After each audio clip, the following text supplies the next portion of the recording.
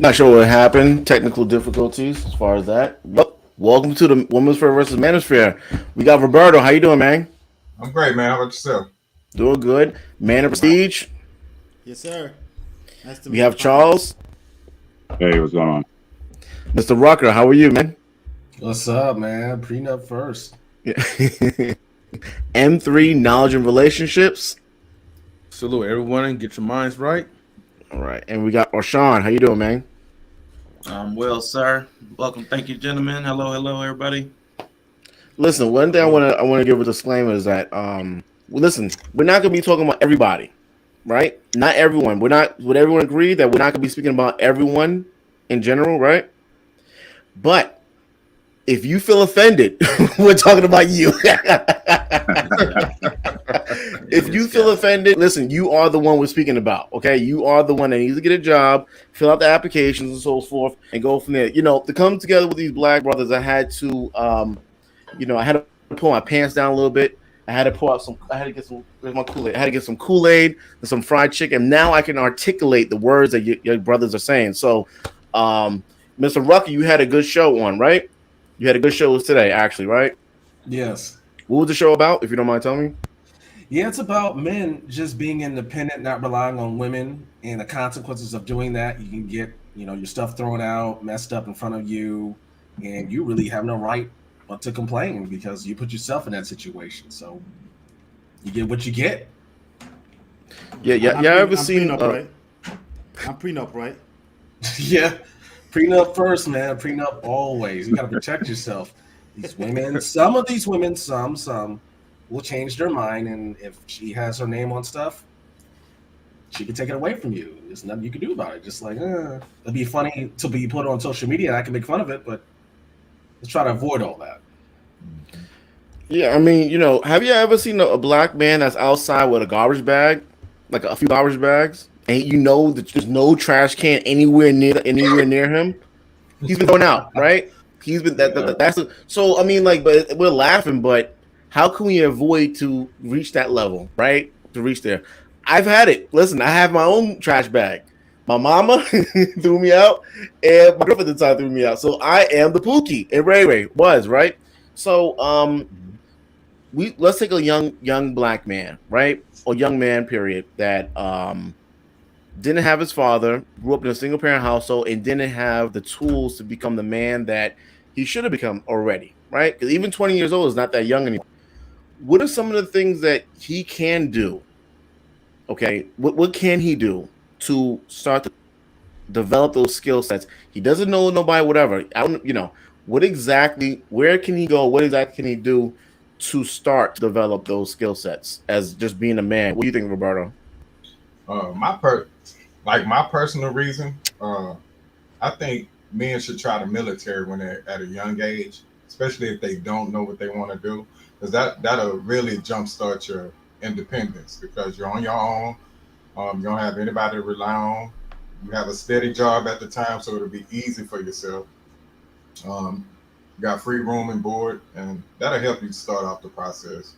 And then you'll be around other men and living with other men, older and young yourself, and you just have a lot of people to talk to then that'll help guide you. So I think going military first, even if it's just for like the minimum years, it's like a great idea. Yeah, and I mean, what about also before you sign the military, actually understand that what you're doing, right? We just recently had a woman.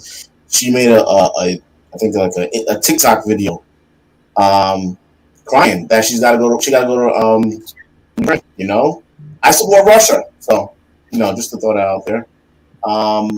So that's going to be a show of that. So what do you think, man? What can a young man do? I mean, what's like the first step you believe he should do to? He's in a urban low income community, but he just desires to do better. Like, what do you think the first step should be? So I think as human beings, I think we learn more from examples and experiences, more so than anything. We could say all we want, we can set rules as much as we want, but especially in the Western society where people have the freedom of choices, I think the best thing they can do is to make sure that he's surrounded by good examples, because that's going to make the most impact. In addition to that, I would probably say make sure you have what I would call systems around you, and don't put yourself on the pedestal. I think we try to do that. We think we're going to do it right all the time, but we're going to make the right decision all the time. And there's just too many variables. It's just too many. So I think the first one, like I said, is make sure you're surrounded by great examples of the results you're looking to achieve. And that's difficult because naturally you hang around your friends, you're hanging out with friends that are doing the same shit, right? Yeah. It takes a certain level of intentions to do that already.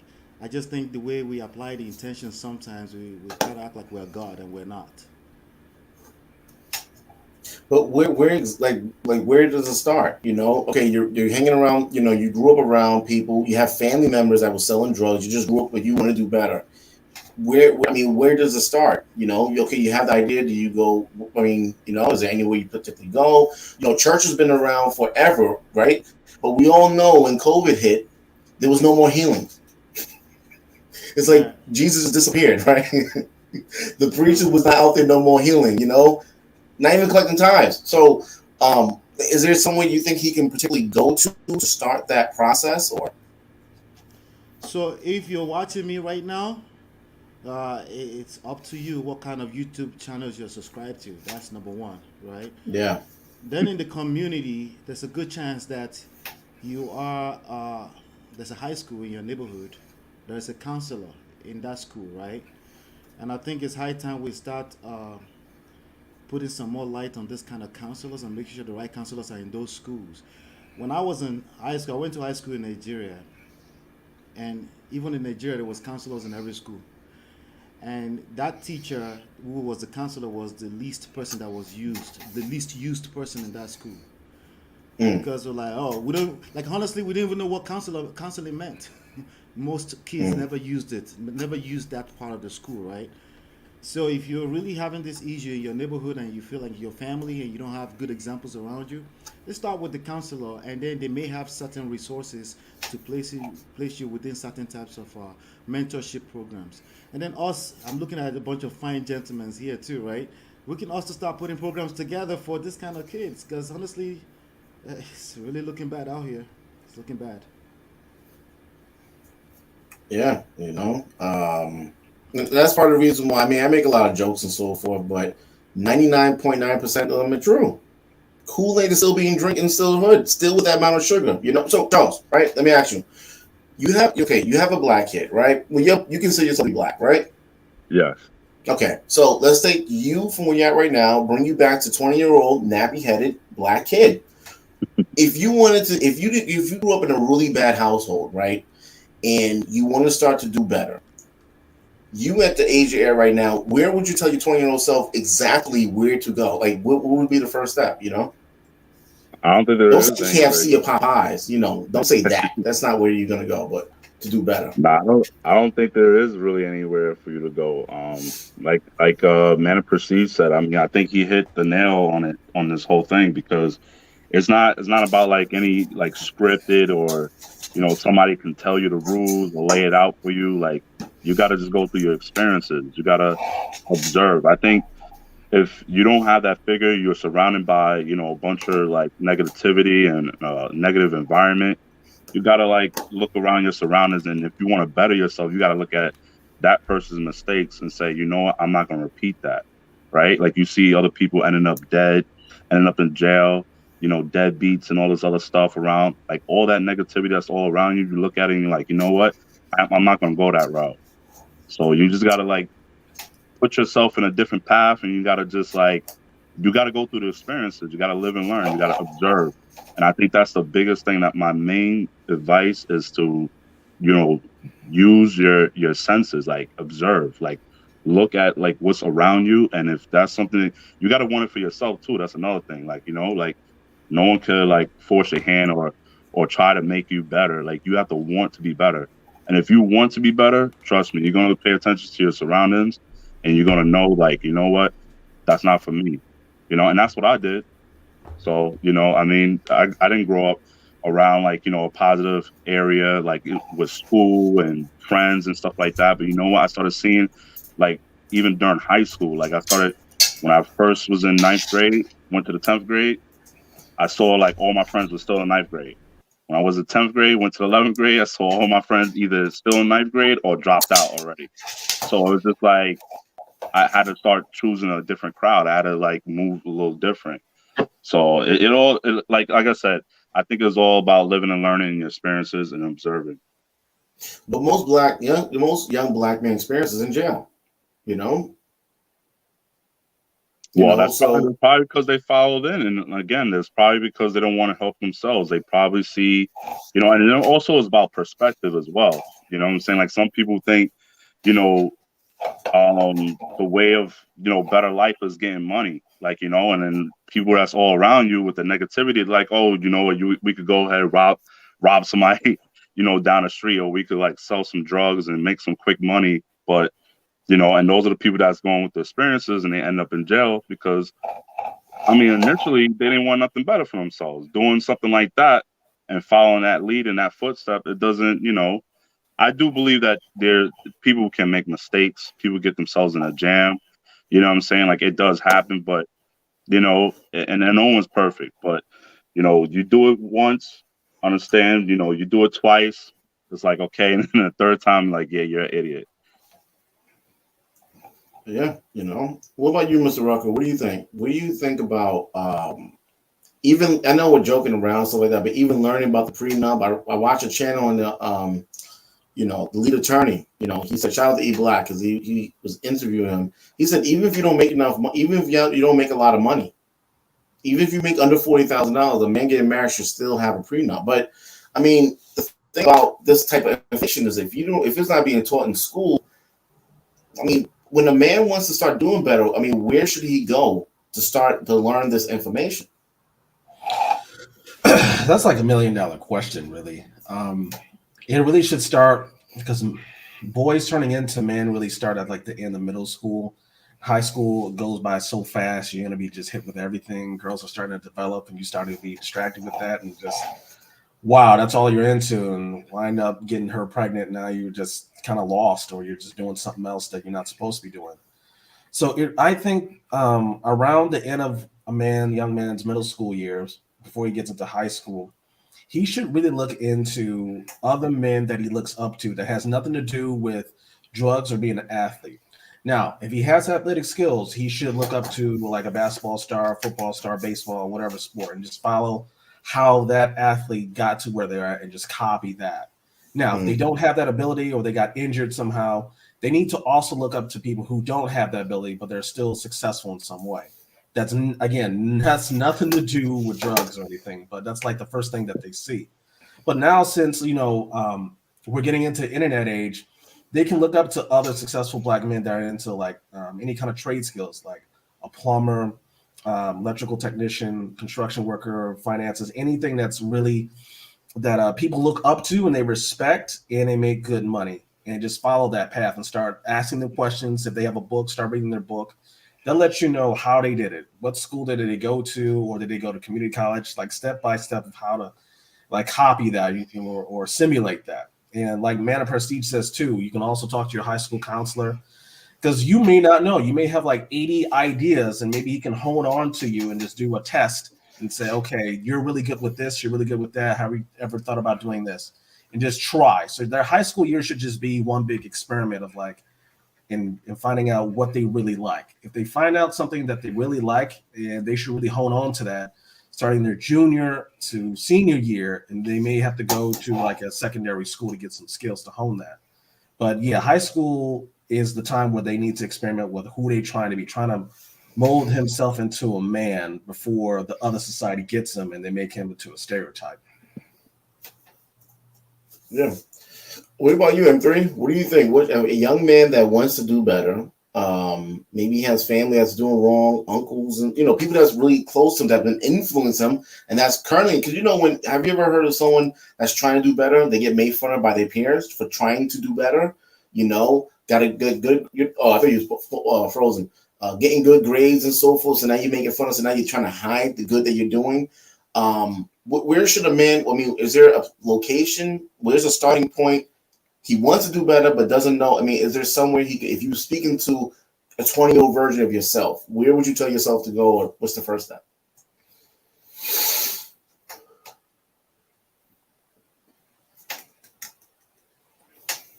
Sorry, I forgot I was muted. You know, it starts off with a variety of things.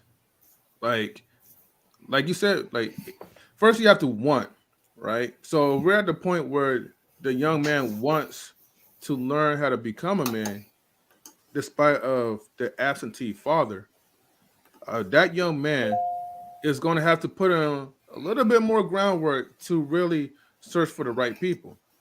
Now, there's a lot of things that I picked up from what you guys said, which that's what I definitely like and I agreed.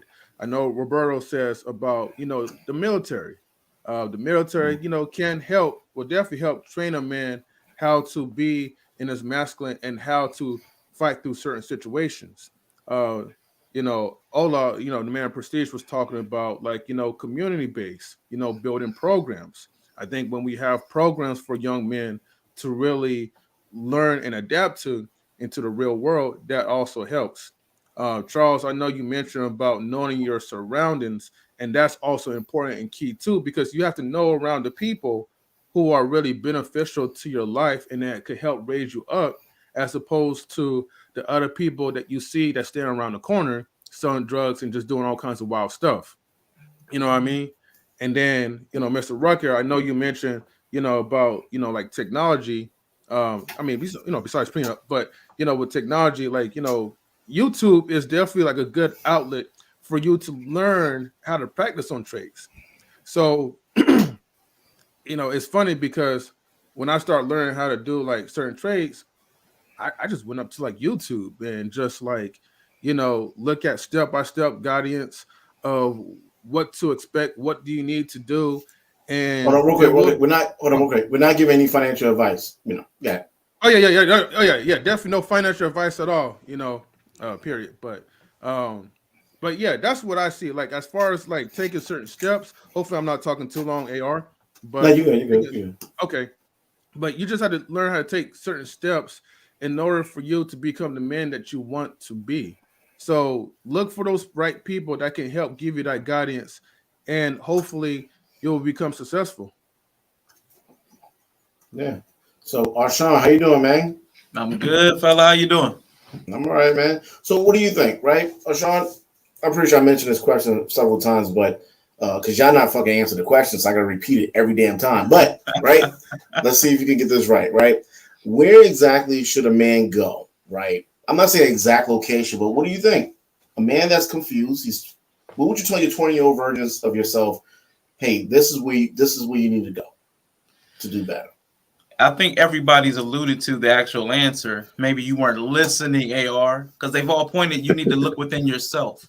You need to look within yourself and find what's going on in your life, the people around you, your circle, your circumstances. You know, Roberto talked about the military. Like, all of these things will, Mr. Rucker talked about sports. A lot of these things will help fine tune the person that you are. So you'll gain discipline, you'll gain structure, and that will help you better yourself.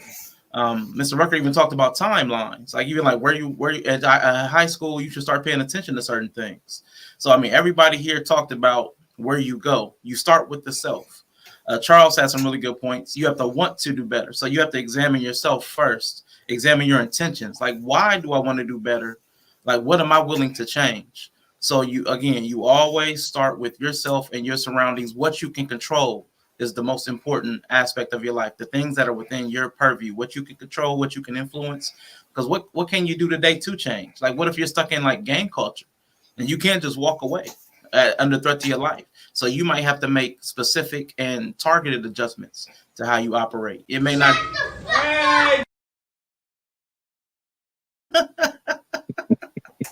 So M3, whenever you feel like you're talking, so M3, whenever you think you're over talking, you never have to say, "Hey, am I talking too much?" I will definitely let you know. You know, sorry, Arsha, I had to use the example. I know. You say some good stuff. I was like, a subtle message, subtle. Yeah. Damn. I got it from him, so blame him for it. Yeah. But Yeah. listen, right? Listen, okay. I'm not a Buddhist. Okay, y'all talking about spirituality and spiritual and the ancestors. No. I don't do that. That's voodoo, right? Let's speak about exactly where would you go. You're gonna tell your 20-year-old self at 20 years old, hey, listen, nigga, look inside you and reach into your feelings. What would your 20-year-old self tell you the way you are right now? What would you tell yourself? You would tell yourself, hey man, you on crack. Get the fuck away from me. That's what would you tell yourself? I think at 20 years old though, I think you would know like what you want to do. Like kind of like maybe not exactly, but as far as the field. And I think if you know what you want to do, then you gotta like surround yourself around that type of environment. Like, what I'm saying? Like if you want to be a trade person, you want to, be a basketball player, you want to be whatever you want to do, like you got to like go in that area. Don't stay in the hood. Don't stay. Yeah, you got to live there. You got to go back to it. But on your day to day, what are you doing that's productive? That's, at 20 years old. But let me also ask you, how many times in college do people change their majors? Quite often, right? Because they don't know. Whose fault is that? Is that the parents' fault? Of course, right? Who? Okay, let's go with Mr. He said, right? How you doing, bro? How are you? Salute, bro. Okay. So let me ask Mr. He said, is your Hey, audio family, how y'all doing? Okay, we're good, man. We good, man. How you feeling, bro? All is well, man. All is well. Thanks for having me. Great conversation, great topic. So, Mr. He said, I think I messaged you. Don't take some of the things I say too literal, okay? Never, man. I'm in New York. So I don't want to. And I'm married, Yeah. so I'm used to criticism, critique, and I can work well with others. Yeah, see, I could talk shit to everyone else because you're not in the same city as me, so I can say what I want. But I know Mr. He said we're in the same city, so I'm gonna be very kind. I don't want to get when someone's near you, you kind of you act a little different. So, Mr. He said, what do you think, right? If you want to tell your 20-year-old self, you want to start doing better, right? Maybe you have uncles and maybe you have people that's really close influence you to do the wrong thing, or they're just doing the wrong thing. A 20-year-old self wants to do better. What would you tell yourself the first step? Learn how to make a what not to do list. Okay. Based on all of the stuff you just said, we grow up in environments where we don't have the best role models, if we have role models, if any. So have a little bit of foresight and insight. And if you see somebody doing negative, put that on your what not to do list and maybe mold yourself like that if you don't have an actual what to do list. Yeah, that's true. Yeah, man. What not to do. Yeah, Arshawn, you want to speak? Nah, just real quick. What he said kind of triggered a thought. Like you were asking, how can we fix that? Like that abstract looking within inside yourself. How would I say to do that? A concrete step. Every time you want to do something, ask yourself, why do you want to do it? That will actually trigger the introspection to what are your true intentions. Well, I want to go hang out with these people. Well, why? Well, when you have to start asking yourself those questions, even at 20, I really needed somebody to tell me to examine my why, what are my intentions and why, because I was doing things based on what everybody had programmed into me. So I was, pursuing things in school that I didn't care for, like you were just talking about the switching degrees, because none of it was what I wanted for myself. I had never asked myself, why do I want this? I had just been told for so many years that that's what I was supposed to do. So, I mean, asking yourself why is, for me, the first step. Examine every thought you have. Why? Yeah, I think that those two, everything. Listen, everything that everyone, the things that everyone has said is really good. I'm just being an asshole. Okay, just give me pushback. Everything you said was true. Like when you want to find motivation, I know that the best motivation is within you. Because what if you don't have internet? What if you didn't pay your phone bill? You don't have fucking YouTube. You didn't pay it. You can't find inspiration. Let me go look up some inspiration. So you got to find it within yourself, right? And we're just talking about just becoming a young adult. We're not even talking about how to be a father. We're not even talking about how to become a husband, But my thing is that, in other cultures and, other races and so forth, other demographics, even within the U.S., they teach these things in school. They're teaching men how to change tires. They're teaching men how to do certain things, how to handle your anger, and they're getting, therapy. And this is all in high school. This is not even college. They're receiving that. So us, we're learning stuff. Most of the stuff I learned all throughout school. I don't even know how listen. I don't know how I can understand kindergarten. I know my ABCs. Now after kindergarten, I don't know how the hell I made it moving forward. I should have still been in kindergarten. There's no way. So I know they're just passing students. So so that's the first step, right? What about, even if you don't want to be married, right? But how do you learn how to become a husband, right? Or how do you learn how to become committed to one person and how to handle these different issues? What do you think, Roberto? If you don't have that skill set, where do you go? I guess you just go to whatever example that you have to see. I mean, if you want to become a husband, you have to look towards husbands. You have to talk to older people that's been married. I mean, everything is really set in place for you to become the person that you need to be. If you don't have these things set in place, life just not fair for you. And I really disagree with people not having those examples around them. I think it's everywhere. We just have to gravitate to it. Yeah. So we have a gentleman called Tough Love. How you doing, brother? If he's there. Salute. What's going on, gentlemen? Hello. Let me remove this. My apologies for my tardiness. The ice cream date that I had ran a little bit over, so my 3-year-old should it's all good. So Tough Love is a veteran, right? Roberto served as well. Did anyone else serve in the military? None of us were brave enough to serve in the military. Just those two. All right, So we appreciate both of your service. Yeah, Roberto. Can I say one more thing? Absolutely. The reason why I prefer the military is because the military is a lot more forceful as far as you getting your shit together. Like when you're out here in the real world, you can easily quit things. You cannot easily quit the military. You know what I'm saying? So if you didn't have a father figure out here in these streets, you definitely gonna have a bunch of father figures in the military. And I think that's good. So.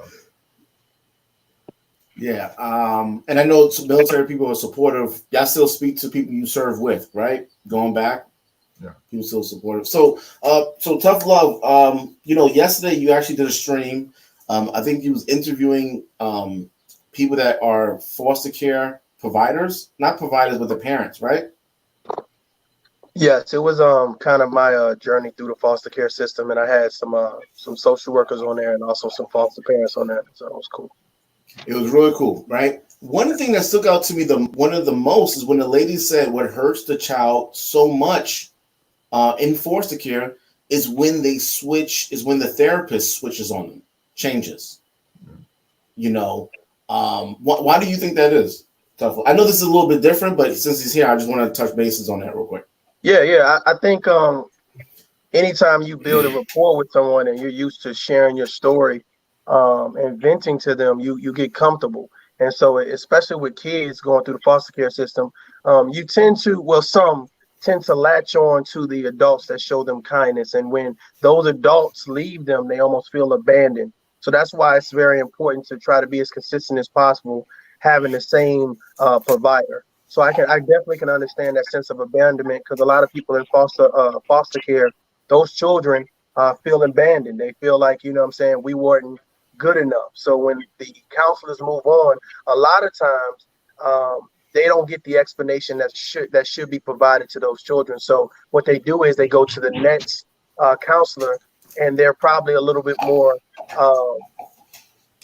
standoffish, and it takes a longer time for that counselor to break through. So it's a repetitive cycle if you don't have consistency. Yeah, and another thing she said is that she only deals with the young kids, not the teenagers, because she feel like they're done, they're gone. I know when I interviewed you on my other channel, we spoke on how to kind of end the gang, like how can we step in to stop the gangs. So, from her, she's very experienced, right? Is that it? We just focus on the younger. Is there any actual resolution to stop? Because it's wild out here. I'm in New York City. Yeah. I think that every gentleman on here will probably have a different thought process when it comes to stoppage. But everybody don't have the patience to deal with teenagers. And because she's grown accustomed, she said she's been being a foster parent for 20 years. Like, so who am I to say, who am I to tell her, how dare you not want to help teenagers? But she's probably had some type of experience where it turned, it left her with a sense of, I'm never going down that road again. So I can understand that everybody's not that built for that type of energy. However, I do believe that just as it's important for our younger children to be helped, our teenagers also need a place where they can blossom and they can learn as well. So, yeah, I think that, and probably the group homes are probably more of a place where teenagers can kind of be teenagers and still have some type of structure. So, yeah. So tough love. I know we dealt with before, right? And I know it got a little heated towards the with the one word questions. If you don't remember, when some of my comments is just commentary. Okay, so we cool, right? Ready? Let's get it. Okay, we good. All right, Roberto. Most of these teenagers running around. We know the men are not there. Women are sleeping with other men that are not responsible. You have a small amount of men, right? That's sleeping with all these women, right? It's not majority of the men on here. None of these men on this panel, as far as I know, don't have kids they're not taking care of. And if you do, let me know. I'm going to report you. Okay? So, Roberto, should baby mama be listed as terrorists?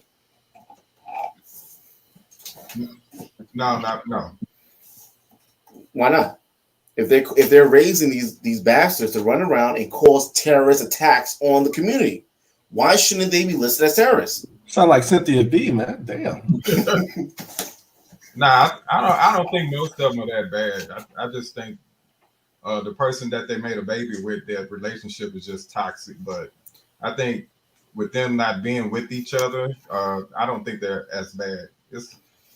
I don't really see a whole lot of baby mama drama like that. Shit. Miss Harris. I don't see it. You don't have it? Your Instagram is still working? Your Instagram works? All the twerk videos. You see all the twerk videos, and who's behind them? The kids say, Mommy, stop. Do y'all need me to play a short video of a kid on a pole? Did y'all see that? I'm all right, So I've seen a lot. So, but terrorists now. Okay, I respect that. Man of Siege, how you doing, bro? Yes, sir. I'm here.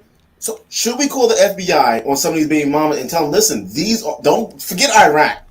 Go to the Bronx. These are the terrorists. Should a baby mom be listed as a terrorist? I mean, that's the easy part, right? We just see it as wrong, and we just throw out the baby. What do you call it? Throw out the baby with the bathwater, right? Yeah. That's easy. That's the easy thing to do. But as human beings, we have a society here, right? No one is perfect. That doesn't mean we're saying this is even close to perfect at all, right? What we're saying is that I'm sure my brothers that were part of the military will agree that there's something called casualty, and the idea, even though sometimes that's inevitable, we definitely want to minimize that, right? We just don't want to get out here and start acting crazy because of our own ideas of right and wrong, because that could have blind spots in it, right? So as human beings, we're not animals. I think we should pay more attention to the blind spots, because the blind spot is one of the biggest issues here. Right and wrong is easy. We can all see that. We can all see what's wrong in our face, right? We know it's wrong, right? But it's just more to it. And I would have more questions rather than say, hey, that's wrong. Let's just shoot everything up, right? Yeah, I mean, like, we can sit here and ask these questions, but at the same time, I got to stop little Tyrone Jr. from breaking into my home. And, Tyrone Sr. is nowhere to be found. Charles, what do you think, right? Should baby mamas, not mothers, right? Not a woman that has a child, not a mother. These females that are baby mamas, they are just as bad as the baby daddies. What should we do with them? Should we call the CIA, the Secret Service, the FBI, and report them? Can you elaborate? So, okay, right. So we have the women that are raising children that's out. So you see, there's a mass amount of teenagers going to stores, robbing the stores, stuff like that, and most likely they're in a current single parent household. Most likely it's the mother is raising them. Should these single mothers be held accountable for the crime that their children are committing?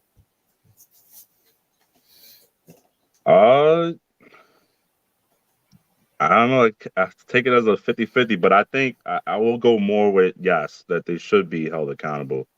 The only reason why is because it's just that, you know, you're gonna have kids that's gonna do what they want to do outside the home. Like your mother's not gonna be there behind your tail, you know, 24/7. You got to go to school.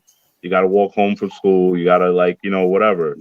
But you know, I just feel like a lot of times, like, kids, especially in bad environments, I think they just get peer pressure. They get too much in tune about, like, you know, what's cool and what's not cool. So, you know, they start following, doing other bad stuff and just following, trying to become a product of their environment.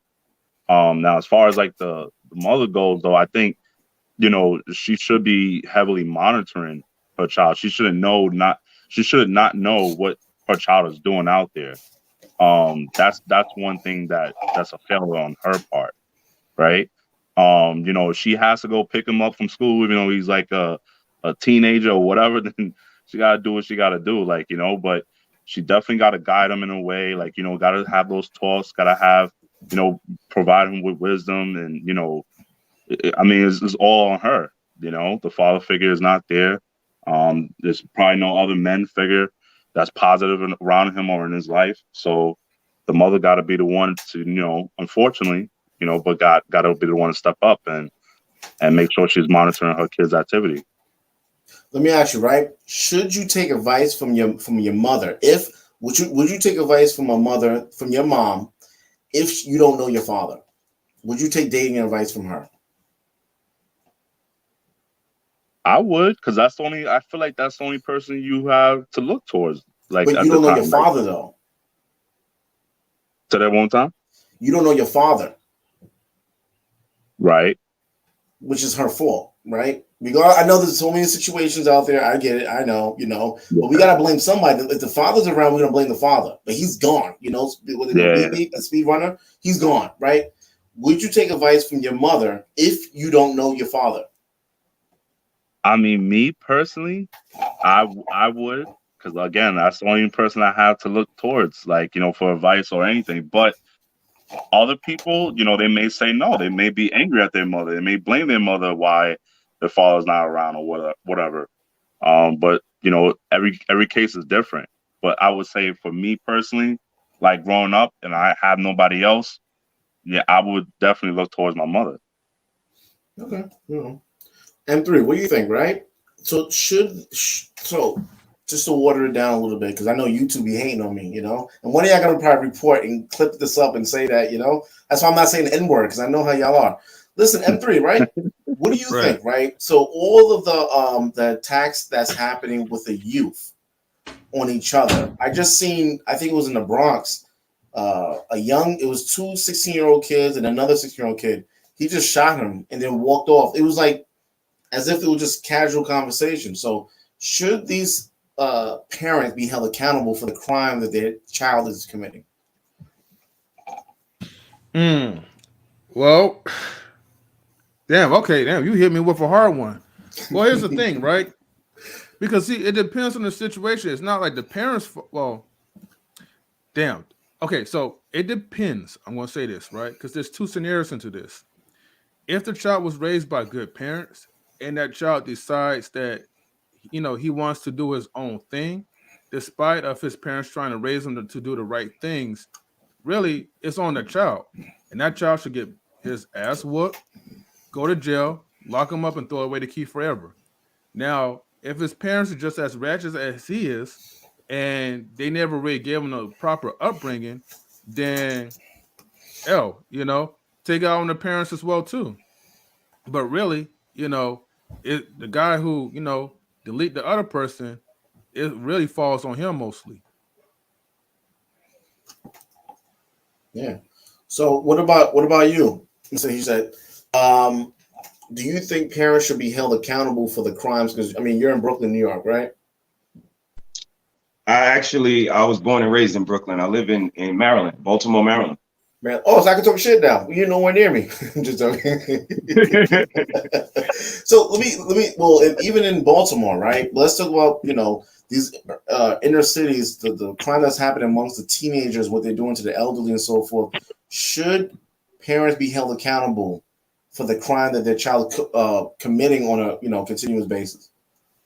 I get your question. It's a great question, and I think the way you labeled it before is appropriate. Fine, terrorist. But here's the thing: I wouldn't personally go as far as to say terrorist, but I will say hold accountable, especially to the extent of, like, being a New Yorker, we have something called the Good Samaritan law, and that law states that you cannot just stand by and allow something to happen to someone in a negative fashion, because you can coincidentally be charged with your negligence, ignorance, or whatever you want to call it. And again, they call that the Good Samaritan law. I believe an episode of Seinfeld was when it got popularized, when they saw somebody get attacked and they just stood by, was making fun of them or whatever. But I think it should be held to the same degree with these, quote unquote, baby mothers. I get, like you guys say, everything depends, but not with me. It ain't no depends, not a waffler. I'm going to land on one side or the other. And I say that accountability is absolutely important, because we know, like the Black Panthers taught us, the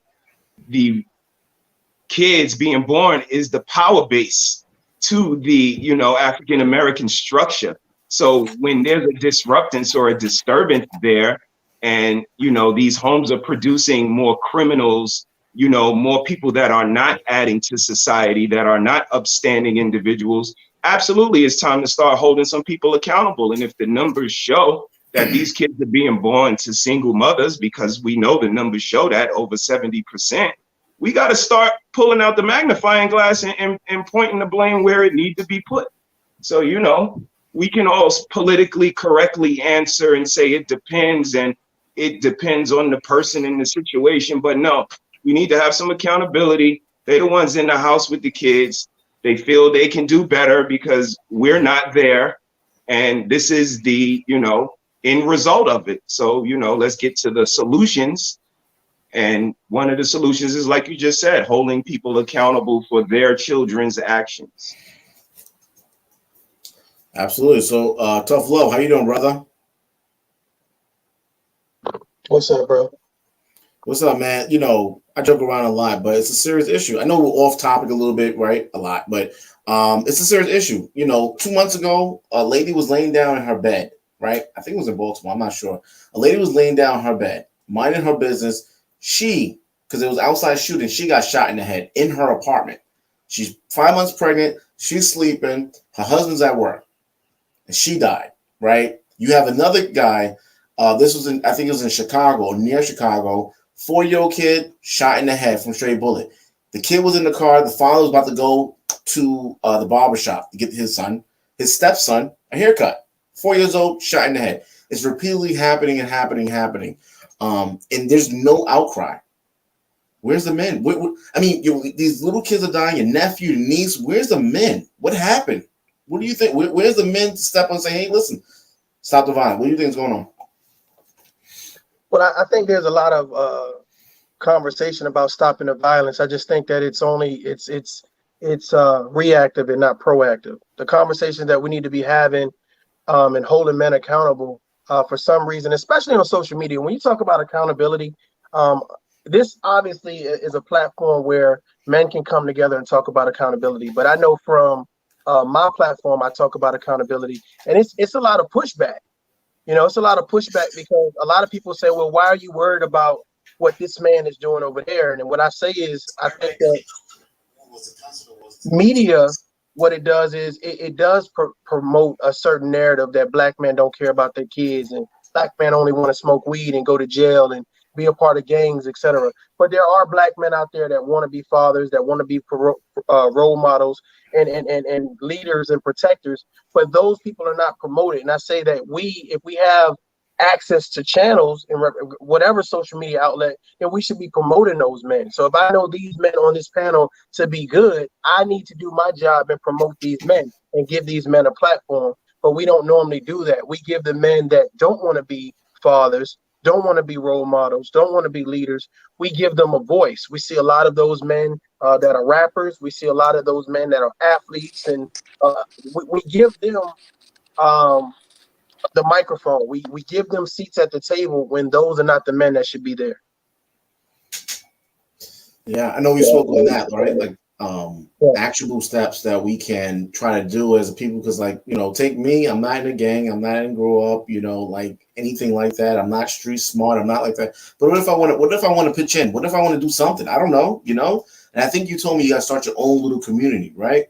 Somewhat, right? Can you speak on that? Do you mind? Or so this is how I feel. I feel like, you know, I don't know how many of you guys have social media outlets. You know, I know it sounds like an oxymoron. What do you mean? You know what I'm saying? But I'm saying if you have a position or a place to speak out or a place to gather people up, you know, that's how you can start it. You don't have to have a lot of money. You don't have to have been in the military or whatever. You just, because you care that much, you can start your own little outreach program, and that could just be social media. That could be you guys gathering, talking about solutions to problems that you know that exist. And I think that that's what's important, sharing these types of conversations and getting men together. Whereas I don't feel disrespected because you don't disagree, and I have to disrespect you. I think us talking in this manner and outlining these narratives of what we think the problems are, and better yet, what we think the solutions should be. I think this is what's important. So we're whether you guys know it or not, we're part of a community right now. We're part of a conversation right now. So I appreciate it. absolutely. So Ashan, what's up, brother? How are you, man? You feel okay so far? I'm still good, man. How you feeling? I'm doing okay. Listen, man, we don't even need Planned Parenthood anymore. The kids are out here doing that job, right? What do you say, right? These people are responsible, which is called parents. Should these parents be held? Should it be a criminal act to be a baby mama? What should we do? Man, I was hoping Mr. He said was still up here because I was going to do this intentionally. That's true. I was going to say it depends. I know he said we can't say it depends, but it really does. But it does. But like, are these people like harboring fugitives? Like, are they aware of their child's crimes? Because I know my mother, single mother, working, she had no idea the stuff I was getting into in school or after school. So holding her accountable would have done what? And then she had other children. So you hold her accountable for crimes that she didn't commit, nor was she aware of. Her other children suffer. They're thrown into the system. Even though my crimes may not have been that big, I'm thrown into the system because now she's being penalized, or we're already in poverty and you're financially holding her accountable. So we have even less money, which is going to drive us back to the same behaviors that you're demonizing and criminalizing. So, I mean, so the solution can't be as bad or worse than the crime. We already saw that we talked about Kamala Harris before the election. You know, you lock people up or want to fine or lock people up for the child's truancy that they may not even be aware of because they're working to provide for multiple children. So is your solution going to put all of the children in the system, or is it going to fix us? No, we're just punishing somebody. And if all you want to do is punish somebody, just punish the child. Lock that child up. We're already doing it. We're already over policing. Lock the child up, keep them in jail. They're a criminal for 30, 40 years in jail. Okay, cool. At least you're just only harming one person as opposed to harming the mother, 2 to 3 other children. That's really in my way, the wrong way to go about it, because your solution is causing more harm to the Black community. The only way, like Tough Love said, is proactive. If you're not proactive, the only thing you're going to do is be chasing a problem. You have to head these off before, through education, through finance, because poverty-stricken households in America are where a lot of this stuff is bred. So if you don't educate people, if they're going to stay in the struggle, you're going to get the same things. And if you're not willing to help people with their financial situation, like Maslow's hierarchy of needs, housing, food, house, food, shelter, safety. If you're not going to help people there, you should just shut up because you're not really doing anything. That's racist! So, Mr. Rucker, what we're going to do with you, let's take the Boyce Watkins route, right? Boyce Watkins, right? So all these bad kids, right? All these children out here, should we start adopting children, or should single men or men, just let's say good men, should they start intentionally dating women with children so that men could come into these homes to structure it better? Should they? Because that's what he believes, right? Is that part of the key to the solution? Because now we do know stepfathers do matter, right? Yes. They do matter, right? So should men should men with kid without kids start intentionally dating baby mothers in order to improve the community? Hell no. And this is why. Because we're rewarding bad behavior.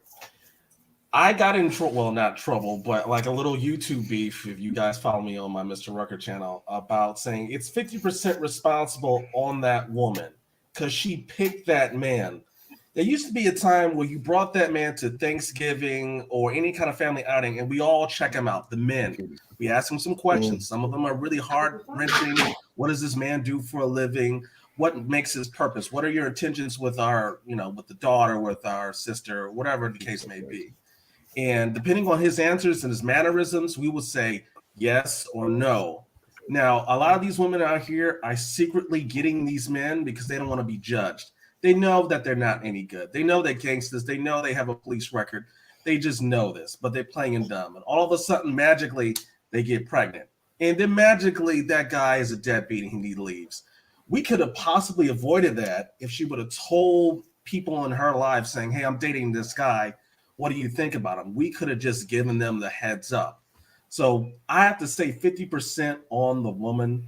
And the fact that this woman went through a hard lesson that she has to provide for this child or children, she's basically being punished. There's no point of punishing her even further, but we can't some of us need to be stepfathers, but it shouldn't be because of charity. It should be because this is a good woman. She understands she's a right fit in your life, but we shouldn't reward her mistakes. I'm not calling children mistakes, but her environment that you put the kids in is a mistake. In a way, it's like child abuse because you're setting up your child for failure when the dad's not there. You have to work and grandma's tired or may not want to take care of the kids. So the kid is going to grow up doing some bad things, and the kid does some bad things. She gets the call saying, hey, your kid's in trouble. Well, in a way, it's your fault because you didn't put him in the right environment. Maybe if you had a dad, that child would have had a fighting chance. So these young women thinking that they could do a Sierra's prayer and find a stepdad and just take care of my children because I made mistakes in the 20s because I was just living young and fast. It's like, no, we're not going to reward failure for that. Some men can, and there's nothing wrong with that. But no, we shouldn't just go into their family and say, hey, I'm about to give you structure. She should have had that from the get. So it's 50% her fault for being in this situation. Absolutely. Charles, I know you got to get going, right? No, I got some time. You got some time? Okay. Truth is never favor. How you doing, brother? Hey, what's going on, fellas? How y'all doing this Sunday? Truth, what's up, bro? Whoa. What's up, Truth? So, All right, Truth, one moment. Hold on. Let me put further clarification question, right? So, this particular question is that, obviously there's a lot of, within the youth, there's a lot of crime that's being happening, and a lot of them are in foster care, and they're not being cared for, right? Should these parents, baby mothers, single parents, be held accountable and maybe listed as terrorists in order to get them out of the streets? No. Why not? Because you're talking about terrorism. You can't list somebody as a terrorist for somebody else's fault. It's just like, all right, we call people terrorists because they're actual physical actions of them doing it. We don't label the wives that they're married to, their mothers that had them. We don't call what's the guy name? What's the guy that Barack Obama found in like 2 months? Oh, yeah, Obama's a terrorist as well. Yeah. What is his name? Who's Hussein?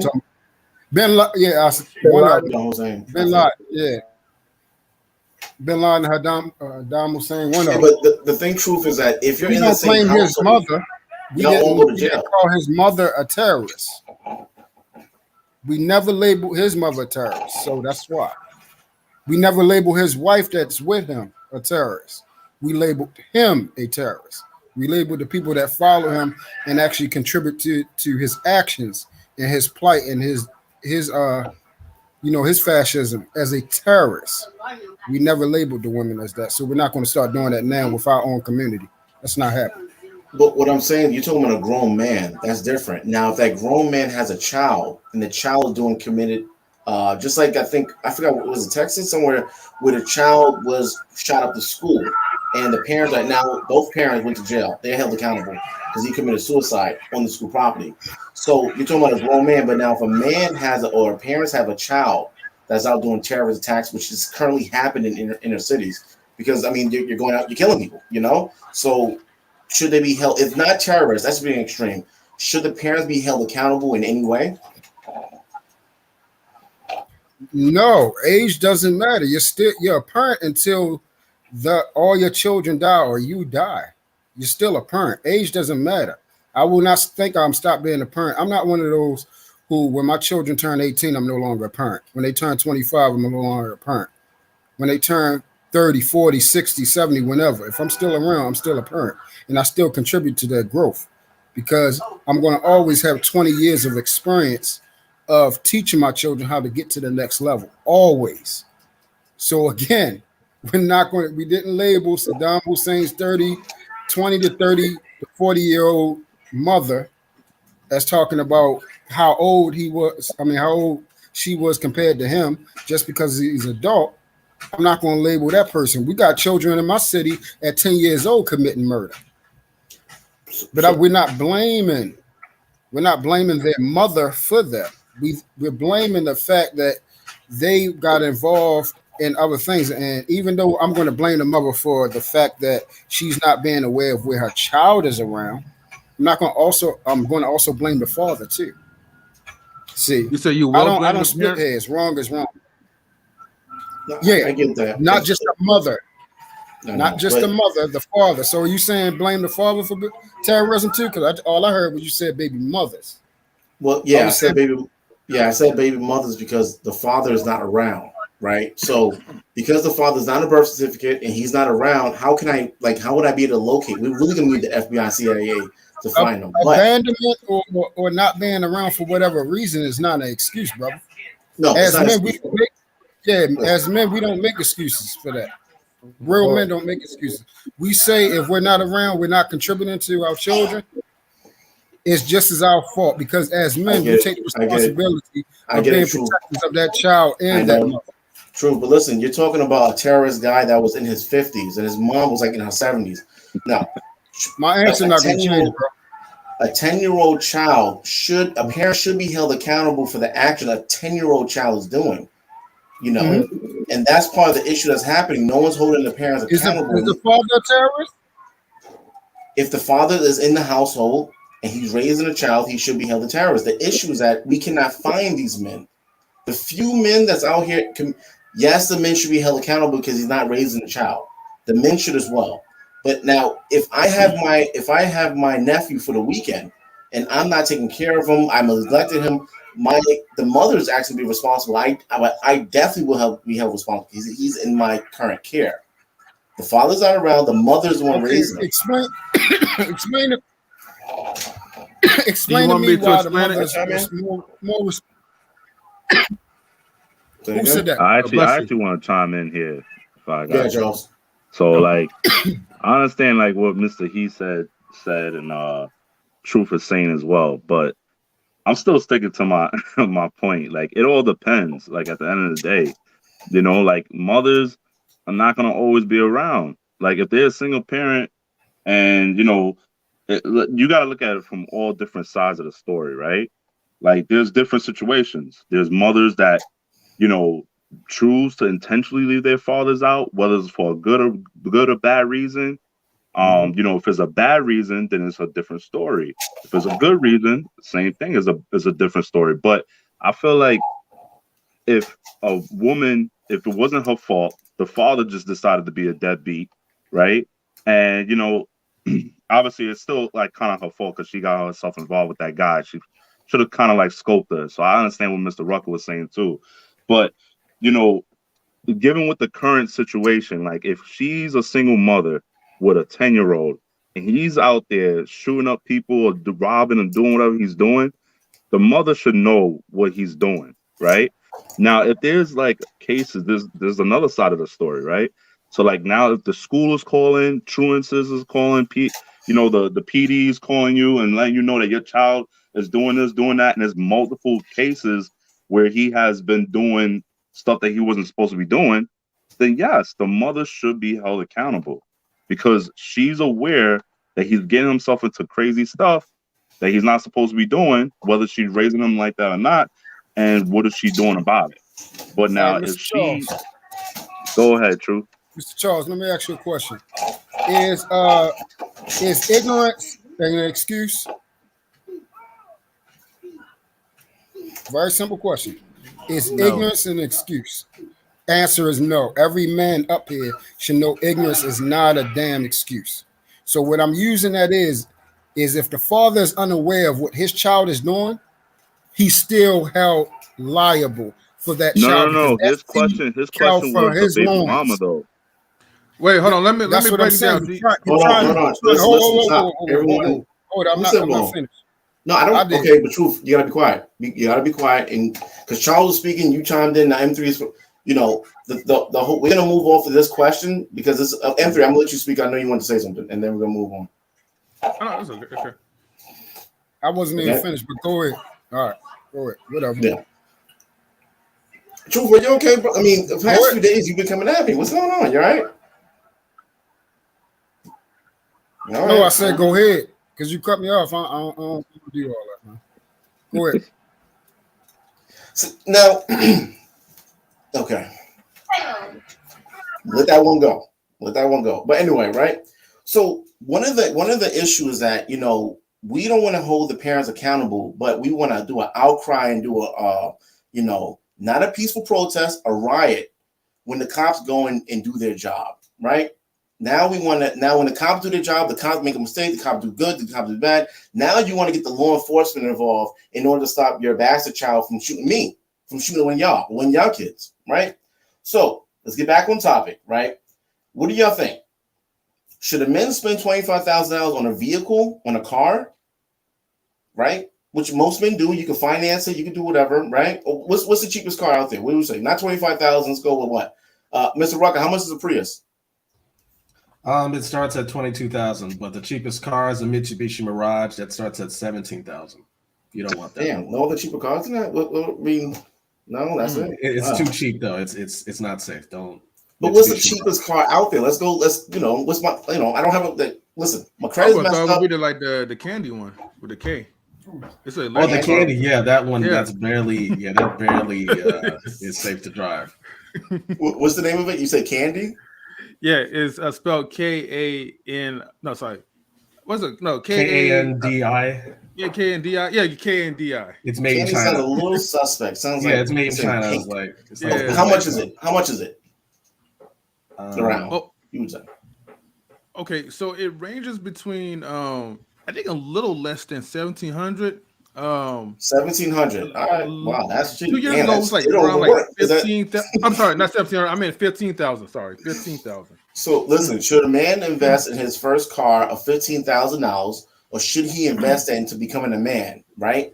What do you think, Roberto? What do you think the man should do? A young man. Yeah, I think he should definitely invest in becoming a man because no matter what car you got, if your mindset not right, you're gonna lose it. You're not gonna really grow as a person. My whole thing is mindset. Invest in your mindset. Period. What do you think? Is it? If I could go back, that's what I would do. Invest in my whole mindset and way of moving.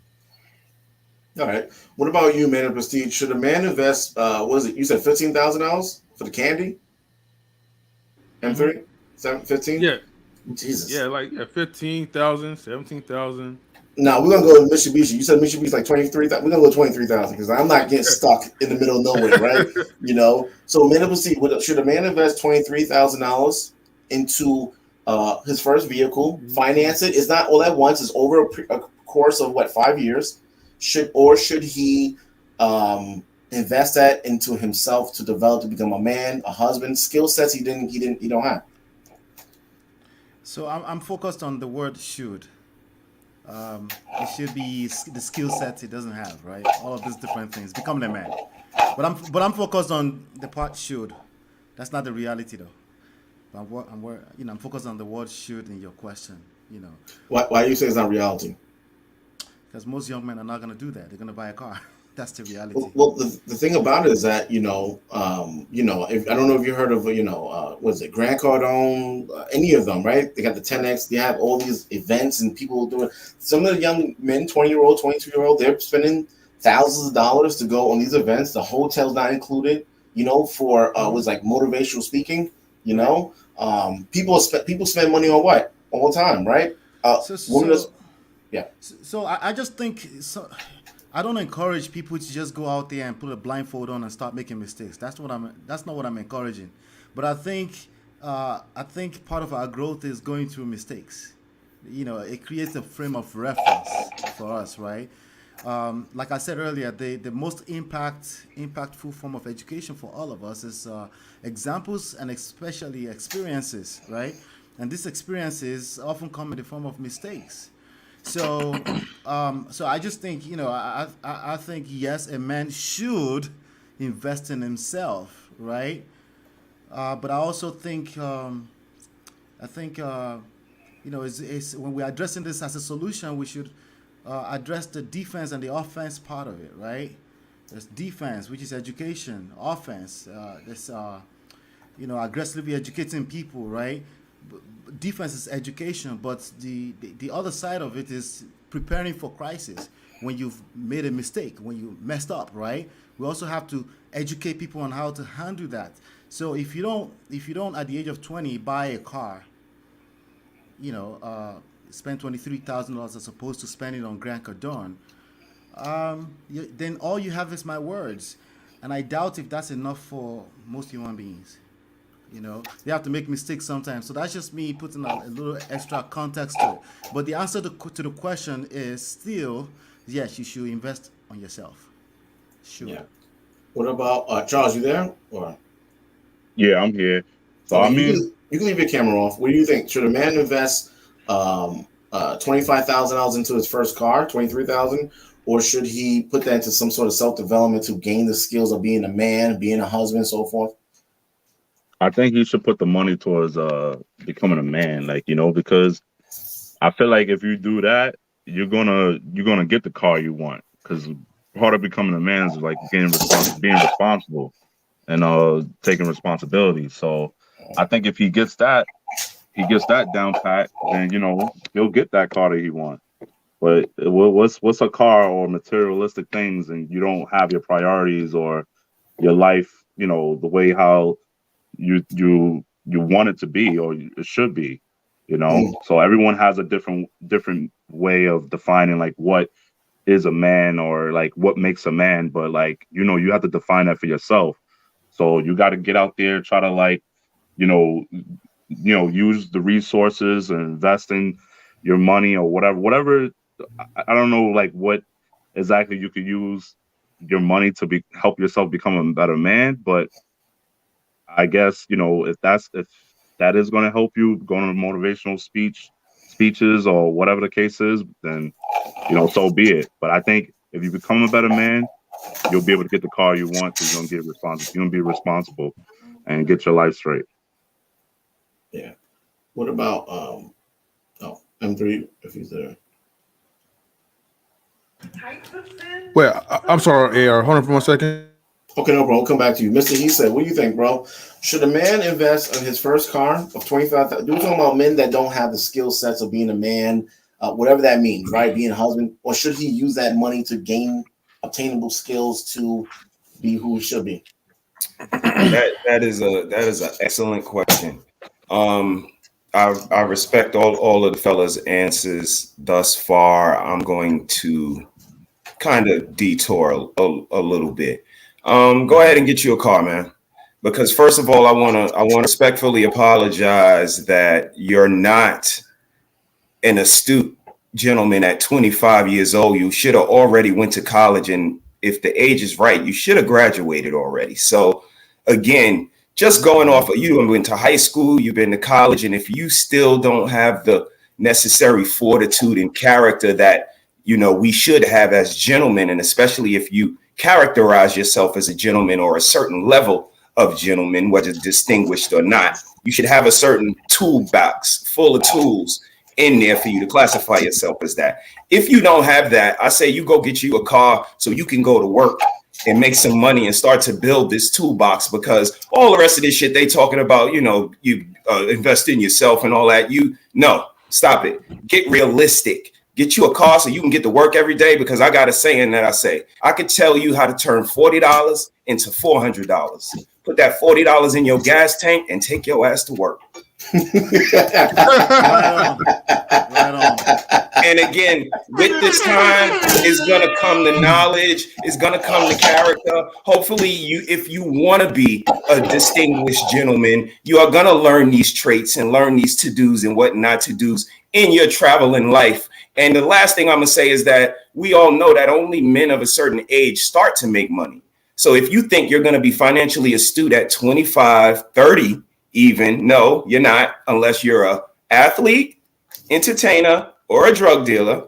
But most men in America don't start to become financially good until like 40. And you thinking about that 401 and investing in those diverse bonds and things of that nature. So a more realistic approach is what everybody needs, and start to work on yourself and have that, you know, individual accountability, and stop worrying about what everybody else is going to think is a right answer. And gentlemen, stop waffling. Y'all need to pick a side and land on it, because people are watching this shit and they can see y'all with y'all depends and y'all I don't knows and you know, this guy and that guy and the other guy. Arshawn, you are the only one that was able to articulate your, you know, pushback in a acceptable fashion, but everybody else is just waffling, trying to give an answer that they think everybody else wants to hear. But gentlemen, that's not how we behave as gentlemen. And this is how we need to build a community, by being leaders, picking a side, standing on it, whether it's right or wrong. We build on that later. I can come together with you, brothers, and y'all can pull me to the side and say, yo, bro, on this point, I didn't agree. And I'll come in line and I'll definitely sit down and listen, because I respect y'all. But we got to start from somewhere. We got to have some sort of a bar. And, you know, I'm willing to put my neck on the line for me, husbands, brothers, and all the rest of the men to come after me, and especially the ones before me that laid the path for me. So I'm going to talk my talk and walk my walk. Listen, he said, I respect everything you said, but one big... All right. One second. One big issue that you said that, you know, about giving Arshawn any props. Arshawn voted for Biden, okay? Arshawn, no, don't give him no credit. He's not I didn't even vote for Biden, man. I didn't even vote for Biden. Now, thanks. Take that back. All right. So man, you want to chime in real quick? Yeah, here's a pushback for Mr. He said. Wait, hold on. This is not a smoke show. But go ahead. Yeah, I needed some smoke, and he brought it, and I'm you know. Well, let's do this. Before you do that, I'm sorry. Hold on. I want to make sure everyone go around. Truth is not fair. You still there? Yeah, I'm here. Okay, Truth. So what do you think, right? Should a man invest the money that he would spend on a first car, or maybe into, we're talking about men that don't have the skills, and they don't have a father, maybe grew up in foster care, whatever the case would be. Or should he invest that into trying to develop maybe a trade, I don't know, something to become the man he wants to be? This is one of the weirdest questions I ever heard, bro. I'm more coincide with Mr. He said sentiments. We're talking about becoming a man, which was one of the most hardest things on this planet to do. The hardest job is to be a man. And a lot of people, I can go around this board and ask each one of y'all what it means to be a man. And most of the qualities, patience y'all will give is something that a normal human being should just have. Whether it's just working, whether it's just having money in his pocket, transportation, a job, taking care of bills. That's not a man. That's what women do. A man has to understand how to make sound decisions, how to take care of his environment, cultivate people. You feel what I'm saying? Protection, provisions, being able to see 3 steps ahead of his next move and everything like that. Bro, that's how you learn how to be a good father. What's going on, Truth? What's going on, though, bro? Yo, I'm speaking. Are you gonna keep disrespecting me, bro, by cutting me off? You just let everybody else speak. Yeah, I know, but listen. I'm gonna drop down. I'm gonna drop down, bro. I'm gonna drop down because I'm getting. He said he's gay before he left. I don't know. I don't know. Listen, this is not a smoke show. Okay, this is not smoke. When I ask you a fucking question, answer the question. Don't worry about what the other men on the panel was saying. Like, come on. What's going on? Y'all all listen, we're all here volunteering.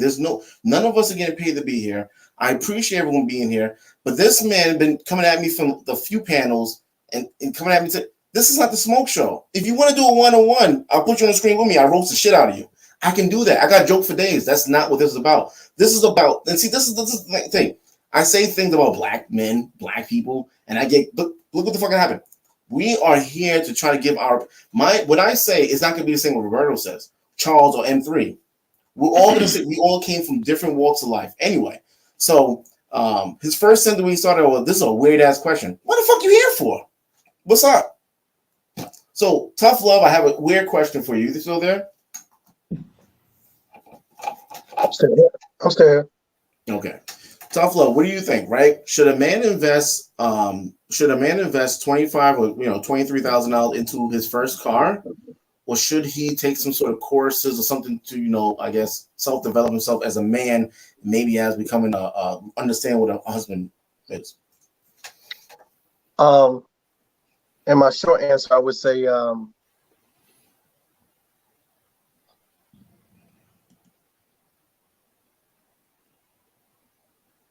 it's difficult for me to say yes or no because I think it depends on the situation. If I'm in a situation where I need to get a job and I need to support myself and I need to support others, I'm probably going to look at the car as a necessity. Or if I'm not in that type of situation and I got public transportation, I can take the money and do other things. So I think for me, it's depending on what that situation and whatever the need is at that particular time. So for me, it's going to be on a case-by-case basis. It's going to be on a case-by-case basis because a lot of people don't even, you take that money, who do you exactly give it to help make you a man? And what is available now that you can't just research for free, that I have to pay for? So if you're talking about self-development classes, you got to think about right now, you can learn how to put a car engine through your YouTube. You know what I'm saying? So buying a home, traveling, investments, credit. I mean, all of those things are on YouTube for free. So I probably would pick the car because now I can come and go as I please. I can also get a job, whether it's full-time or part-time. So I probably go to the car direction, and that probably can get me to go network with people that I meet on YouTube to learn for free certain traits and that I need to know to be successful. So I probably would go the car route, to be honest with you. Let me ask you a question. How will you be able to meet, different people, right? People you will look up to, right? I'm not saying you look up to him, but like, let's give an example of Jay-Z, right? How would you be able to get close to someone like Jay-Z, right? Most of the times, forget the council, we're not talking about rap music, right? Or just someone that you would look up to, you like to try to get some wisdom from, whatever. Most of the time, these people are in spaces where it's not free to enter, to enter those places, So when I say, I think last week we did, or Sean, we did the BBL thing, right? BBL average cost is between $12,000 and $25,000. So women are investing into their butt and not into their brain. Not all women, right? But they're spending money on their BBL, and most real men want a natural woman, short hair, long hair. We want actual natural women. So I know when I was young, I spent a few $1,000s on stuff. I can't even tell you what it was spent on. I hope I was sober. Can I say something, AR? Yeah. Well, I guess it's going to be more of a question, right? Do you think a woman should invest in more into her financial self? But let's go about men. Let's talk about men, not women. Well, no. I'm getting to the man part. Oh, right? Okay. But my point is that do you think that because you said Brazilian butt lifts or whatever, I was saying do you think they have a right to invest in their own? Excuse me. Should they invest into their own financial self if other men are doing the investments for them? If men's already carrying spending money for them, maybe that's why they probably don't need to like invest in themselves. Well, that's why we're having these issues with calling baby mamas terrorists, right? Mm-hmm. You know, these are the same women that's raising these kids that's out here doing, not all BBL women, but you know, these are the same type of women that's going out there. $25,000 should have went to something. Okay, every year women get their income taxes. All these kids $9,000 every year and goes to their hair and just other crazy stuff. And I know I'm doing a stereotype, right? But that's the community I come from, right? Right. The men that's investing in it, you got to ask yourself, when you see a woman with a BBL, is she married? We're not talking about these celebrities. We're talking about the average person that's getting the BBLs on a regular basis. Do you think they have structural homes where they're married and they're raising children and life is great? Maybe, right? But more than likely, I don't believe so. Maybe I'm wrong. And do you think that it makes a difference, like as far as the selection of what type of woman a man will want if the father was in the household and give him that structure? Would it make a difference if the man was in the household? Yeah, like, okay, so, it's obviously like in the community, right? We tend to, our people tend to make poor decisions, even when it comes to selecting the choice of woman they want to be with. So, you know what I mean? I just want to make sure I'm making sense of what I'm saying. The reason why women and men are making these horrible decisions of who they're having children with, because they don't have their good parents to vet good parents and family and grandparents to vet their partner. A lot of people want to go on their first date and worry about having fun. The first date should have been with the parents. We make poor, especially women, we make poor choices of who is evident. We make poor choice. Most of the people that have kids together, kids with another person, they're not even with them. It was a poor decision. So most of the time we choose without including the wisdom of good parents. So if we had a man in the household, the man should be investigating who his daughter is dating. The first date should be with the father. Y'all go out for a walk and something. She checks him out. He checks him out to make sure he ain't fucking crazy. Well, what can a man do for his son? The man do the same. I mean, the man could, he should I ain't know. going on the first day with my dad, so I'm just saying, No, what you talking about? Like, no, but the father should be checking out the girl because there's some hoes out here.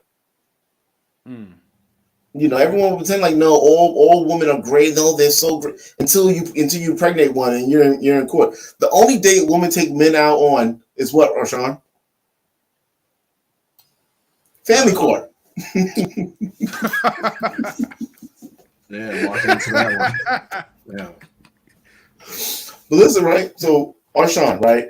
What do you think, right? Do you think a man should invest $23,000 or M3 $17,000? That car ain't gonna run, right? So let's go with the $23,000 car. Should he buy his first car, finance it? You pay $300, $500 a month, whatever, or should he invest that into self-development? I don't know, becoming a better man. No, I'm what Mr. He said, because I actually, while everybody was talking, I was like, man, I wouldn't have been helped. Like, you can't buy maturity, and you can't buy self-development if you're not ready for it or inclined towards growth. You're not going to reach it through money. Like you can put yourself around some people that can help you, but if you're not open to hearing what they have to say, or you can't understand it, you're wasting your money.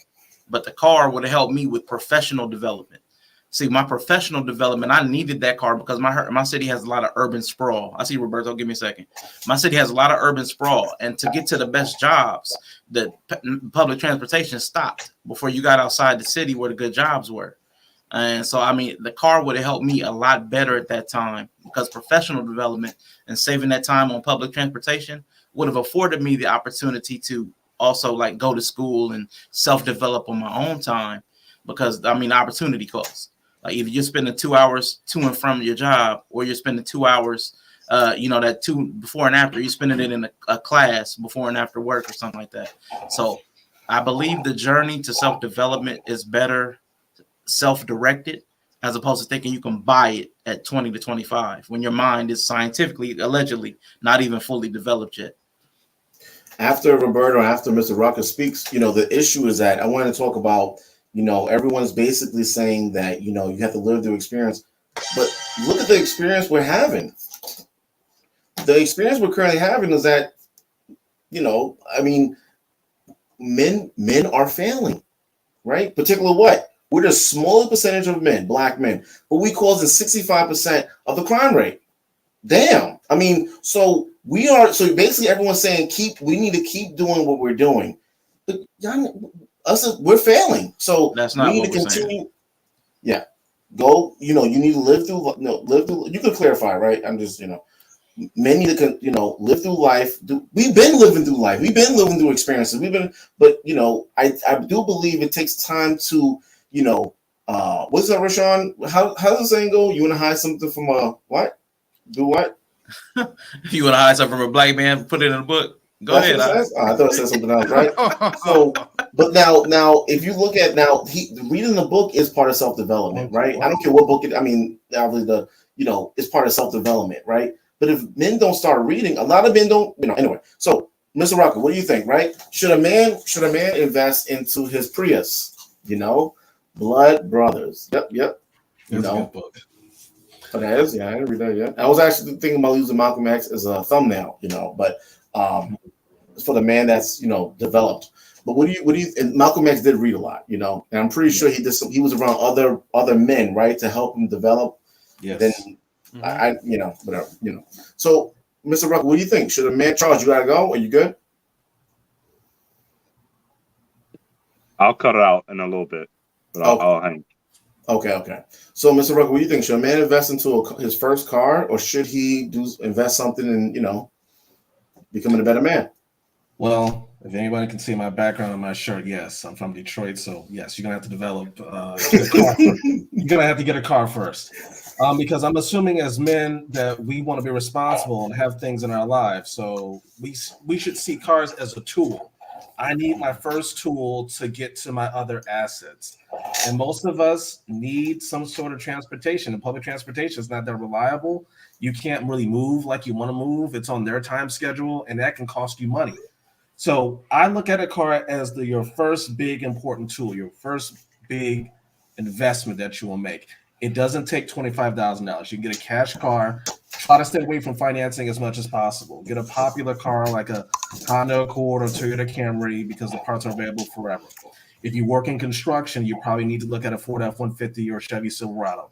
It doesn't have to be new. You don't have to finance. I don't care. If this is your first job, who cares about credit? Just get a cash car. If you can get it from a family member that's passed down and you just need to put some parts in it, do it. Stay away from financing as much as you can. That will ruin us as a society, as black men especially. As me being in the car financing, it's very embarrassing to have a black man come in here. He wants a Charger. I run his credit score. It's a 572. Now I have to tell the salesman that, hey, how does he feel about a Nissan Altima? That's very embarrassing. Or he has child support payments and he's making close to six figures, but we have to deduct that so he doesn't make six figures. He has to settle with something less. And I know he's emotionally attached to that Charger or Challenger that he wanted. And I just want him to understand how credit works. But the first thing he needs, if he has a job or is going to get a job, is a cash car. It just has to be something popular and reliable. Then the rest of his money, instead of that $25,000, let's just say he has a cash car and it's about you can get about $10,000. Now, right now is a terrible time to buy anything as far as a car, especially. He can invest that into like opening up a brokerage account, which is, I'm not giving you financial advice. Just look up what a brokerage accounts do and start investing into yourself as soon as possible, even if it's a very, very, very little. It'll save your life. But yes, I would have to say a car first. That's your first tool as a man that you should have. Right, the car is just an item I'm just using, right? Because I know that's mostly what men like to spend. But all the stuff that a young man would spend, that's pretty useless. I understand cars are, I grew up in an urban city, so we can take public transportation, suffer with the homeless and shit like that until the time being, right? Roberto, you did have something to say, right?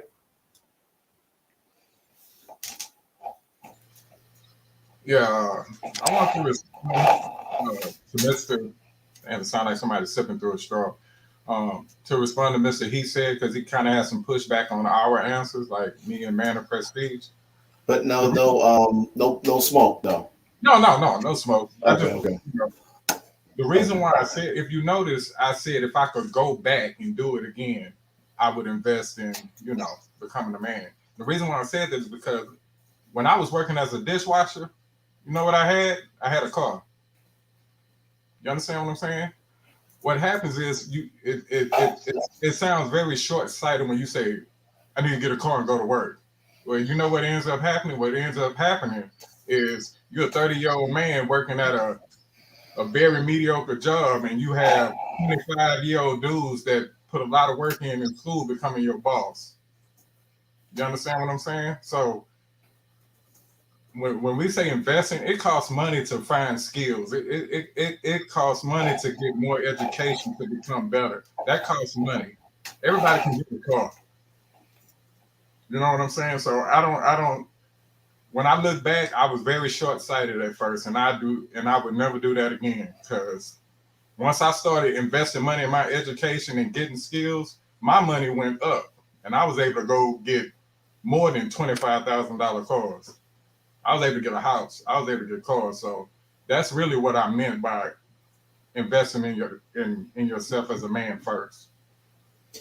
I think also I didn't take in consideration that we're not all around each other, right? We all do live in different areas where you do actually need a car.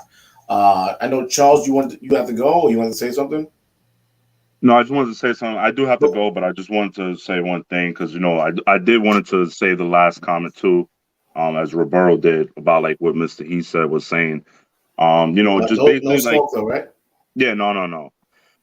Listen, everyone has their own opinions, and I think it's great. I think this is the purpose of bringing all the men together and sharing different point of views. There's no one way, one answer. But the reason why I answered the way I answered was because of the fact that I thought the question really was about like okay, do you take 25,000 to invest in a car, or 25,000 to become a better man, right? Yeah. That was just like the pretty much the exact portion of the question. So if you take 25,000 and you use it for whatever reason, like to become a better man, whether it's to go to school to get a better education, for a trade, for maybe motivational speakers help you, I don't know, whatever it is that it helps you with, I just feel like that is going to help you be more responsible.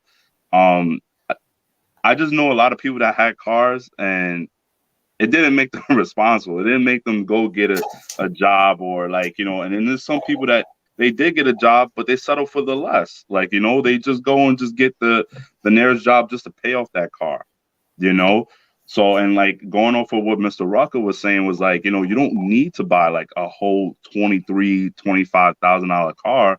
You could buy a used car and like, if it's a necessity to go to work, then you just, you use that money to like buy like yourself a hoopty or whatever it is. It's something that's going to be reliable. Obviously, you don't want something breaking down. But I think it's more important to put that money towards what you feel is going to help you become a man.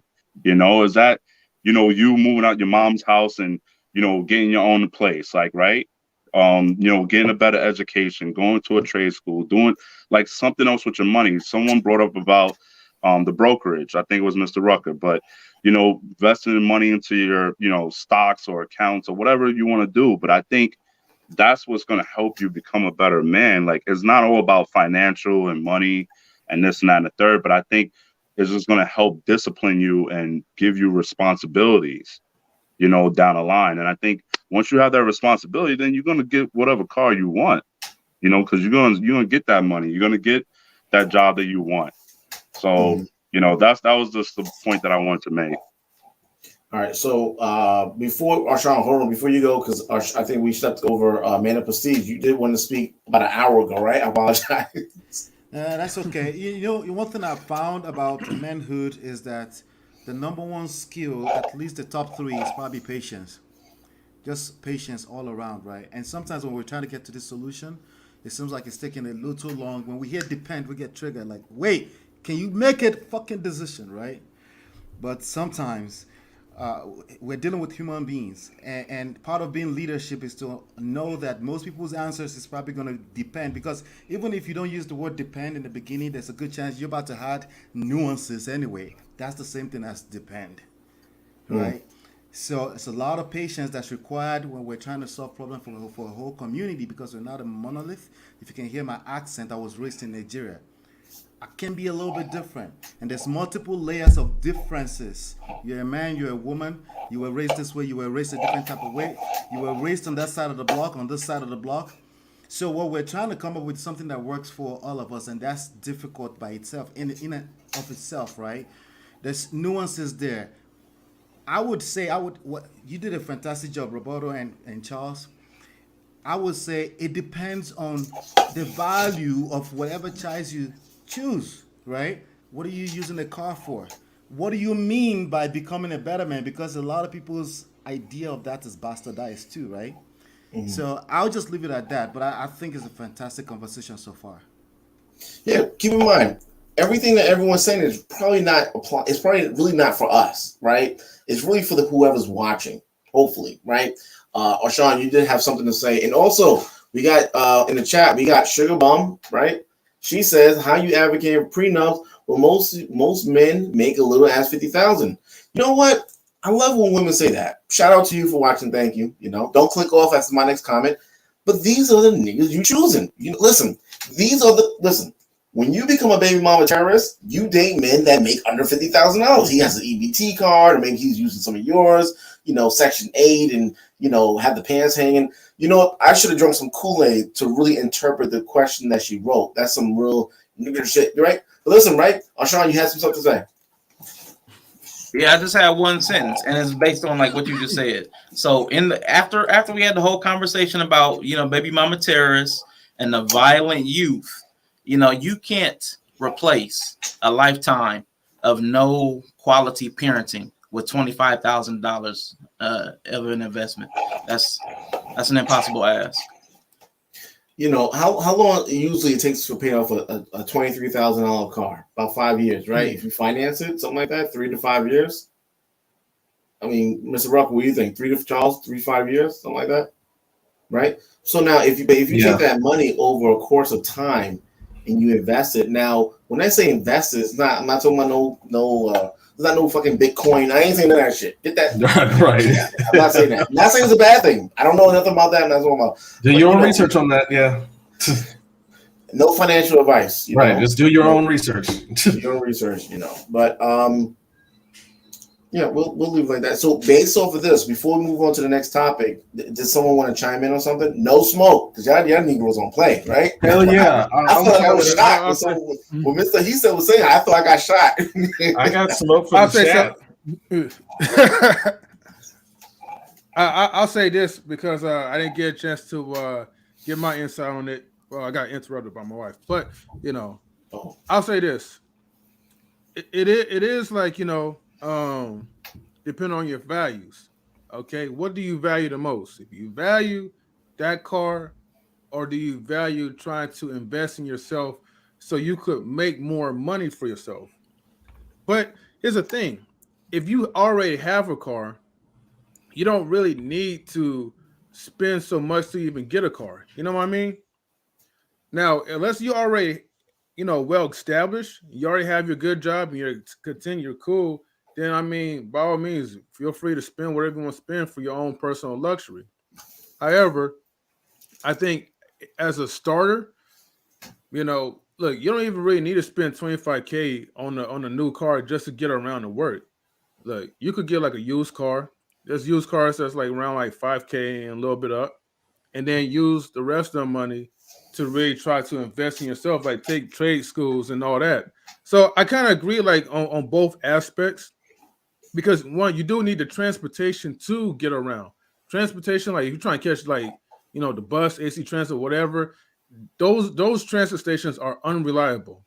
And you want to make sure that you get to your job on time, just so you could stack up some money, save up, or go to school, get your trade, find a better job, and then you'll be cool. But it all depends on like, what do you see yourself as? What's going to work for you? Let me ask. Have y'all ever been talking to a guy and he just like this?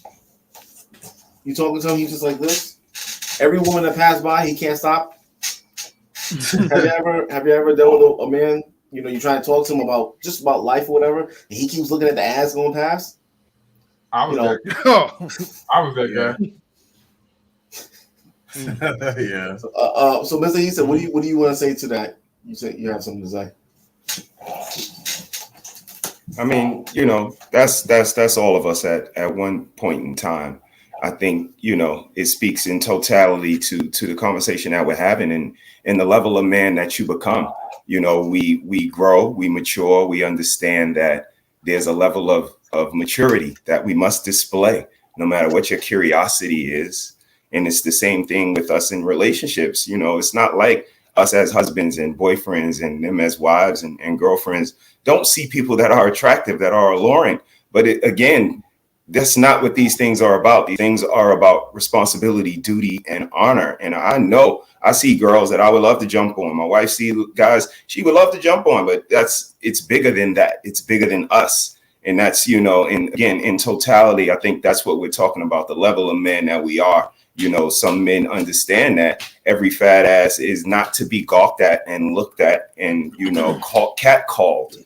But, you know, you have your windows and your opportunities where you can do so in the forums where it is acceptable. And I think we, as men of a certain prestige, understand that. And gentlemen, I want to, you know, applaud you guys on your answers, because it definitely, you know, shed a light for me on just the, you know, nuances in which we all live and how, you know, things aren't just black and white. There are gray areas, you know, and that's the most important thing is to keep that conversation forward. And I applaud and kudos to all of y'all. All right. So what do you think, right, Roberto? Should a young man, we'll go with something a little different, right? Should a young man that's, you know, wants to do what he wants to do and do everything great, I'm not sure how long this shit lasts, right? But at a young age, should he freeze his sperm, right? Because, you know, we do know stuff happens as you get older. Maybe you, God forbid, you could get in an accident. All kinds of things can happen, right? We did that last week with the woman. Should they freeze their eggs? There's no reason, right? Maybe you want to have children. You're 20 years old. Maybe you want to have children later on in life, but just not right now. Maybe something will happen, God forbid, and you still want to be able to have children. Does everyone get that? Or did I say it kind of wrong? Or no? Man of Prestige is like, nah, nigga. But that's, we think but I feel like that's something men don't do. It's something women do because of their timeline. That's a hard question, man. Because who cares what these women think though? That's their problem. I think being sexual, being disciplined would help a man more. The mindset of being sexually disciplined would help us more than maybe freezing our eggs or something like that. I mean, I don't know, but yeah. Because like I'm 37, right? I'm 37. Oh, someone left. They're like, hell no, I gotta go. Like I'm 37, right? And you know, what if it comes out that when the time that I'm ready to have children, it happens. I could be 40, and it just now I can't have children. You know. So, and then of course, what am I gonna be thinking? Damn. I should have got that. I should have got her pregnant, you know. Or I should have froze my egg, right? Man of Prestige, you have a question mark face on you, know. Yeah, I have a question. Is that a thing? Pardon me, gentlemen. I've never heard of men freezing their sperm. Yeah. What's the purpose? What's the purpose, even if it exists? What's the point of it? Because you just said, man, maybe they're 40 and you can have children. Who's to say you could ever have children at 20? So is that something that gets worse over time? As you get older, is there a chance that you're not gonna have babies as a man? I've never heard of it before. Well, you know, as you get older, things happen, right? Some men are trying to have children and they just can't have children, right? Low sperm count. Is that what it is? I think it's low sperm 50, count. I get the 50, 60 years old maybe as you get a lot older, but you said 40. So yeah, it's happening. It's actually happening. Just like you're hearing a lot about younger generation having cancer, brain cancer, everything is starting to happen at a younger and younger, all these effects. So what I'm saying is, with that being said, my answer would be yes, because the conversations that's going on right now that I'm seeing everywhere, a lot of men are going to be single at 40, 50. So they better start freezing something until they figure this shit out. Hey, now you made a really good point. Yes, Roberto. So, what you're saying, would that kind of be like maybe what Nick Cannon is probably doing, like having as many babies because of his lupus, and he wants to try to you know, at least start his own legacy before something, you know, his lupus fell on him. Can lupus be transferred to child? No, I mean, is it genetics? Because I don't think he really expects to be here that much longer, and that's why he's having these babies. Are you trying No, not at all. That what he's doing is very irresponsible. Even though he has the money, he's still creating different communities, right? Every household is a different community. Yeah. Now, guess what you have to happen? Now you got to worry about another man around your kid because she's not with you. Eventually, she come in. What is this man doing around your kid? Yeah. You know, or a single mother raising your kids, and you're doing it deliberately. Yeah. It's crazy. No, we're talking about someone that is responsible, but they're just young. They don't want to have kids now. Should they freeze their sperm so when they're ready, God forbid they get in an accident, they're just not capable of having children due to low sperm count or whatever. You know, I guess the reason why I didn't get the question is I've never really heard of men not being able to have kids after a certain age. That's why I kind of right. Yeah. But hey, I'll say this, right? Because of the different conversations I'm seeing going on right now, I see a lot of 24, 25, 23-year-old men saying they don't care, they could care less, they could go to hell. It's all caps, okay? When they're 40, they're going to start changing all that. So if that's a thing right now, it's probably not a bad idea to freeze it just in case. Now, the question is that how much is that going to cost? Is there a cost to that? Is that free? I mean, it's freezing something. It's going to be a freezer somewhere, right? It's going to run on some kind of energy, right? Yeah. So it's a lot that goes into that. But my answer is yes, because of the conversation I'm seeing in this space.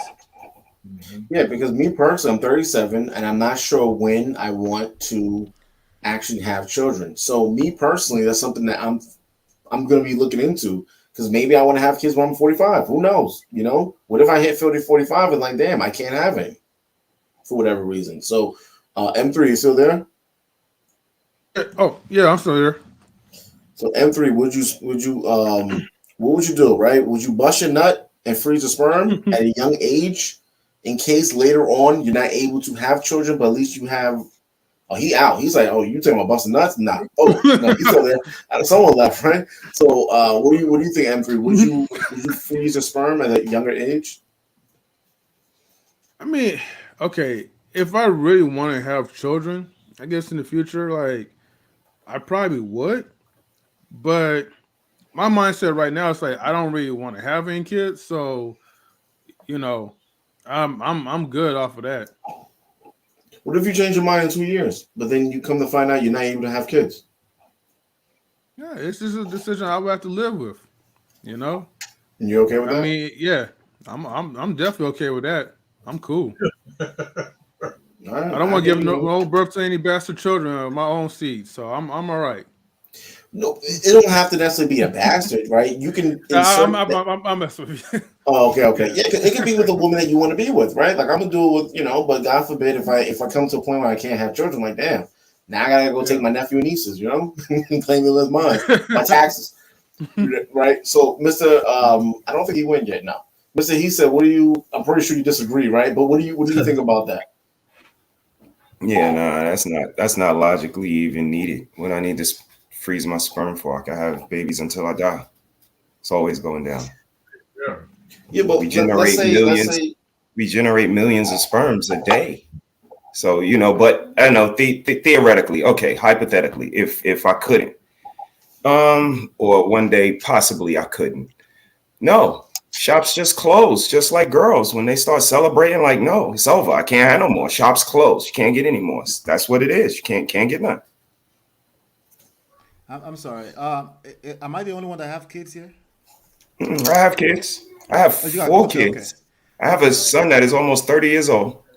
My guy. All right. I just make sure, I don't have any biologically. Yeah, because studies show since 2017, 50% of men's sperm count has declined by 50%. I don't know who's going around jerking men off to find out. But according to the study, so listen, what's happening now is that all the effects that's happening, like they have this thing, I think it's called melatonin, right? Now, a lot of parents have been giving their children melatonin, which helps children sleep, or it forces them to sleep. So parents been giving that to them on a regular basis. The doctor's been prescribing it. I think you get over the counter as well.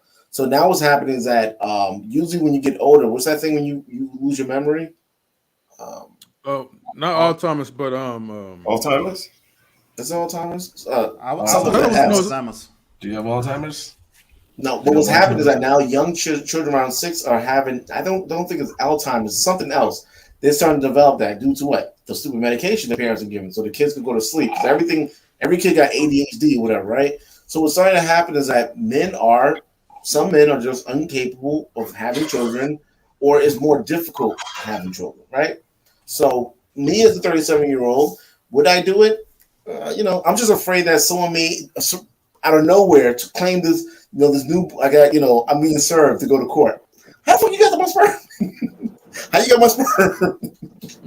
The fucking nurse inserted it inside of her. She did, I should do the Drake, right? So, Mr. Rocker, what do you think? Would you, you is 20 years old, you don't plan on being married anytime soon, blah, blah, blah, would you freeze a sperm? God forbid, if you get in an accident, you lose your leg, can't bust a nut, whatever, right? No, I wouldn't do that. Maybe because of pride and the fact that I can just adopt. But at the end of the day, like if I want to have kids, I'll find a woman that's either younger than me that still is able to have kids and just do with that. I just think of anything when it comes to what my idea of family is. I just need to find a woman that thinks like me and helps me execute that. So women want, those questions about, well, how good is your sperm or this and that and the other? Like, I'll give her some answers, but at the end of the day, I make that final decision. I don't care what you think. Like, I just need to know your age and see, are you healthy? If you're not healthy and your eggs are dried up, I don't care. I'm moving on. I don't care. If I'm on family mode, I'm trying to talk to a woman that can give me a family. If I'm not trying to have a family, then we can talk. Like, at the end of the day, you have no leverage of what men would say. You can suggest things to me as far as like, the color drapes and towels and everything. But at the end of the day, I can just get rid of you and replace you if I have all my stuff together. Like if you want to start a family, do it. I don't care. I'm caring. Can you execute my vision of family? That's all that matters. Sorry, question for you, Mr. Rocker. Do you see a correlation between prenup and freezing your sperm? Just maybe like insurance, sort of, kind of? Yeah, I see it as if the woman signs a prenup, then no matter what happens, she's not going to take my assets. Now, if she's trying to take my children and take me to child support court and all that stuff, it's like, well, it's going to come down to the judge because I'm going to be the better parent than you. So you're going to have visitation. So it's really some form of insurance, right? It's like some kind of insurance. What about doing the same thing with freezing your sperm, just in case you change your mind? 30 years from now, you want to have a baby, No, I should have had that baby probably in my 40s or 50s. Because as guys, we really don't have to worry about that. Unless you go to your doctor, just go to your doctor and your doctor would tell you like, hey, your sperm is good or it's bad. So if it's bad, it's like, okay, well, I need to do something now if I really want my DNA to be passed on. But if it's still good, then like, yeah, I'm going to keep rocking until I'll be pushing it like late 50s. But based on what he said, it can get bad over time because of age. Yeah, if the doctor says it's bad, then it's like, well, I'll make some adjustments, and if I really want my DNA passed on, and everything, I'll go ahead and pick a woman that's very submissive and beautiful looking. But if it's still good, if he or she says your sperm is still good, I don't have to worry about it. Keep on rocking. All right, I think if I'm not able to, for whatever reason, have children, it's becoming a little weird with the genetics and I feel like a scientist right now, right? Yeah. When I asked my brother to raise his kid, we could split the child support, I guess. If I raise his kid, I don't know. So wait, Arshawn, you there? Arshawn's like, hell no, I'm gone, He's there in spirit. He's here in spirit. So what's going on, man? What's really going on, right? There's so many failed relationships, so many failed parenting. What's the issue? Are black men? Because let's talk about the black community, right? I mean, there's so many different people. But what's going on with us, right? Is there the lack of black male presence? Because there are a lot of good black men. We're all here right now, right? But when we speak out, this is why I didn't invite any females on this panel, What happens when we invite women on the panel? We get too much, like, there's just too, like, we can disagree with each other, but too much pushback, the actual point of the conversation gets diluted, right? I think some conversations like these, it should just be men. Right. But then we can give the message individually to the woman. Right. You know? And then we have women panels as well, you know? So how do we, Roberto, I'm sorry, M3. I think like when it comes to like space, like for men to kind of like express ourselves, uplift other men as well too, like those are the times where I feel like it should just be only like the space for men, because a lot of times when we invite like the opposite gender to our space and we're saying something that they don't agree of, then there's always that shaming, or it's always that switch where it's like you don't know what you're talking about, or the things that you're saying sounds totally redundant. And right now at this point, we don't really need to invite a space of judgment. We just need to kind of vent out and help each other to grow, so then we could kind of understand ourselves, understand how to become a man, and understand how to deal with women without taking them personally. That's the same thing. When they have their own space, they wouldn't want us to come in their space saying, well, all you women in this space, you feminists, and you're emotional. Y'all need to cut that out. Oh, we'll get crucified, stone that, booted from YouTube. I know. I would know, yes. But at the end of the day, there's some conversations like back in the day when men used to talk and a woman comes in the room, we would just stop talking because a woman is present. We'll acknowledge her, say hi and everything. She would even offer like, hey, you guys hungry? Can I get you anything? We would say yes or no. And when she leaves, then we continue to talk. Some of these conversations do not need to be with women because their answer is going to be emotional, or you're not going to get an answer. You're just going to get nothing but just pushback and feelings. They just want to argue. So that's why we need to just go back. I know it sounds old school, just like put them back in a lane where it's efficient for the family. Like, okay, are you talking about getting food? Are you talking about raising children? How we should look as far as dressing and fashion or health or any kind of nutrition when it comes to the food. But everything when it comes down to big, serious issues like how the family should move financially, it's like, no, I can't talk to you out of respect. Like, I can't talk to you about this. That sounds incredibly sexist, I know. But we've been letting them lead our communities, and do you like the results? No, they're good at certain things, but other things they're going to need help. They're going to need a man's point of view, a man's leadership. So let's just put them back in a lane because the other races don't really have this big issue like we do. We need to just put them back in a lane where they're most efficient, where they're really good at, and we need to do things that we're good at as far as men. So we just can't let them all into our conversation all the time. Some things are just going to be like, hey, this is not for you. Respectfully, have a seat. Oh, Sean ready to put his cape on. I see that look. Right? Yes. But listen, what I also want to say is that it doesn't mean. Hold on one second. They be hating. Hold on. Right. I want to say that it doesn't mean that what women are saying, their thoughts and their process is not important. It's not important in the solution to solve these problems. That's not. I want to make sure women understand that because I know Mr. Issa, he's actually married, so I know what his woman says, her viewpoint, it does matter, right, Mr. Issa? So absolutely.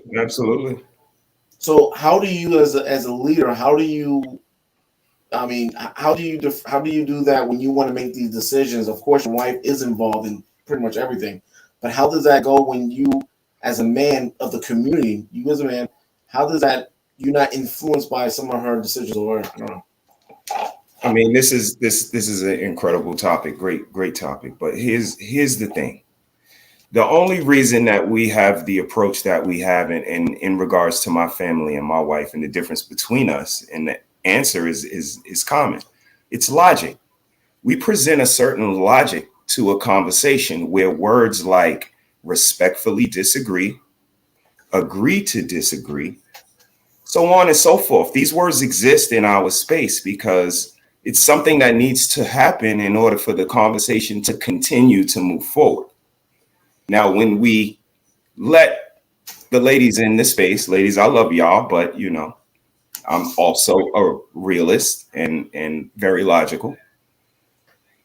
This conversation gets a little minute. We have to start defining words and defining tangibles and going down other avenues that evade from us just moving the conversation forward. So I think that's where we have our, you know, discourse on having the space occupied. But I think in addition to the logic and in my specific relationship, I think that we have to understand that in order for us to move the conversation forward, everybody has to take an accountability of their responsibility in the situation. And, you know, we have our men's spheres, they have their women's spheres, and everybody spews their discourse. And all we need to do is understand that everyone has the same goal. We all want to get along together and move forward. And in order to have the conversation, there's going to be some accountability. There's going to be some hard conversations. There's going to be some agree to disagree. There's going to be some we can, you know, still remain friends, even though we don't share the same views. And I think when we collectively understand that we can all coexist while our thoughts are not independently existing, I think the conversations will continue to move forward versus, you know, the minute stopping of the conversations when we're just trying to build as people and as community and as family.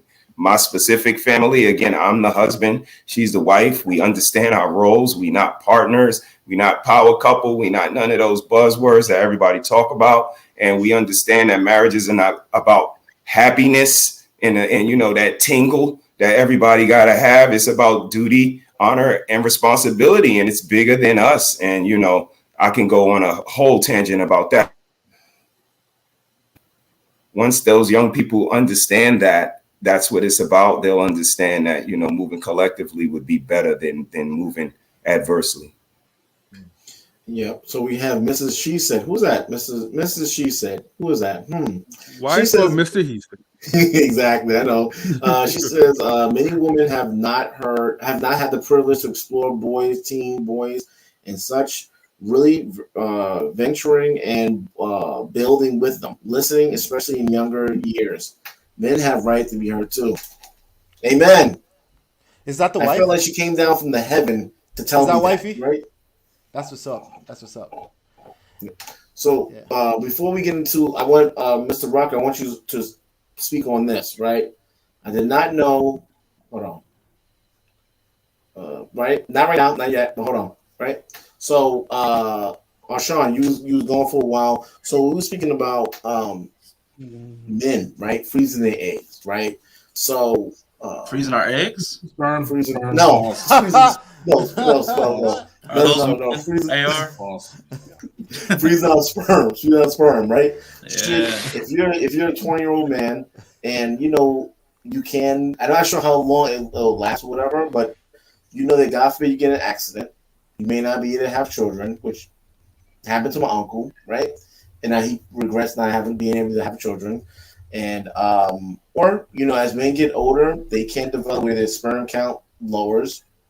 Would you freeze your egg as a 20-year-old? Or would you? I would not freeze my egg as a 20-year-old. No, freeze the sperm. Freeze the sperm. The cum. My eggs at the grocery store. You know. Jesus, buy them by the dozen. Golly, man, get off these eggs, man. I don't know what's wrong with you, man. What's going on with you?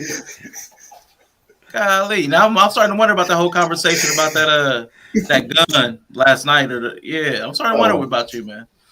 But, that was a 10-inch conversation. Yeah, man. Yeah, AR was fascinated. Like, oh. I wonder how he did that. Yeah. But no, I really don't know. I really don't know if that's really a concern. If there's a medical necessity or you think you may not be able to have children in the future, I mean, why not? Like again, like the BBL thing, I really don't put my own opinion on other people's. Like that's something that you need to figure out for yourself, man. Can't say, man. You got to figure out what's best for yourself. When it comes to that, freezing eggs, donating sperm, whatever's best for you, man. You got to go figure that out. Because I'm not going to hold the responsibility whether it goes right or wrong. So I don't really need to inject my opinion on other people, like in that facet. Like if I don't bear any culpability or responsibility or any burden, I mean, that's just you and your sperm, man. I'm gonna let y'all figure out what y'all need to do with y'all's reproductive systems, man. I don't need to be involved. I don't need to know. So what about? So I mean, but that's pretty much what you're saying is basically everything we're saying, right? You're basically saying, hey, mind your fucking business and move on. But that's pretty much why we're in YouTube. So if we use that, that's very much like, well, everyone mind your fucking business on every topic because this is all our individual lives. Because see, some things actually do impact me. Like you said about the young people, they do come down my street, and I may run into those young people. So that's something I might need to be civically engaged because that impacts the youth in the community that might be the terrorist as you had. So some conversations are valid to have in a public setting. But with Roberto, is he snipped or not? I really don't need to know, and I'm never going to need to know about his sperm count. You know what I'm saying? So some conversations aren't useful for the general public. Some conversations are. Right. Absolutely. Yeah, it's one of those things that quite disagree, but yeah. Can you hear me? In these conversations, there is shout out to B9. There's macros and there's micros, right? There is. That's just the fact. And if we're trying to build a community, if you're trying to build a family, if you want to build a solid family, I hope that the individuals work on themselves and make sure they're solid, right? If we're trying to build a community, I hope that we have enough healthy nuclear family, right? We all agree on that, right? So it's like we always try to start from the top when I hear some of this conversation and not worry about the different elements that makes up the whole bigger picture, right? So, and then there's other factors. There's time. There's culture that's always moving, right? And while we want to, there's also our nature. We tend to want to hold on to what we already know that we're comfortable with, right? But we also know that that's cap because human beings will evolve anyway, right? And then we also know that there's certain part of it that's cyclical, right? That just goes in cycle, right? So this may be in fashion in the 70s, maybe in 20 years from now to be in the fashion again, right? There's there's so many layers to it, right? So I don't think it's I think we need to add that to part of the conversation. In my opinion, right? This is just my opinion. Just hear me out. I think we discount as men in this generation right now, we discount the impact that emotions has on all of our decisions, all of us, not just women. Women are more emotionally expressive. That's different from they have more emotions. That's two different things, right? And the impact that emotions has, like when we go out there to buy something, we literally 85% of the time we are making that decision off of emotions. It's very minority people that, if we put some kind of a machine on you and measure you, like, that was actually a logical decision. That's cap. We make emotional decisions too. That doesn't mean that we can't make logical decisions. What I'm saying is that if you're truly going to be as close as possible to logic, you have to acknowledge that emotions is part of the equation. We make too much active effort to discount emotions in the way our life plays out every day. You hear when people say fact over feeling. If you have to say that to me, that is emotion speaking. I'm watching your actions more than your words. And we have to be in tune with that. It's called emotional intelligence. It's not something that I know it all on. It's not something that anyone knows it all on. It's just something we have to be extremely aware about and then factor that in when we're dealing with, we say, this is not about romance. No, unfortunately, romance is involved. If you're in America, there's a good chance that you're not practicing arranged marriage. There's a good chance. So we can't keep pretending that this is not part of what we're dealing with. If you're a man and you are really just that good at, forget the emotions, right? There's a good chance you're getting with somebody who would like to have some butterflies in their stomach. Can you lead in that respect? Can you lead? If you can't lead in that respect, we are effed. Do you understand what I'm saying? Because again, it takes being able to just be aware that that's a present thing. And if you have to spell out some rules, even if you have to spell out some rules, you have to add some value to those rules. Because the people you're dictating the rules to, they have to be under your kind of your covering in one way or the other, right? Meaning that they're willing to listen to you. If they're not willing to listen to you and you're just shooting rules out, you're wasting your time. So can we go back to the drawing board and basically, when we're talking about romance, seduction and attraction is part of it. You cannot discount that. Now, when you go back to your business places, you can do whatever you want. But if you engage a young lady in a very romantic way, you have to expect that you have to be patient to understand what that means, what that entails in the reality of it. Logically, if you really want to say logically, that means it includes managing the emotions involved in that. Absolutely. M3, you want to say something before you head out? Yeah, sure. Man, I was gonna say, thank you. I'll say, thank you, AR man, for this good stream, man. And ultimately, overall, man, like we just gotta make sure that we continue to like do better, like for our young men, and just continue to like hold each other accountable and just build each other up in this space. Yeah, that's pretty much it. Just learn how to be better as a young man, going up, and learn how to adapt and treat women better the same way how you guys want to be treated.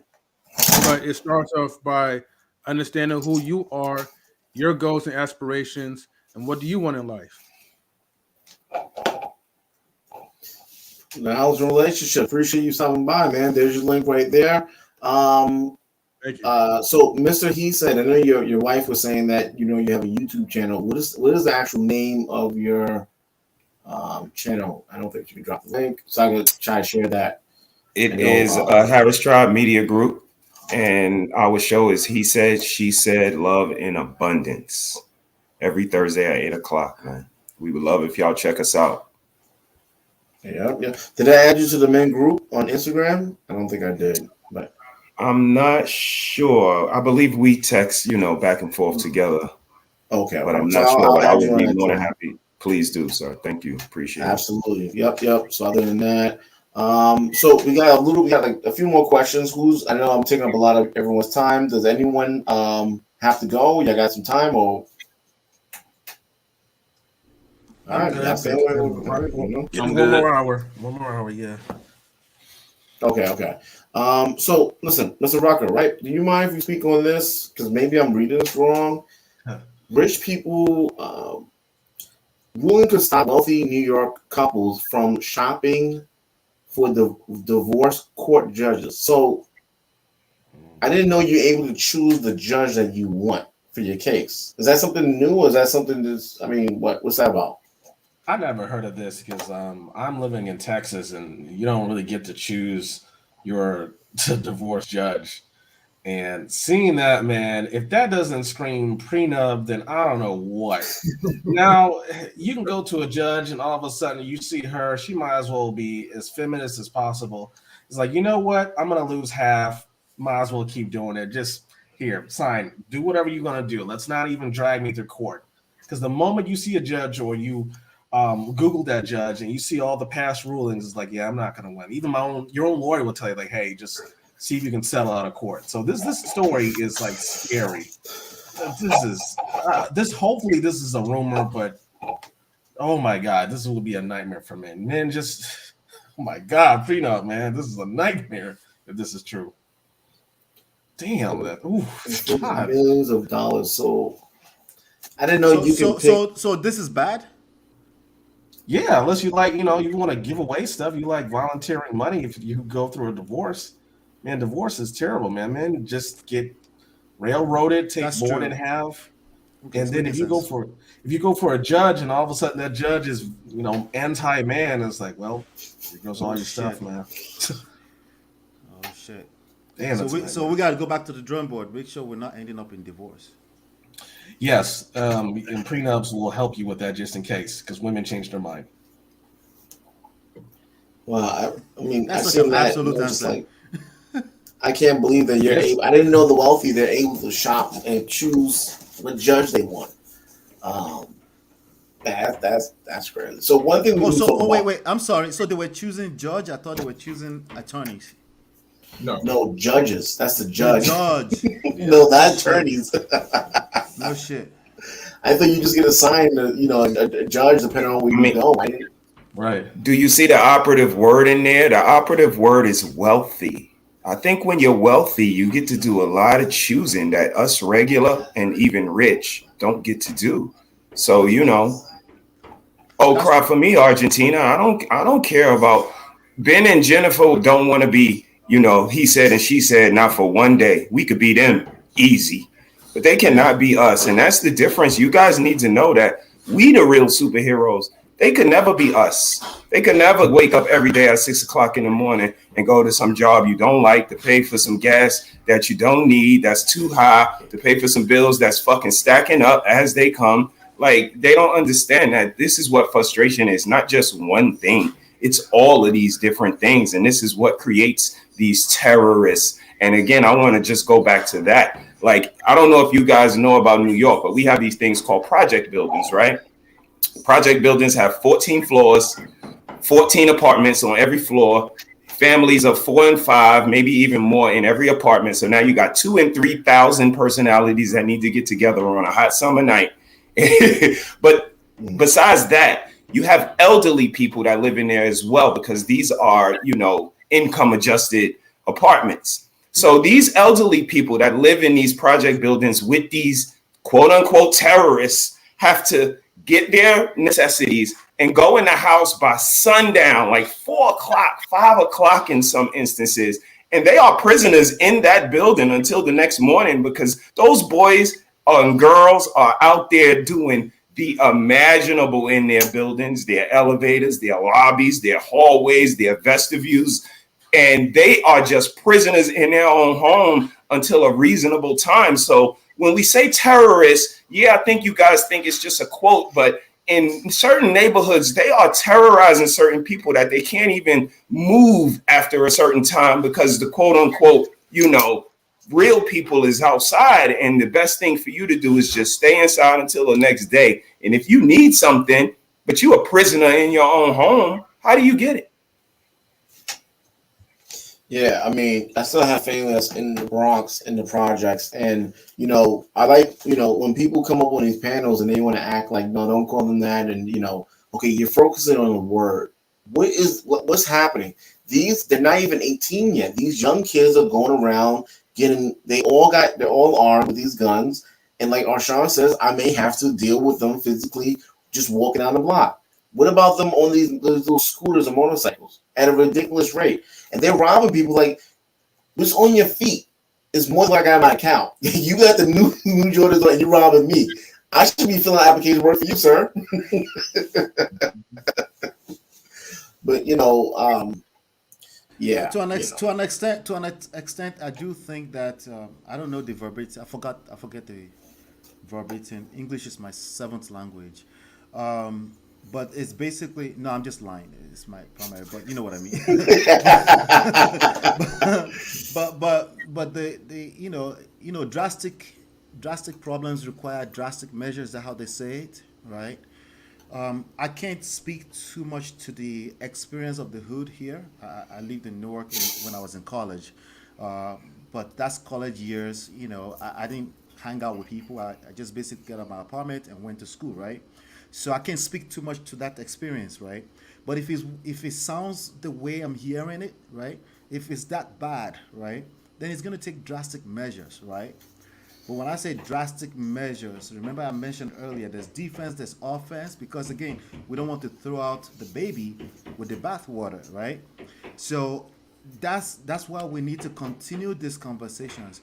In my opinion, the defense part of it is we need to go back to training people how to, especially men, because everything falls back on the leadership. We don't like to hear that. When we hear that, we goes, oh, it's everything's the man's fault, right? The fault is not relevant. Fault is not relevant. I'm saying we're in a society, ecosystem. We're the leaders. Either you realize it or not, you're leading. It's either you're leading with bad examples or you're intentionally leading. So in order to reassess things and redirect things back in the right direction, there needs to be more programs in place to allow people to stay in their homes. The laws, changing the laws is not going to happen on YouTube yelling at ourselves. I'm sorry, it's not. Right? If it takes sending emails to senators and stuff like that, we can start getting, like for me, like I said, I can't relate all the way, but if I see any emails with well spelled out value system, value based, why we're sending these emails, I'm sending that email. We're spamming the freaking inbox that day. And these are the things that needs to change. It's either we change it now or we wait until things hit rock bottom. See, unfortunately, some people don't listen until we hit rock bottom. So that's just life, right? And rock bottom is different from people to people. Everyone's threshold is different. Some people right now, you're watching that child down the street and you're ready. And some people, it needs to come to their front doors, right? But we really can't afford to be waiting, because who's to say who's going to be the next casualty, right? So for me personally, my part in this case is teaching people emotional intelligence, teaching people how to manage a woman's emotions. You're not equal. Stop arguing with her. The moment you engage in argument with her, you become equal. She cannot respect you. If she can't respect you, she can't love you. If you want to be in love, if you want a woman to fall in love with you and you're all caps about that, that's not going to help you either, because you're not facing the fact. You're not facing the truth. The truth is that most people that don't care about a woman falling in love with them, they don't end up in this space. They just don't. They don't give a shit. If you end up in this space, there's a good chance you have the 180s and you want a woman to fall in love with you. So let's help you learn how to do that properly, right? There are exceptions to every rule. We need to really assess this from a micro standpoint, but also the offense standpoint is, start teaching people on a macro level, right? Have spaces like this where they can plug in, they can listen to different perspectives, right? I have Nigerian younger people, and I see them in this space and they're speaking the talking points of Black Americans when honestly that's not their fucking problems. They can't relate, but because they can hit a nerve somewhere, right? They also start to regurgitate the same bullshit. That's not gonna help us. That's not gonna help us. So that's one of the reasons why I plugged into this space. Most of my life I've spent in America, but I was born here, but I also have the perspective of being raised in Nigeria, so I can help them with some of the because there are nuances. There are nuances. Either would like to acknowledge that or not. And before you play this, shut the fuck up for me. Let me shut the fuck up. Let me show y'all something real quick. Rashawn, you want to start something real quick, or you want to say something? Nah. All I said a lot. That was great. Okay, hold on a second. Hold on. Let me get this.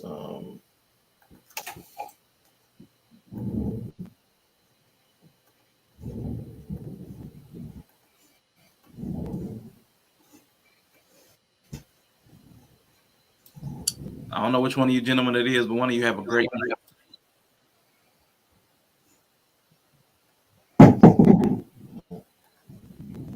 It picks up everything. And what was the reasoning behind that? I have a dream to chase. Well, I'm chasing the dream. I want to rap. I don't want to focus on school. I feel that all I need to do is know how to count and read. Shit. Are you still in school? Nope. Dropped out? Yep. I'm chasing. I got a dream to chase. What grade did you drop out at night? And what was the reasoning behind that? I have a dream to chase. Well, I'm chasing the dream. I want to rap. I don't want to focus on school. I feel that all I need to do is know how to count and read. Shit.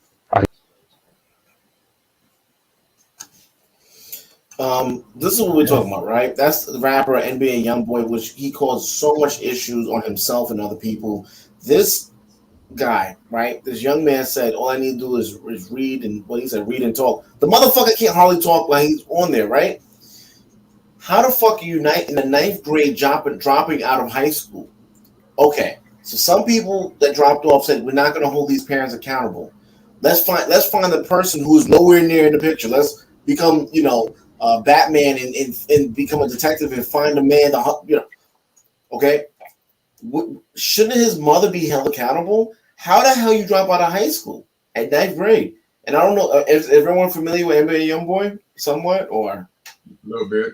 Yep. Okay, would you consider that him was as a that was terrorist? MA Youngboy? That was MA Yeah. Youngboy? Oh yeah, I thought it looked familiar. Yeah. Mr. Rucker, would you consider him a terrorist? I think he's a result of being in a terroristic society. If someone if he just had like a mentor to just kind of connect the dots, like if you just stayed in school and gave him a reason why you should stay in school, like you can be even a better rapper if you just focus more on your English, and we can get you into speech and just connect the dots. He doesn't have to necessarily even go to college afterwards, but like at least have your high school diploma, and you can still do rap part-time. It can just be a thing that you do after school. So if someone was just there, like especially like if it was a man that says, hey, you can do both. You don't have to just do one thing all the time, because you put all your eggs in one basket, it could fail. Fortunately for him, it didn't. He succeeded pretty well. But imagine if it didn't. We wouldn't even know who he is. We wouldn't even probably bought off the video. But if he just had like a male figure in his life that can just connect the dots and say, man, just can you give us more, like at least 3 more years? You can still rap. You can manage your time wisely, man. Can you just do the rap like after 5 o'clock? I mean, you didn't have to drop out. So, yeah, the mom can't be blamed. I can't really blame the mom other than like, why didn't the dad show up? But, the child is already here and she can't do anything because she's probably just working to death. So how can you punish her when she's already getting punished in life? She's a horrible person, bro. She's worse than him. Yeah, I've seen her interviews and stuff. It's like, well, you can kind of see why the dad left, but it's just like, oh, okay, like maybe he left because she's so bad. But then again, he should have vetted her too. But it's kind of like the chicken or the egg, which came first. In this instance, like who came? But the man did. But it really comes down to what's the point of having this child if this child's going to be set up for failure? If you don't have time to spend with this child and you are not really ethically doing a great job yourself by the way she talks. Like, what is the point of him even like staying in school? So I get why he dropped out. If I had a mom like that and I was in a messed up school situation and nothing's getting better, you don't have a male figure, it's like, it's not surprising. So it's like he was set up to fail, but I'm glad he succeeded. Yeah, I mean, I think this was really my point, right? So let's say Kim, at that age, I mean, where does he go? Let's take his success away, take his money away, whatever. Where does he? You say he needs a male figure, right? Where does he go? I mean, where would a young guy go to get the? You don't want him to drop out of school. You don't want him to hang out with his friends. They're all doing music, smoking weed, all that stuff. So where exactly should a young man go to get guidance? What do you think, Roberto? Where? Oh man, they should get guidance from the most positive influence that they can find. But where exactly? Like, you're talking to someone that doesn't know no positive. I mean, did everyone get my question? You're a young person. You don't know any you don't know maybe the pastor or something like that, But where exactly should someone go? I mean, I don't know how you want me to frame that answer. Like I say, you got to find somebody positive. I mean, you can't say that the hood is just full of just negative ass people, man. I mean, you got some people in the hood somewhere. Like, if you don't have nobody positive around you, then life just ain't fair, man. I mean, I don't know what to tell you. I got you, Roberto. I got you. Here's where you go. Sports. Join a team. Yeah. Join a team, because team is something that I kind of ran my marriage, equate my marriage, and analogize my marriage to, because the team we are is the Harris team. Yeah. And I say gravitate to a team because it teaches you to aspire something greater than yourself, to work with people you might not personally get along with, but you have to collectively get along because you want to win a championship. And again, that's how I kind of chose my mate, because I was a basketball player, high school, college. So I always had to get along with a backcourt mate. I was a guard. That's called a backcourt. And I always had to get along with somebody, whether I liked them, knew them, or whatever the case may be. I got to college and I got a guy that we didn't get along at all. But we had attributes that when I had an off night, he had an on night, and vice versa. So I kind of, equated my marriage to that, that when I'm having an off night, I need somebody that needs to be able to understand, have the insight and the foresight, and also the ability and the talent to have an on night. Because who knows when I'm going to have an off night. And that's the thing about basketball. You got to be on, and I mean, every night you need to be better than the next. And I think that's what team and coaches, they hold you accountable. You have hard conversations. They say things that you might not agree with, but you have to fall in line with if you want to live and coexist on this team and win a championship. So if you guys look at your family like the team, look at success as the championship for your children, for your family, for your brand, whatever the case may be, you're going to have to take one for the team sometimes. You might have to run through some brick walls for the coach at times, but you have to recognize that there are players, there are coaches, we have roles, we have attributes, we have shortcomings, and us as a team, we are going to compensate for each other at times, and we are going to collectively come together and aspire to do something greater than us. And I think once people understand that, it's a collaborative effort, and these things are coming from love, and this is constructive criticism, I think we get to a much better place. Right, absolutely. So I know Men of Prestige said earlier, we need to create something, I'm not sure how that structure would actually go. I know we're in different locations, but Men of Prestige, what do you think, right? Let's be very specific, right? Very particular. Where exactly should a young man go that doesn't have the positive influence, right? Is this a repeated question? I think so. Anyway, no matter, right? where exactly should he go to start receiving a mentor? Right. So everything starts with self. So for me, this was actually a big reason why I started Men of Prestige. My wife and I already run a channel called Ola for the last 3 years.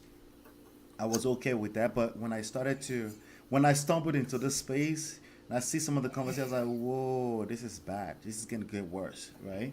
When I start to, not particularly the gurus, but when I look at the comment area, oh my God, I was like, we got to do something, right? And I think this is a fantastic tool, this internet right here.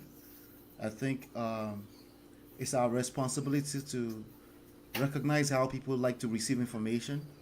Let's not cap. Education just by itself is boring. It's just boring. Yeah. I mean, look at some of the best channels. They don't grow because it doesn't have the element of entertainment, somebody being dragged or roasted or somebody being doxxed, right? If it doesn't, it's not going to grow, right? So how do we find that balance? How do we not cross certain lines but still be able to make it presentable in a way that young men can come and learn, right? Because entertainment value is still value. Sentimental value, which is what a lot of us are holding on to, is still value, right? We value certain aspects of the nuclear family, not only because of what we know it does to the community, but also like some of it is sentimental. Like, this is how I saw my grandfather. This is how I like to keep it that way, right? So, and just like we have that same type of value, these kids have something that's sentimental, maybe to their generation and stuff like that. We need to be aware of that, right? So if we're here right now, this is our best leverage point, right? Instead of going to start something all together that's completely brand new that we have to start to learn how to do from scratch, right? If we're here right now, this is our best opportunity to start something, and then that can go into other ways. They're all on the internet. They are, right? Some of us have money, some of us don't. We have certain type of resources. We have group resources. That's the bottom line that we can put together, but we need to keep pushing this out. But we really can't be too anal about it. Has to be fully educational, because that's boring. That's just a fact of life. Yeah. So we can start rubbing minds together on how we can present some of these lessons. Like, for example, on my channel, I use curse words. I say things like, I'm leaving my foot on your neck if you're a fucking manosphere or shit like that. I say shit like that just to keep you around, because if I don't come aggressive like that, sometimes I don't get their attention. So that's where I was start from. There's a reason why there's a reason why American brands win. There's branding behind it. There's marketing behind it. Even though we know, I don't want us to slap this channel, but it's a lot of poisons involved in that, right? Yep. Right? But it's winning not because it's so good, it's good for us. So it's winning because these people got the branding and the marketing thing, they got that part right. And you look at some of the biggest platforms here, they see like a little bit of altercation, they let it run for a while. Wow, that's kind of toxic. I'm like, I get it. I understand. Like, I get it. So how do we not cross certain lines but still bring, because I'm listening to brother Mr. He said, I'm listening to Roberto, I'm listening to all of us here, right here. Every one of us are well centered. And I'll be honest with you, I've been in the background in some panels where more than 75% of the panel is like everyone is in their feminine energy. Yes. Felix, man. Felix. Yeah, I love it, man. Right. Go ahead, bro. Go ahead. Yeah, I was gonna say, like, when it comes to like young men, they really, if you look at them, if it's not sports or they're just not good at sports, they're probably not gonna do it anymore, or they got injured. So another way, they just need to get busy. And I found my way because I did sports, but I also found my way. And I have to put a disclaimer: I was raised by a dad too. He's still here. He taught me about cars and how to modify them. I mean, hence why I'm here, and you see all the stuff in the background. I love cars so much, and he told me the purpose of it. Like, hey, you can even modify it. You don't have to put up with this. You don't have to settle for anything. And that kept me real busy after school because I didn't want to just read a book because I'm going to get bored. But if I can touch something or I can modify something or I could see people that have done these steps and they just go so fast and they get the women and they get the money, it's like, wow. And he's telling me step by step how to do it. I'm going to do it. Like, this is a great hobby. I don't see a downside. And you do it for like an hour or 2 hours. All of a sudden you get tired. You go to bed. It's like, oh, I kept myself productive and I see some results and I can keep doing it forever and ever and ever. So like when it comes to men just getting out of school, they need to be productive. You don't want them to join a gang and they're not good at sports and they don't want to do sports anymore. Like, give them everything. Like, can you build up a house? How are you good with tools? Let's just give you something productive, and then they'll catch up on it. And if you keep working on it, they see the progress, and it just never stops. Because if a man has something and he can see the progress, he's going to keep doing it probably for the rest of his life. So throw him everything. He's going to click to something. And when he clicks on something, he made me making millions of dollars on it. As long as it's productive, as long as he's not in the gangs, he's not in school trying to get into fights all the time, but he has a mission. Even if he's in school, he knows when I get off, I'm about to do this. Like, I don't care about nothing else. I'm doing this. And they're constructive. And people can see, like, oh, he's making progress. And then he gets accolades and everyone's proud of him because he's not being that stereotype. He's being a productive member of society. Then he has pride. Then he can spread it to every other little boy that he sees, like, hey, he's going on the wrong path. Let me show him some hobbies and see how well he does. So we just got to keep our young men busy after school. We know school is boring. Man of Prestige is right. It's boring. It's dumb. It's not entertaining. And they kind of know too, even as we were kids, when we were learning, like, I'm not going to learn this shit in my job. Like, this has nothing to do with this. I'm not Romeo and Juliet. Why are you teaching me all this white stuff? Well, I have nothing to do with this. And it's true. It's like, okay, yeah, you just got to get through it to get your GED. After that, like, we'll show you what you can really use after school. So we just got to get them busy, and we got to connect the dots as far as it being productive members of our society, though. So, Ashan, right? What do you think about? Because me do talk about quite often that men are awkwardly, socially awkward, right? What do you say to what some actual steps or some practices or something how men can get better in that? Man, so we're switching over to dating coaching. A little something. Nah. But let me just say, not just forget dating, just as a human, as communicating with someone on a human level, just a human being. Yeah, that was I wasn't prepared for that question. I thought we was on that, so my train of thought is totally different. As far as being, you can answer that question if you want. Yeah, I mean, because I was like we're talking about like these young men. So most of this stuff, like I just want to like make sure I'm concrete on what we're talking about. We're talking about the youth right now who are like like almost like violent, or almost you almost want to say like violent or maladjusted, whatever words you want to use. So we're not No, talking about the youth, like NBA young boy. Oh, the shit. You're right. Yeah, we are. Okay, yeah. Okay. So we're talking about the youth, then baby mama terrorists, because you know they raise these youth who are wayward, whatever you want to call it, who are terrorizing the community, right? So we're talking about the manipulative, the deceitful, the controlling, the jealous, the violent behaviors and traits that they have learned to navigate the streets or whatever their environment is, the hostility, whatever it is. That's what their environment has taught them and bred in them for whatever reason, good or bad. That's what they've adopted. All right. So now you want to punish somebody for that. And the only person available to punish is the one parent that stayed. Right. You're saying you're not even worried about the man that disappeared. He left.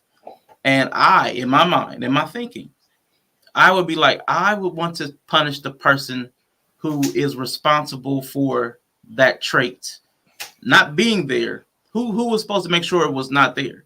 And to me, that's the disciplinarian. And the disciplinarian is the male role. You know, so he's gone. So you want to default it to the woman. Okay. Well, then if there's a problem in a chain or a system, you would say, well, it always falls on the leader. Who's the leader? That's the man, right? But he left. So now it's defaulting to the woman. So all the onus in all these conversations where we talk about male accountability and leadership, and the man's the head and the woman needs to submit. After all of that, the man gets to walk away, get rid of all his responsibility. And because the woman took it on, the raising of the children, no matter how good she is at it, all the ownership of the bad behavior of the child falls on her, as well as all the productivity of the household falls on her. Like, the man gets to walk away from everything. Like, to me, that's a little unfair. That's a little unrealistic. So instead of punishing just the child who had the bad behavior, now we're looking to find somebody else, but we're not going to look at the leadership. We're not going to look at the male head or the authority figure, the disciplinarian. We're going to skip him and go to the nurturer. And the nurturer, we're going to hold her responsible for not being the role she wasn't meant for. So, I mean, that's out of balance to me. So when they're at the point of NBA YoungBoy, it's already kind of too late. You have to be proactive and preventative. If you aren't going to take care of the children in a way where they aren't housing, where they aren't housing, food, and safety secure. If they don't have their food, housing, and I'm not sure where that noise is coming from. Anybody else hear that? Is that you, AR? Y'all can hear that? Y'all can hear me? Oh yeah, that's me. Hold on 1 second. He was straight tuning me out. I was like, he's watching that. AR over there watching The Wire. Nah. But when they're at that point, if you haven't made sure that their housing and food and safety secure, you aren't really helping. I still hear something in the background. Yeah. You have to handle their primary needs before you can send anybody that's going to school has probably heard of Maslow's hierarchy of needs. If you don't take care of food, water, shelter, safety, if you don't take care of their basic needs, you aren't doing anything. You can't go up to things like self-esteem and self-actualization because you're still trying to survive on the lower levels. So somebody like NBA YoungBoy is going to want to be a rapper so he can have money to take care of his basic necessities. He can make sure he's safe. He can make sure he has food. He can take care of his entire team if he has. That's what the driver is. That motivation is to get secured in certain areas because you're insecure in food, the safety, shelter. That's why dudes go to gangs, because you want to be safe in a tough environment. So you get an army of brothers. You're trying to seek out those basic necessities. Drug dealers, they're trying to get money. They're not trying to get money to buy a mansion. They would love to get that far, but most of them are trying to get basic necessities met: food, clothing, transportation, housing, help their mother pay her light bill. A lot of these people, if you're not going to meet their most basic needs, you really aren't talking about helping. You're talking about punishment. And if you're going to talk about punishment and justice, then you need to look at who's actually at fault, not the person who was left holding the mess. Like, not the person who was still on scene, the person who's responsible for there being a crime scene at all. And I'm always going to put culpability on the father. It's a cruel jest, as MLK said, to tell a man with no boots to pull himself up by his own bootstraps, and to tell a woman she'll be punished if her son goes and steals a pair, then you won't even provide a pair of sandals. you aren't really talking about anything at all. I mean, that's just my opinion, not a shot at anybody, but that whole ethic of wanting to hold women responsible for male abandonment, man, that bothers me on a fundamental level.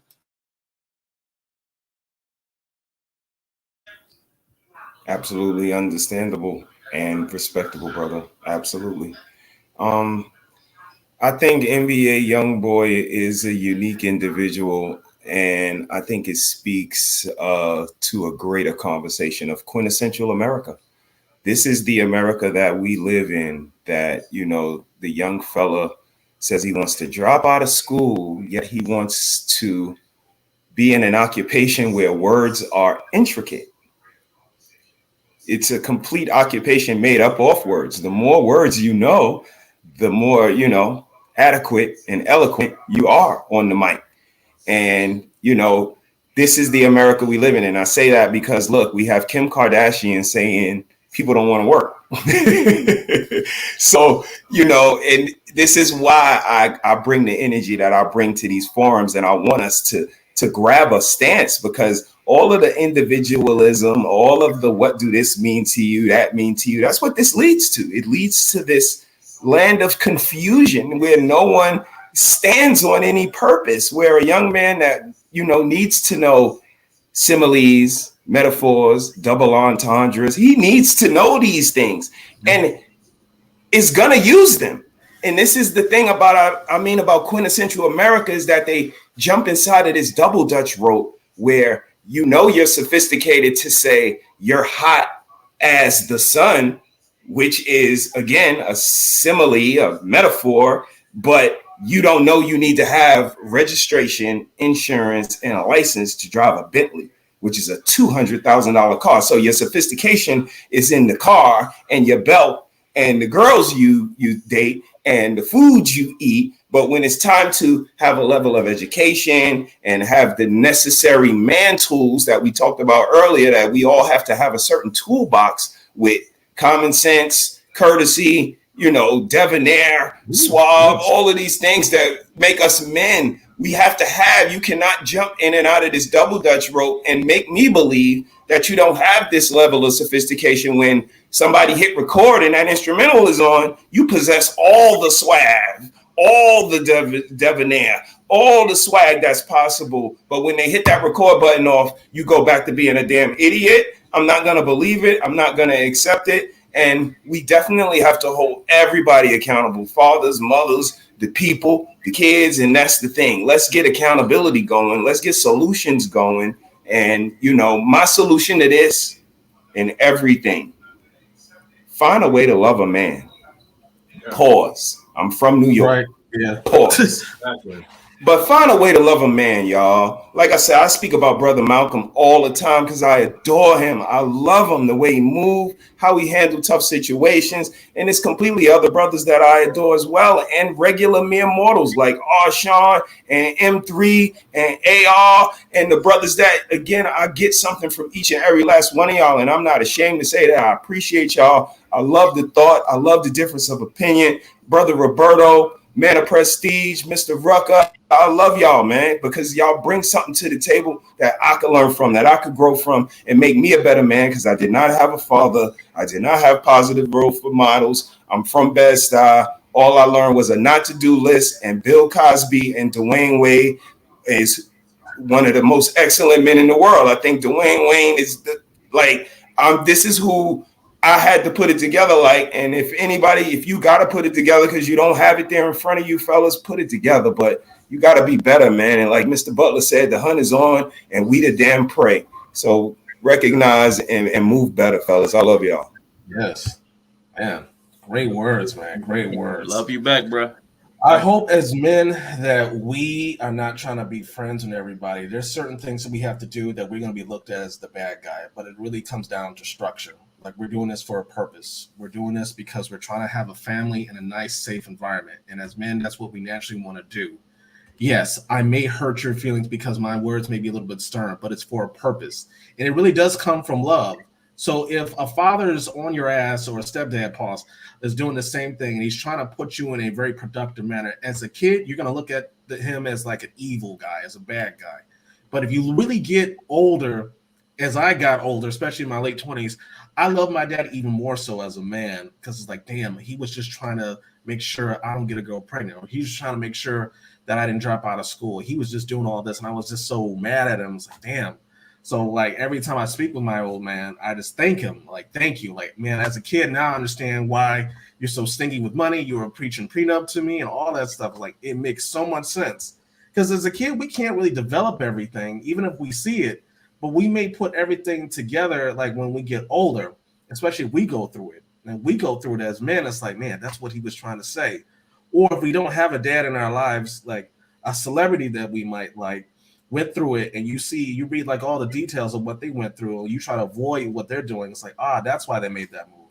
So as men, we do need to continue to learn from each other too, learn what to do, learn what not to do.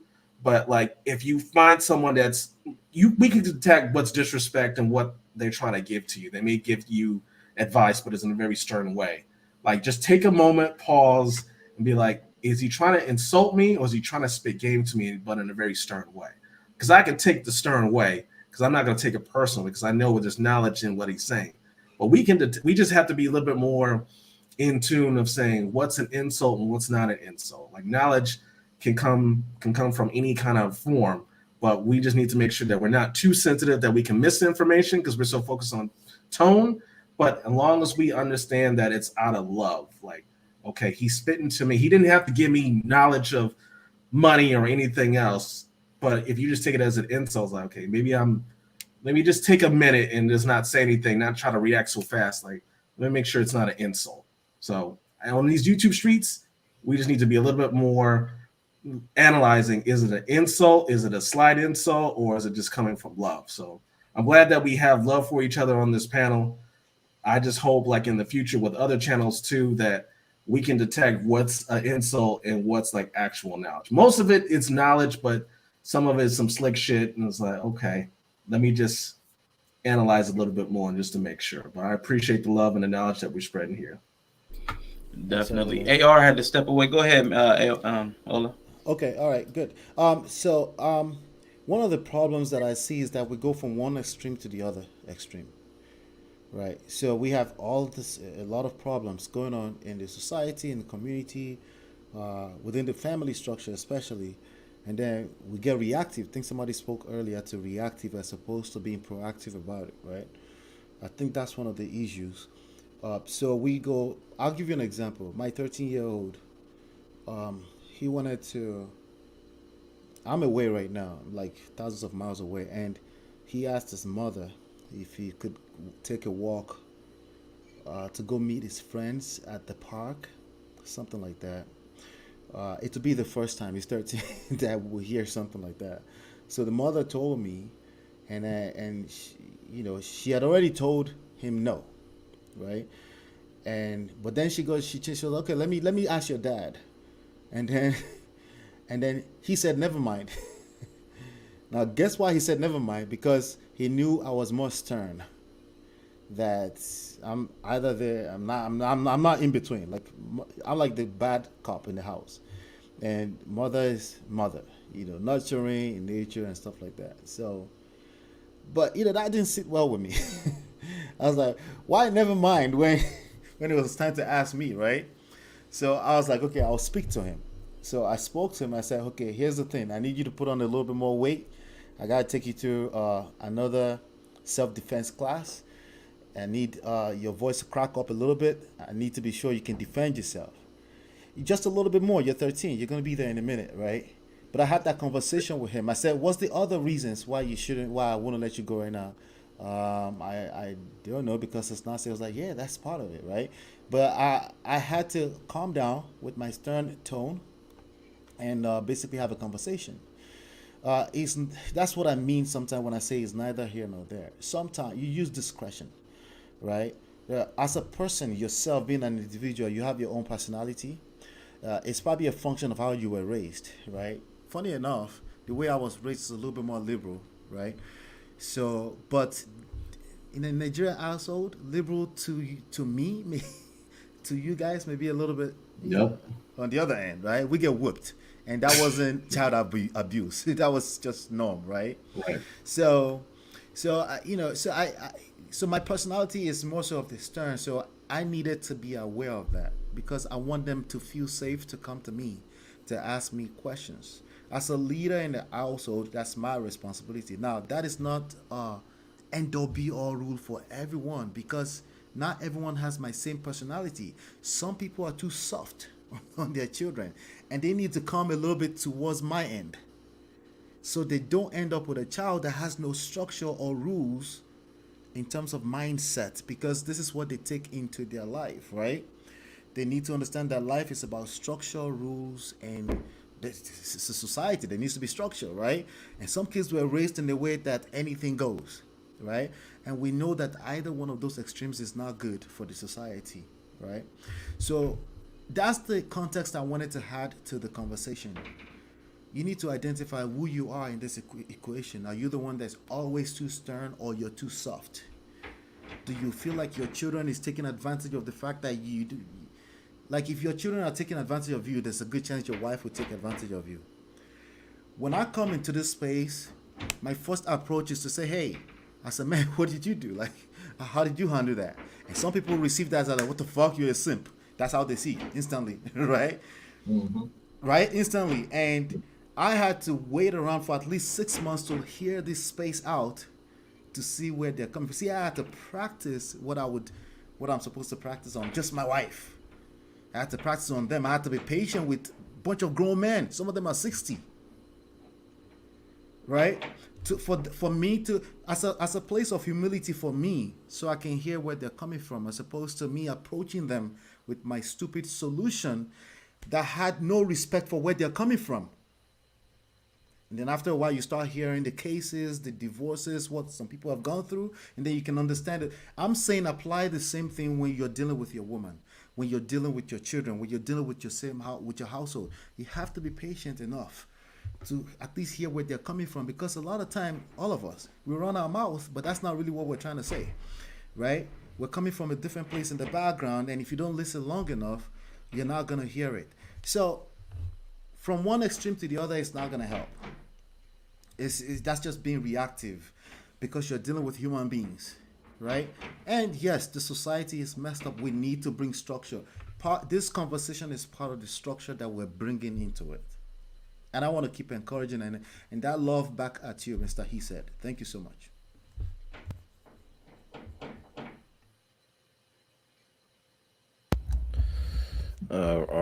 Yep. All right. So I had to head out real quick for a little bit, so other than that, so before we close out, Mr. He said, what's your channel about?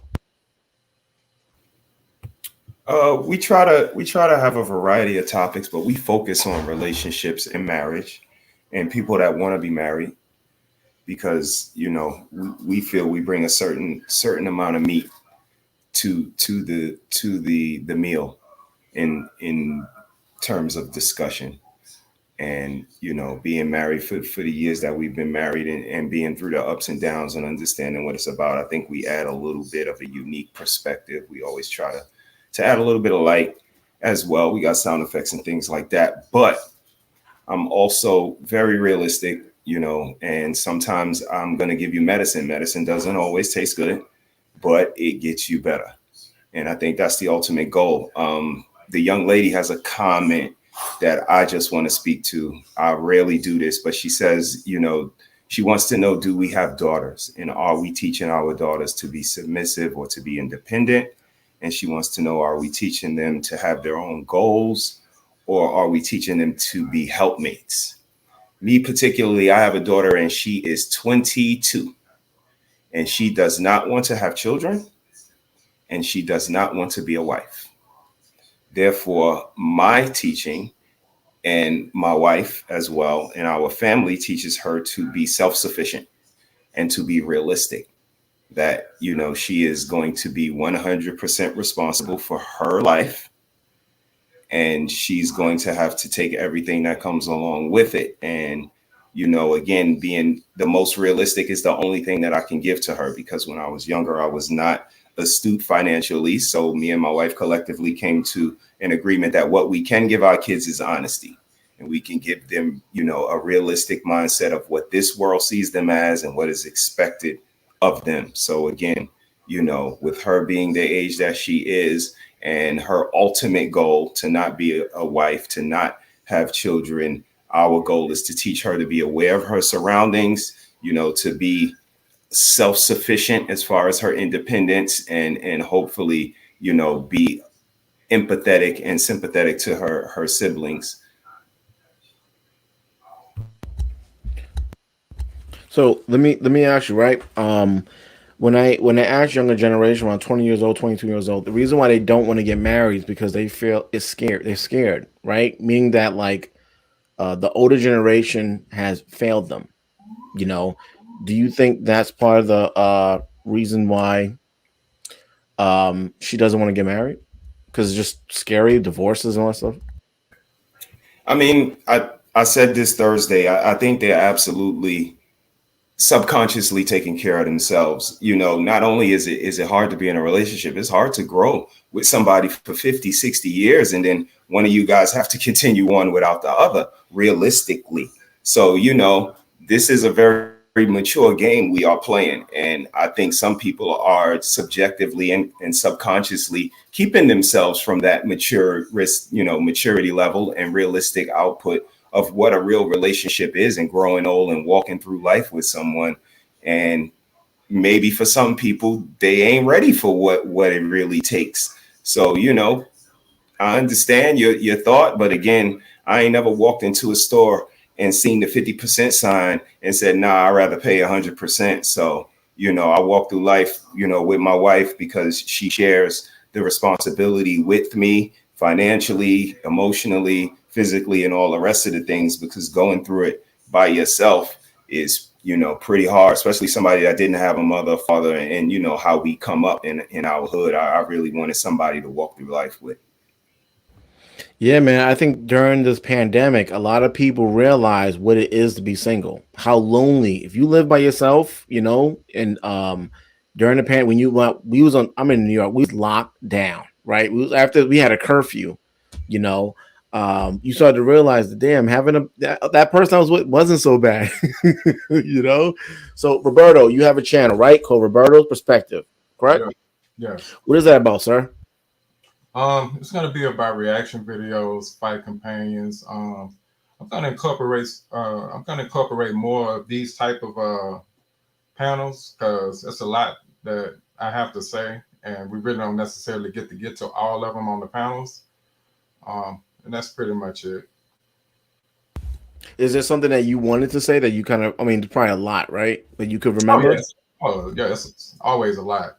You know what I'm saying? Because like sometimes like you'll start with a question and halfway through the panel, you'll kind of switch it up. And we're like, damn, I chose. That's what I wanted to talk about, the second part, So, You try to get me like that. It's not your responsibility to make sure we talk about every single thing. That's why we have our own channel, and we can do that. So thank you, AR. Yeah. No, you're Drop welcome. your link, brother Roberto. Drop your link, man, so I can subscribe immediately. I just dropped it. So Roberto, right there. That's his link right there. See, sometimes when I'm asking the questions, I see people, by the time you get to the third person, the other two people right there just like, this is a stupid ass question. So I'm like, okay. And I'm looking at everyone else like, yeah, that is a stupid question. I'm like, okay, well, let's scrap that one. I don't know, So, Man of Prestige, right? We was on a panel. We was on a panel yesterday. That's how we came across each other, right? Sorrel, right? Yep. Sir Hale Speaks. Great channel. What is your channel about, sir? My channel is about manhood, right? And it's a place where I want the man of prestige is not about me. It's about everyone coming there and identifying as a man of prestige. My name is Ola. So I want people to be able to see that and kind of like start processing their mind what that could mean to them. What does that mean? I think when we start to do, sorry about the noise, by the way. When we start to do assessment, or we do a poll, let's say we do 100-man poll. If we ask them what does that mean, what does prestige mean, I'm sure before we get too deep, we'll find some commonalities, right? And that's what I'm trying to get at, So I just go there, I pick trendy topics that has to do with things that men deal with. Um, the first live video that I did was about the Tariq Nasheed the roast between him and Africans, and that went stupid crazy. And then YouTube algorithm is now trying to force me to talk about that all the time. It's a little a struggle, right? But I just kind of lead with that topic. But I'm doing like right now at this moment I'm testing longer streams where for 10 minutes I'll talk about that shit, immigration, African, whatever. I'll talk about that. Then I will start diving into the topics that I really want to talk about, which is manhood in relationships, men and relationships. What does that look like? It's not just romantic relationships. People think we're talking about how you relate with women only. No, this is a skill set you have to practice in business. Sometimes it's not cutthroat, easy, like straight. It's not that simple. If it was that simple, we will figure it out, right? So I just ask questions, and then I get an opportunity to, like you said, the panels is not a place where I get to share everything the way I want to share. I share a little perspective and allow other. But here I just talk. I talk, ask questions, I move on to the next topic. But the conversation is going. It's one of the easiest things I've ever done because the audience give me new topics to talk about. But I'm learning so much in that process as well. Yep. So manhood and relationships, that's what it's about. You're muted, by the way. Yeah. All right. Yep. I'm sorry. Yeah, I think that's why I wanted to come together with some men and just discuss. Okay, this thing about manhood. We didn't even get into how to become a husband. Now, becoming a husband is a long roadmap, and I think that speaking to certain people, elderly people, or just people that have been through it already, can help you avoid. When your wife is doing this, just ignore it. Right. She's just bugging. It has nothing to do with you. Don't take it personal. There's a lot of things that but I think there's less conversations that are from results. People that have results. A lot of people are spewing ideologies, something they read in a textbook, right?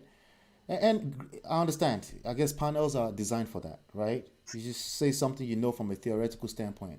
But there's so much more you learn when you go through the experience, right? And you start to find out that there's so much limitations to what you read in the book.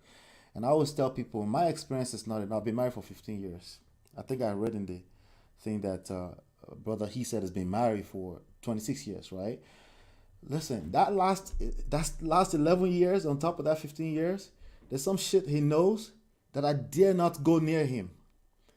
And we have too many young people, they get defensive. You say, hey, are you married? Why does that even matter? Like, dude, why are you triggered already? That's why, because I could tell that you're not married, right? Because when you're married, you know that half of the situation that's going on is not about you. It's not. So much more that goes into that. Just relax. Yeah. So experience is going to be there's too much conversations that are not coming from actual results. People that have had good results. It's either we have extremes, either in the form of worst case scenarios, or we have I'm going to address that actually. That's very true to a large extent. But there's also principles that we find that if you talk to me and my wife and you talk to Mr. and Mrs. He said, there's some commonalities. Are we just going to fly our hands in the air and say there's no rules? Or are we just going to listen and say, hey, what is it that this couple has, this couple has? There's something that's common among those people, right? And with that being said, it is also true that every case is different, right? We talked about that earlier with the depending thing. But anyway, I think people need to back off of the extreme conversations a little bit. Either it's worst case scenario or it's completely theoretical, right? Worst case scenario and it's completely you're a human being. If you keep listening to worst case scenario, guess what you're gonna paint the whole world with? It's all worst case scenario, right? You have to be a little bit more intentional and approach people that are getting some results, even if it's 10%. If that's what you want, if you don't want it, then it's all good. No conversations, right? I think us as black people, we're already in the worst case scenario as a whole. Like Mr. Man of Prestige, Roberto, and Mr. He said, Mr. Ruck and Arshawn, y'all may not be in the worst case scenario, but I think us as a whole, I believe we are. I think the issue is that we're not going to the extremes. So Arshawn, what do you want to close out with? I know you currently don't have a YouTube channel anymore, but is there something else from everything else you gather you just want to close out with? No, I think what Ola said and what you're hitting on, we are afraid to go to the root of topics. Like even like what we talked about today, like we want to talk about, should we hold the woman responsible? Like we stop there, but we should really talk about, should the man be held responsible? Should we be having, like, if you're going to have that, like even like in a thought experiment, even in a thought experiment, should we have active warrants to bring these men back to the households that they created? You know what I'm saying? So if you're going to have it, take it back to the head, because we always stop the conversation before we get to the actual illness, because the illness isn't the single woman. She didn't make herself a single mother. You see what I'm saying? So there's another layer of culpability where we're always typically afraid to go. Even when we talk about race, we don't talk about the part we play in allowing certain things to happen, or why we don't take up arms. You know what I'm saying? If we're feeling victimized and we're feeling like we're there's a threat, well, why aren't we at the gun ranges at the same percentages, or buying just as many guns or certain things? Like there are real conversations to be had around all the topics we have, but we're actually afraid to admit most of it. Even in the relationship sector, we won't even admit that most of the people in the relationship spaces that are single people doing coaching, we won't admit that most men and women really don't even want to be in a relationship. It's a theoretical thing. They don't really want, because there's too many single people to say you want to be in a relationship. Like if I wanted an orange, I'd go get an orange. I wouldn't care if I really wanted it. I wouldn't really care what it looked like. So what you don't want is what's available. What you want is the ideal, the fictitious idea that you made up in your head, and it doesn't exist because you made it up. It's a narrative that you bought into from childhood. So a lot of these things we don't ask, why do I have this idea? Why do I want this thing? So I really think we need to go deeper into like the extremes, like you said, and have the uncomfortable conversations. Like why? Because I've never heard on all the talks about like race, I've never heard Black people talk about, oh, well, we gave up. We gave up trying to be freer. You know what I'm saying? Like, because there's only a small segment that are really trying to move the needle. A lot of us have just accepted integration, and I got a job and I can afford certain things. Like all of us have accepted a certain level of reality, and we're afraid to ask why we settled for the things we settled for. And then when we have these outcomes, we just want to like put little band-aids and, well, if you did this, well, if you lost a little weight, lady, you could have the man you wanted. Does she even really want that man? And does he even want her? Because we've heard so many people say all across the board, if it wasn't for sex, what do you bring to the table? Well, what you're saying is you don't even really want that person, but they just have a body part that you like. That question implies there's nothing there for you, or you wouldn't need to keep asking it. We wouldn't need to keep saying the same thing so many times. So a lot of our talking points have an implication that tells us what we really think about each other, what we really think about racial dynamics, what we really think about the economic situations. A lot of our talking points betray us, and we're not even brave enough to tackle like why we feel the way we feel and think the way we think. So we do need to have some more of those extreme conversations, but honestly. Mrs. She said, you might want to leave the chat because no disrespect intended. As a female, right? Want to make sure I'm not offending people, so forth like that. Give you 5 seconds. 5, 4, 3, 2, 1. So I'm going to speak. The lady that's watching, no disrespect intended. It doesn't even apply to you, most likely, right? Oh, Sean, give you a little pushback, okay? Majority of these bastards, okay, that's being produced, not born, produced and raised, are by single mothers.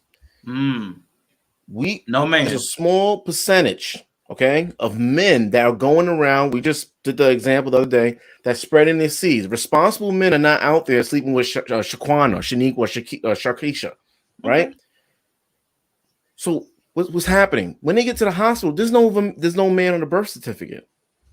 So how are we gonna play FBI and CIA to find these men that in reality really doesn't exist? So she never had the man on child support. Why? You have to understand, when you have a child, the only way you're really able to receive government assistance is when there's no man in the picture. He's not on a birth certificate. He's nowhere to be found. And these bum ass dudes, they're like, shit, I don't want to be responsible anyway, right? And what's happening is that they're causing all these crimes. So if you really want to go back, the woman, she can't do nothing about not having parents around her. That's fine. But we got to be real. These are these fucked up kids that's running around causing all these issues. And they come in, and guess what? They're living with their fucking mom. And they go home at night. They got drugs. They got guns in there. The mom does not check anywhere in the house to see what's going on. Call the cops on home. She don't do none of that shit. And these kids are out here bothering us. And when they fuck with me, I got to blow their head off. But then she went, and now when the cop does his job, and the cop blow his head off, or do something good or bad, whatever, to handle the situation to prevent them from bothering me. The cop is the bad person. Yeah. When you could have fucking disciplined, you could have closed your legs, you could have disciplined the child, and you could have you made the wrong mistake one time, one baby father, two baby fathers. I get it. We all fucked up. I probably, get it. But when it continues over, and now you're not even raising your child. Yeah. You're not even reporting to the government. Listen, this is where the man is at. He's not taking care of his child. Go after him financially so we can try to raise this child together. Why? Because she wants the fucking government assistance. So that's really I think what we're doing is that we're trying to elude and act like no, women are innocent. These bitches are not fucking innocent. A lot of them are not innocent women. Man. Wait. I'm hearing a lot of feelings, man. Well, because you gave me pushback. If you don't mind, go ahead, bro. Just real quick. Go ahead, yeah. Nobody's saying that women have no culpability. Mr. Rucker is famous for saying the blame is 50-50, just like the genetics are 50-50. So at worst, the woman is 50% culpable for her situation that she finds herself in. If proximity is guilt, you know what I'm saying? So if there's a bank robbery and I'm walking by, the bank robber runs off, the cops pull up, and I'm walking by the bank, and I just happen to be standing there at the scene of the crime, I then become responsible because I was on the premises. Like, it's a silly argument to make that the woman is the only one responsible. You also have said in your own words that ignorance is no excuse. So because you don't know who the man is or where he's at, that does not exclude him from any responsibility or culpability. That runs counter to the own logic that you've put out there. So he gets to walk away scot-free. Even if you're going to say she's responsible for the children, he also has to then be responsible for the children. And we do have some thing now called genetic testing. So you could get the criminal child and get his genetics, DNA test, like they do swabs now for criminals. You could test him. And if that man has ever had a DNA test, all these 23andMe's and ancestries, you can track him down now. Or if he's the type of guy you say he is, he's probably already in the system anyway, or he'll be back in the system. So they'll have his DNA and they can match him up and hold him responsible for the crimes of his child. And they can hold him financially responsible for all the years that he skipped out on child support because she didn't know what his name was or whatever. And I'm saying this as respectfully as I can, but I don't know how to really say it respectfully. It's weird to me as a man to want to lay all the blame on the woman, knowing that a man helped create that child and helped create the situation that she's in. Even if she was a terror, he created a child with that terror and then abandoned that terror and the child that terror created. So I don't understand in any capacity how he can walk away scot-free and she has to bear the brunt of all her child's choices. Whoever is raising the child, see, Mr. Rucker, it's always 50-50, right? You're talking about a marriage when two people are involved. Okay. But unfortunately, when there's only one person, an uncle, a cousin, a grandparent, whatever, a mother or father, when there's only one person raising a child, that person is responsible. When the child goes missing, they're not going to say, okay, fuck the mother, let's go find the father because, he may be over.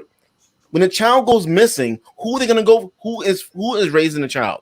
They're going to go to that person to find the child. Roberto, you want to say something? And then Arshawn? Yeah. Let me give you a situation. My grandmother, she had 6 kids. Her husband passed away at a young age, around in his 30s. So she was forced to raise 6 kids on her own. She was a bus driver. She drove bus for like over 25 years.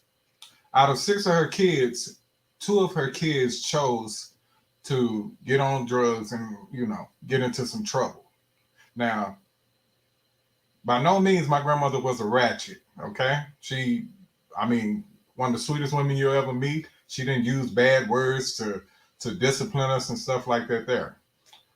When are we going to start blaming the environment instead of just single mothers in a whole? Because let me tell you something. It's been a lot of drug dealers whose mothers didn't know what they were doing behind closed doors. You understand what I'm saying? You have a lot of preachers who are strict on their daughters, and their daughters end up being hoes. You can't just put the blame on the parents, because the outside influences are usually gonna always have more of a control over people. If you notice, hip hop has had more of a control and has more of an influence on the youth than religion has. That's why you see everybody around here looking like a rapper. That's why you see everybody talking slang like rappers. At the end of the day, it's not always about the parents. Yeah, you can blame your parents for having you in an environment, but when are we going to start blaming the environment? Because let me tell you something. If I tell my daughter, hey, baby, don't do this, don't do that, and then once she leave this house, somebody come out to the side, hey, you want to make a little money on the side? You know what I'm saying? You can shake your ass for a little cash. That's who I'm going to blame. I'm going to blame the girl that put that in my daughter's head to go strip for some damn money. You understand what I'm saying? Because parents can't see everything. I've seen parents try to do as good as they can, but kids just go astray. So when you say blame the parents all the time, it just doesn't work that way. It's not that cut and dry, man. Well, Roberto, the issue is that, right, the world is never a good place, right? Even if you grow up in a great area, it's always a bad place, right? But the mother and father inside of the household, they are not when a child becomes an adult, it's on you. But when the child is younger, the parent is 100% responsible. It's not, people are going to make the wrong decisions because just as free will, you're going to school, you're going here and there, but it's the parent's fault. It's 100% the parent's fault. Because like I'm telling you, everyone's blaming them. If every man took care of his own household, right, we won't be even having these issues. If every man took care of their households, I won't have to worry about going outside and blowing that kid head off if you fucking with me.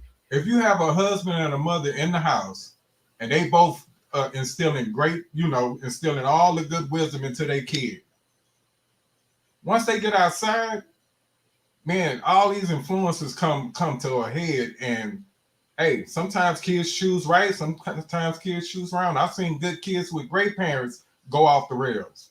You understand what I'm saying? Yeah, as far as percentage wise, single mothers do raise worse kids. But we really have to start making the environment more accountable, because in our community, we praise bullshit. The church even stopped talking about it. We praise bullshit in our culture, and we need to stop it as a whole. I mean, if you're relying on well put together families to keep us going, that ain't for to happen because it's too late. We too out here bad. So what do we do now? You want a solution? We got to start shaming bad fucking behavior in the community. Plain and simple. The community's got to change. I'm sorry, just because you only have $1.15 to your name don't mean you got to go kill somebody for some money. I'm sorry. Just because you poor don't mean you have to do dirt. Hey, man. Arshawn, you want to say something? Yeah, just real quick. There is legally culpability that falls on the guardian when a minor gets in trouble for certain types of infractions. So that's not what I'm talking about. What I'm talking about is the trajectory of the ultimate responsibility, like Roberto just spoke to. Okay, you got the woman that he lives with. Okay, what about his sphere of influence? What about his friends? What about his school and teachers? Are they also responsible? What about his grandparents? Are the grandparents of the woman that raised that child responsible because she's the way she is because of them? How far back do you take that? If they're Black, how much of that influence is because of the environment, because of things like redlining and the history of Jim Crow and all that stuff? How much of that is played in? It's hard to find direct culpability percentages. It's hard to find blame pie. If you're doing a blame pie, it's hard to find out how much to cut everybody.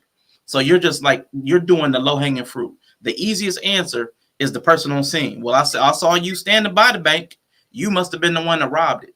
That is the, and again, I can't on the spot. It's hard for me to think of a better way to frame this. That's the weakest investigative method that a cop could employ to find who's responsible. I saw you standing by the body. You must have killed the person. Sure. Like, you know what I'm saying? So that's the worst detective. You watch the TV shows and movies. That's the worst detective. Well, I saw you there. You did it. And even to the point where you said if somebody's abducted, a child is abducted, they only look for the person they live with. That's not true. If somebody is abducted, missing, or killed, they will look for the other parent, because they say a lot of times, even if they weren't together, the other parents probably had something to do with it, because the person that's closest to you, because the cops don't know when they're investigating, they don't know that y'all had a strained relationship or no relationship at all. They're going to look for the other biological parent or step parent, because typically they had something to do with it, even if they weren't together. Like, you cannot divorce the child from both sets of parents, step parents, grandparents, aunts and uncles, because the people that harm you are the closest to you, not just your mama. It's the entire group around you. The entire collective lets you down. It's not one person that lets you down. No child is failed by one person.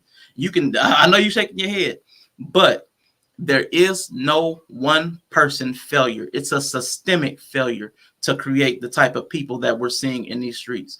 And again, I don't mind the pushback. I'm just saying, it's obvious. Like, if you take feelings like personal biases out of it, no one person can create the type of toxicity that is across all systems. Economic, there are rich criminals. That's not a poor black mom issue. If there's a rich criminal, there are two parent having criminals. So that you can't couch the issue in black single motherness if it exists elsewhere. Now, like your statistics and probability that Roberto said, sure, it is more likely, but that is also probably an indicator of poverty as well. Because if you gave these single mothers the means to put their children in private schools and live in safer neighborhoods, would those same problems persist with those young men? Probably not, because the people that we see grow up in those neighborhoods and those private schools don't have the same percentages of those outcomes. So to say and lynch it on single black motherness is I don't even know the word for it, like a red herring. It's a straw man. It's a false lead. I don't know exactly what to call it, but I'm sure there's a word for it in there, but I know it's wrong. But now, if we find these fathers, right? Because we're chasing ghosts, right? Not even she know where the father is. In most cases, she don't even want the father to be located because her government assistance breaks off. Even if he's not financial, the fact that he's involved. If the government assistants find out that the father is around, they ask you, do you even know where he's at? They will cut your benefits off or reduce it to half, even if he's not financial, because they say, okay, you know where he's at, now he can take care of your family. A lot of them, right? We gotta stop acting like we don't know how the fucking hood works. A lot of them don't want the father to be around. A lot of them don't. Some fathers don't even know their father, and some fathers feel like, you know what, she ain't pressuring me, so let me fucking just mind my business. Get off of social media so she don't see what I got. You want to hold people who are not around accountable and chasing ghosts. These few selected men, because it's not a whole bunch of men. The few selected men we want to hold accountable. Okay, great. But the person who's raising these bastards to go around doing terrorism, we're not going to hold them. It's not a 50-50 anymore because there's no other. Where's the other 50? So now we got to stop raising child and find out this other 50. That's her fucking job. How you don't know where the father's at? You fucked him. Yeah. So real quick, when it comes to policing, then let's play your scenario out. Even with policing, right? Let me just say real quick. If a dead body's right there and the police come and I say I didn't have nothing to do with it, they're gonna say, okay, sir, until we find out, put your hand behind your back. Okay, so let's play your scenario out. Also, possession is 9/10 of the law. I'm just gonna say that and leave that right there. Facts. Yeah. Like I said, there is culpability for the guardian of the child. Like I said, legally, that's where I started with. Legally, there's culpability on the guardian of a child. Like if a child kills somebody in the home, they'd be like, reckless endangerment. You know what I'm saying? So there are legal precedents out there, outstanding, that hold the parent responsible, whoever's the guardian, no matter what the relationship is. So again, I wanted to couch that separately. But if we're looking for blame, where are we putting this blame at? It's hard to stop the buck at just the mother because possession is 9/10 of the law. There's still 1/10 blame that we need to find somebody else. And if we're talking about the numbers, the numeracy, AR's hanging it on the manosphere talking point. 16% of the men are creating these children. And then you've got like what, 51% are single mothers or something like that. So what resource wise, are we going to pour the money and the effort into policing 16% of men or 50% of women? What's more utilitarian? Trying to police 16% of men and locking them up for abandoning their families, or 50% of women for being single mothers, whatever the numbers are. But we all know it. There are far more single mothers than there are these so-called men producing these. So again, financially, we already are stretched financially in all cities and stuff like that. We're all saying we don't have the money. We need to cut back here, cut back there. Great. If we don't have the money, what makes more sense to use policing on? The 16% of ghosts or the 50% of single mothers who also have other children who are then going to fall into a system which is already financially stretched. So then we got to think about the economics of your theory. So finding the father will do what exactly? If they ain't doing shit already, they don't care about the kid. They don't care about the kid. They don't care about the kid. They're not doing anything right now. Taking them and put them in jail is going to do what exactly? What would put the mother in jail for? Not necessarily put in jail, but she needs to be held accountable. The son is going around with guns and drugs. He's 15 years old. He's going in his room. He's putting the guns and drugs in there. Okay, in the drawer. Yeah, lock him up. So how can the cops find him? The cops don't know. The mother is allowing this shit to happen in her household. A lot of the trap houses are at Section 8. So who has Section 8? I agree with you, right? They allowing it. I agree with you, right? What does holding her accountable look like? I want to know what that looks like for you. Holding her accountable? I mean, it could be anything. I don't know what exactly, but there needs to be something where all these crimes of these kids are being committed and the adults are not being held accountable. I got some solutions. I mean, if the mother is letting her kids run dope out of the trap house, out of her house, then yeah, that's already illegal. I mean, but that's already illegal. Yeah, but it's happening. But even when the cops, this is what AR is trying to say to y'all. I'm gonna try to bring it full circle. Like, we get what you're saying, Sean, and that's a very intelligent argument. But economically, we know the men aren't there. Economically, it's an uphill battle to be an African American in America. But here's the thing. You have intangibles. Now that you don't have economics, how about putting inside of them things that don't cost money, like honor, integrity, and such? I could go on. The list could be so long. And that's what he's saying. He's saying that the right things are not being focused on because of what you're saying. There's not a lot of time and energy that is allowed to be focused on raising these boys to men, because a lot of them are latchkey kids. A lot of them are being, impressionable by music, entertainment, so on and so forth, sports. So it's, it's an uphill battle. It's somewhere we definitely got to find a middle. But, if I had to lean toward a side, I would lean toward AR side, because I think that the apple don't fall far from the tree unless you pick it up and you throw it. But that still falls back on how strong you are. I'm not sure if y'all seen my background, but I had two daughters that just came in from like a weekend. One of them is 22, the other one is 21. And when they come home from stuff like that, the first thing I said to them when they came through the door is, damn, glad y'all wasn't, snatched up in rape culture this weekend.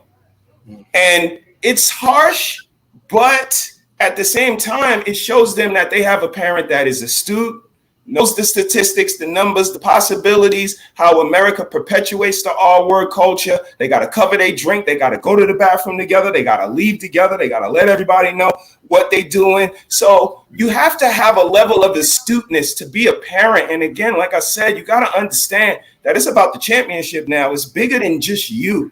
So for you to still want to be living your life and let me do what I want to do type of thing, and your kids are still not at a culpable level of navigating through this world, it's a little selfish. And if you are the only parent there, I go to 9/10 of the law. You are in possession of this. So we got to charge you. I get what you're saying. Your co-defendant is not here, but he's on the run. When we'll put a bench warrant out for him, we'll work around that. But until we get to that, we have to hold you accountable for what happened.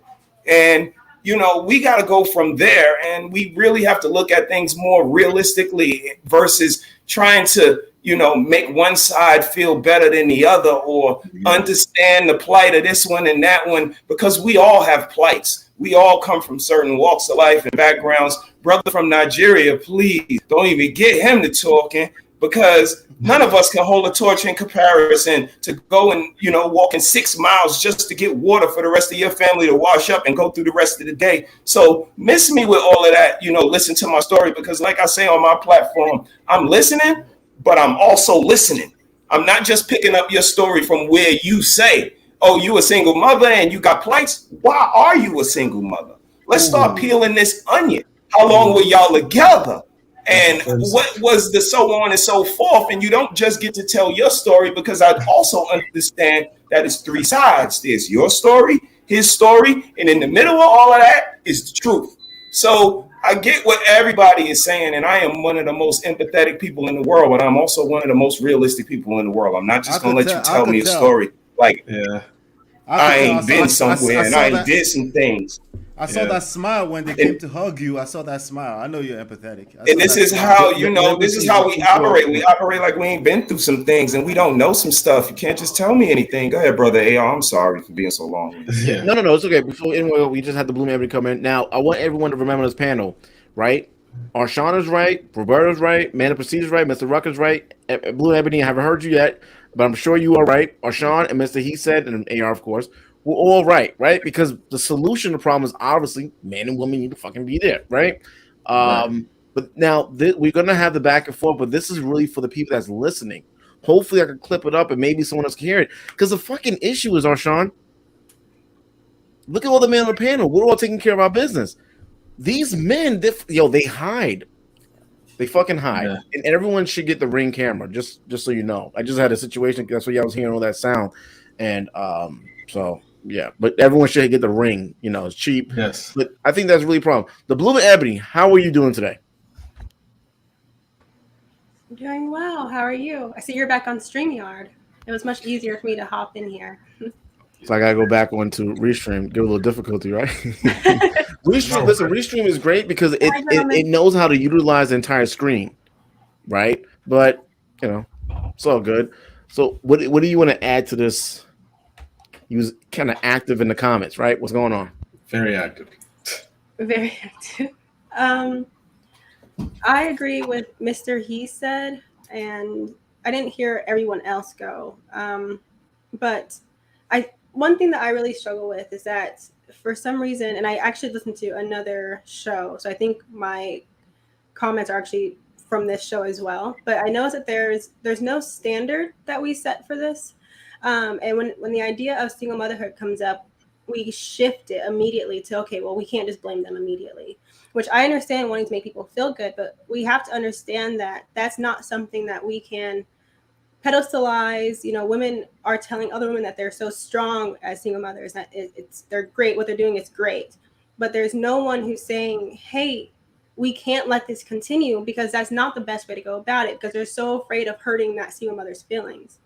That's not the best way to raise a child without another father. You can be a sufficient mother, but you cannot be a sufficient father, which means that your household is not good enough for that child. It means that from the minute that child is born, you have already basically failed that child, whether you want to believe it or not. And it's very unfortunate. And the idea or the conversation about the environment, this is only one person, but I'm gonna use this example. My mother was a single mother of, I think, 4 children.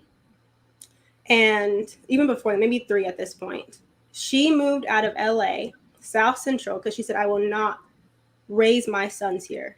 As a single mother, she said, I will not do it, because she knew what happens to young men that are raised in that area. She moved them out. She did whatever she could, and she moved them out. So to blame the environment, I understand that, yes, the environment has a major effect on our children. But oftentimes, if we're conscious and we're intentional about the decisions that we make, and we understand that we have more control over our child's lives than what we think we do, we can nearly erase a lot of those issues.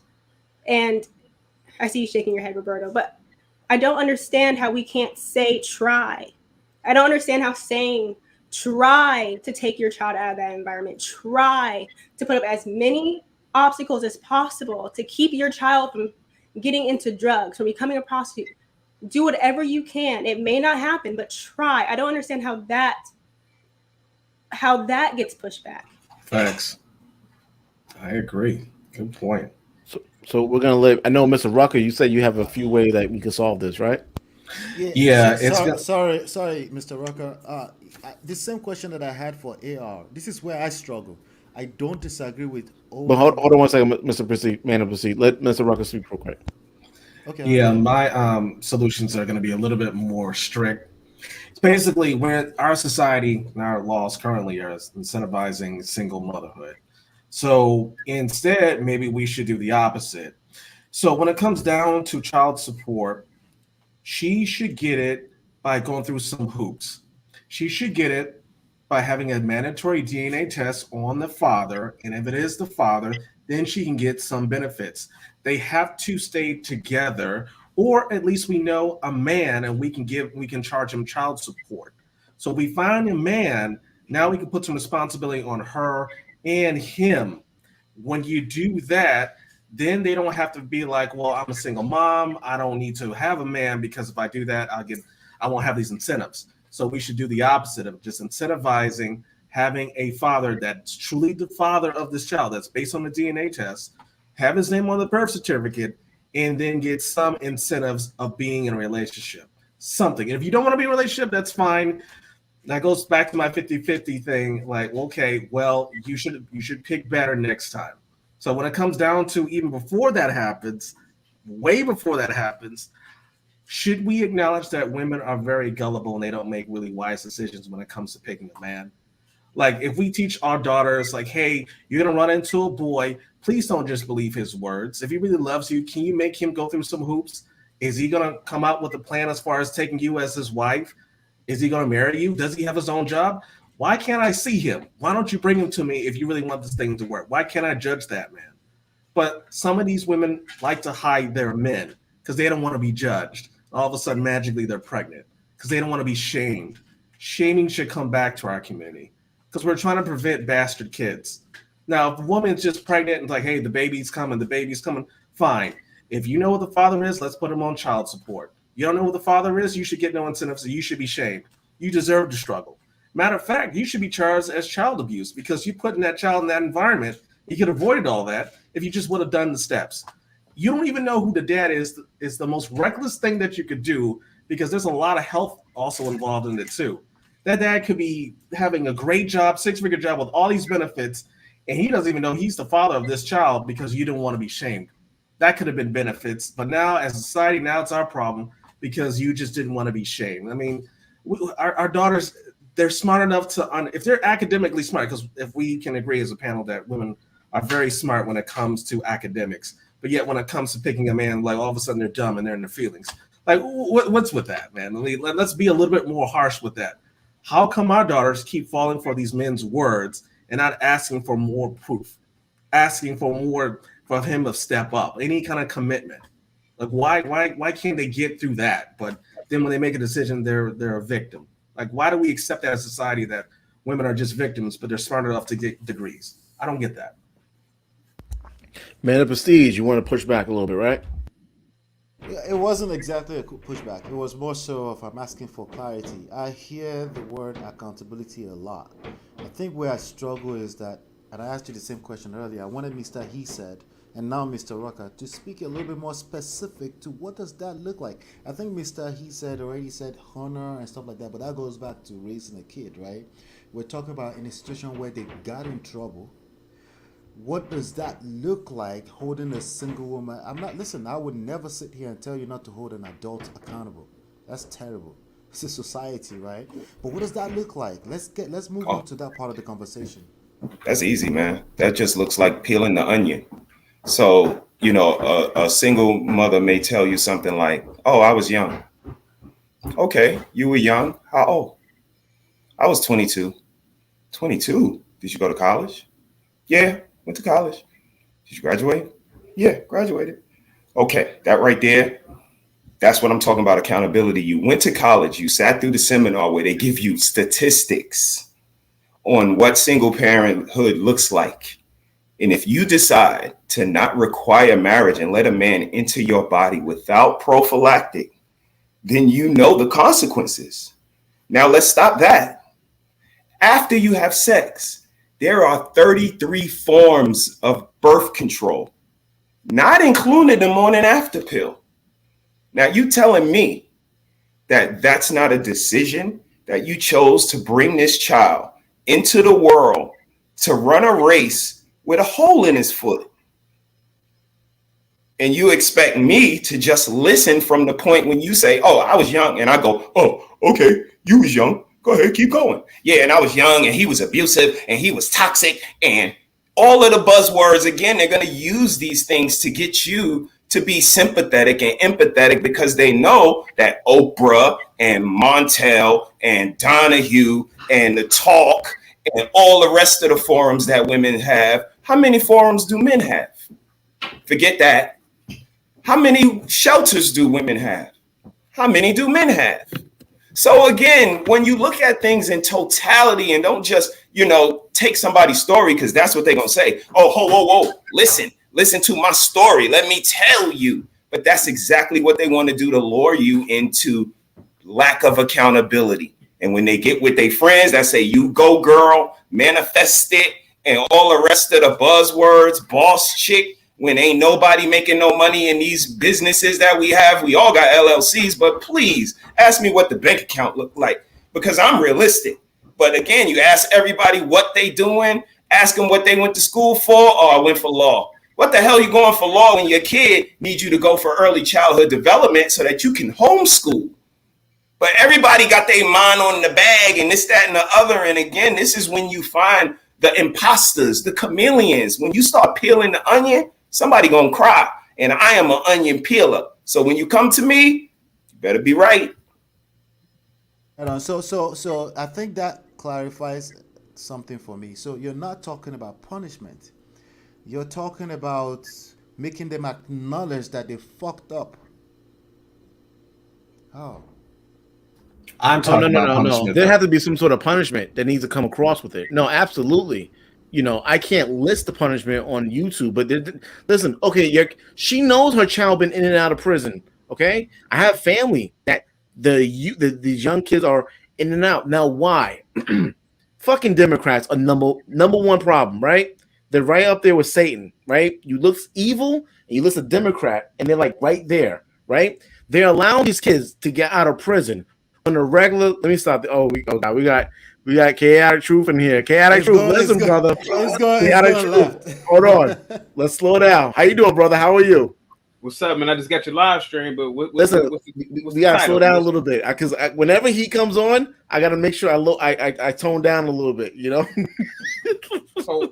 So I just want to recap for you, Chaotic Truth, right where we were. I want to jump you in right where you came in. All right. Or should we switch topics?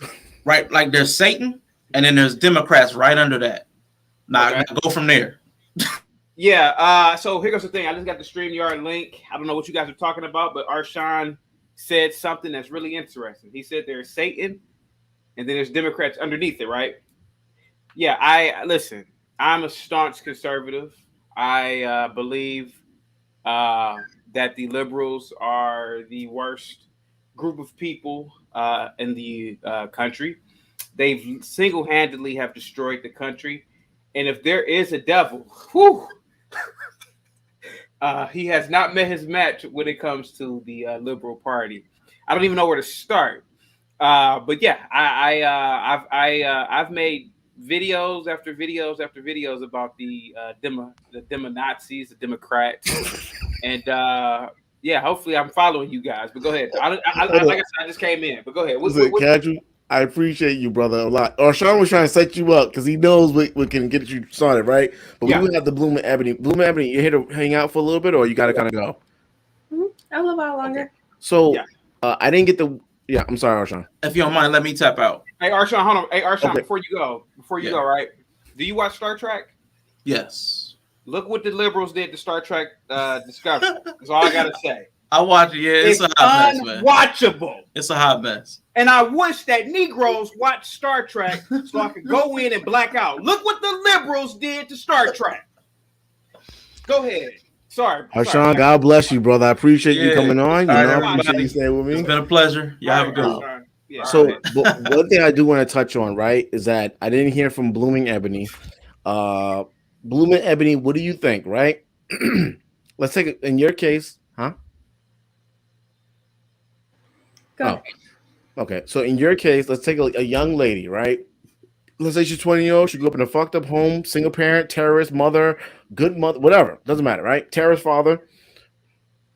But she wants to do better. Right? What exactly is her first step? You know, mindset. She got the mindset she wants to change, but what's the first step? Place? What? You know? But you said she's a 20-year-old daughter in school, in college, or just 20-year-old? 20-year-old just wants to do better. College, no college, don't, you know, she wants to move forward in life, but she don't have the skills of being a wife or anything like that. Ooh, that's great. Follow.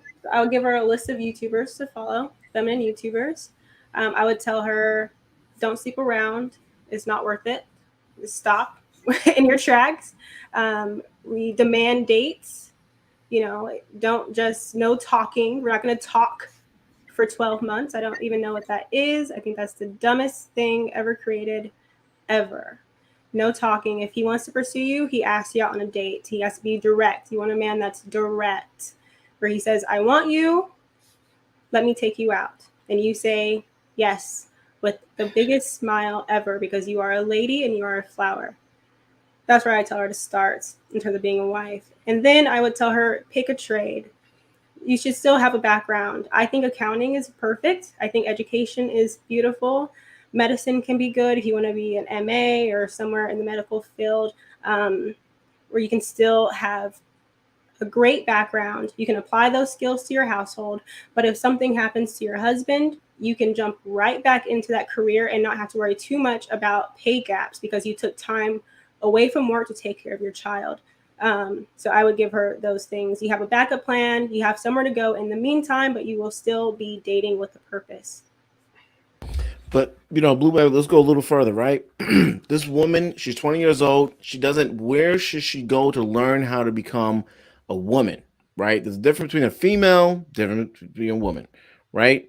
Where should she learn how 30-year-old woman, she has, let's say the same scenario. She's young, right?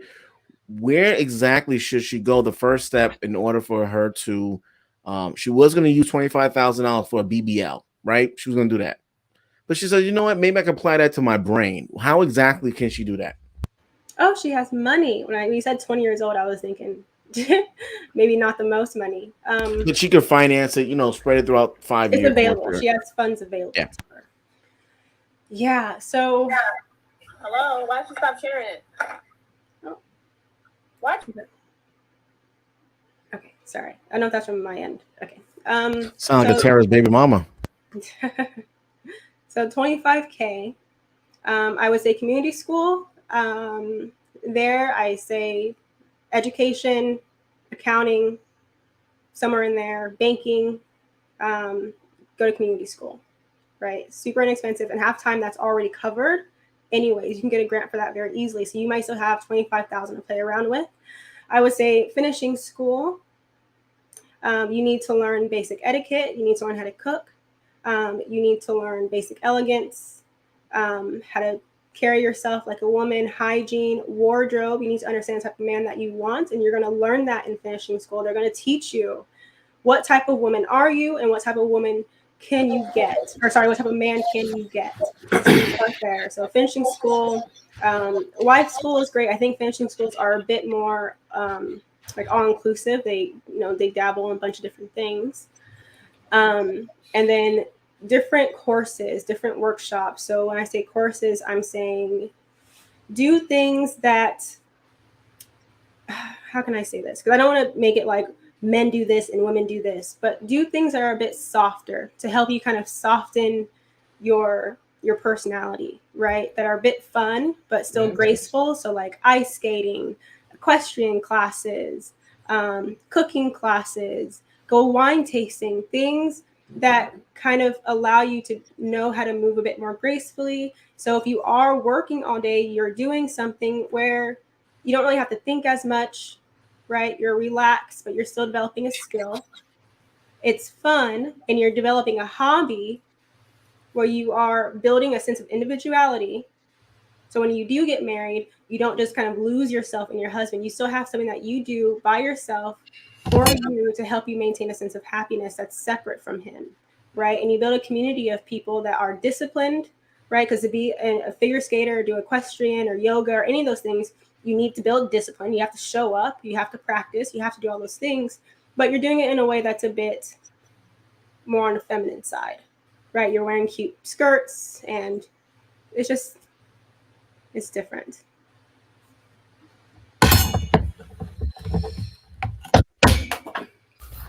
Yeah. So name one place, right? So the finishing school, right? Finishing school. What is that exactly? Like, what is that? So basically, it's a school where they teach you how to dress. Typically, they teach you how to dress modestly. They teach you how to pick out fabrics that look best on you. They help you understand your body type, so you dress for your figure. So none of that, oh, I can't fit this, or it's because I'm too thin or because I'm too fat or whatever. They help you dress for your body type, look good. They help you understand your skin tone, so you wear colors that look nice on you, that are flattering on you. So that's wardrobe. They help you with the way that you speak, right? So the way that you communicate, your tone, right? Being assertive but still soft. They help you understand. I think I said basic etiquette already. So how to carry yourself in public, etiquette in public, how to run your household, how to host events. And then I'm trying to think of what else.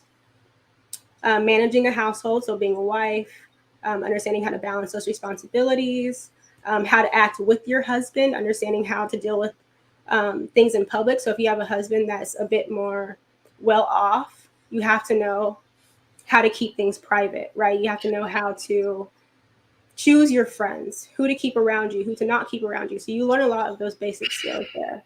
And then also in the finishing schools, they also typically will give you access to a network of women in a similar situation. So you'll have access to private Facebook groups or to private in-person groups where you can meet with these women, share ideas, and kind of go on that journey together.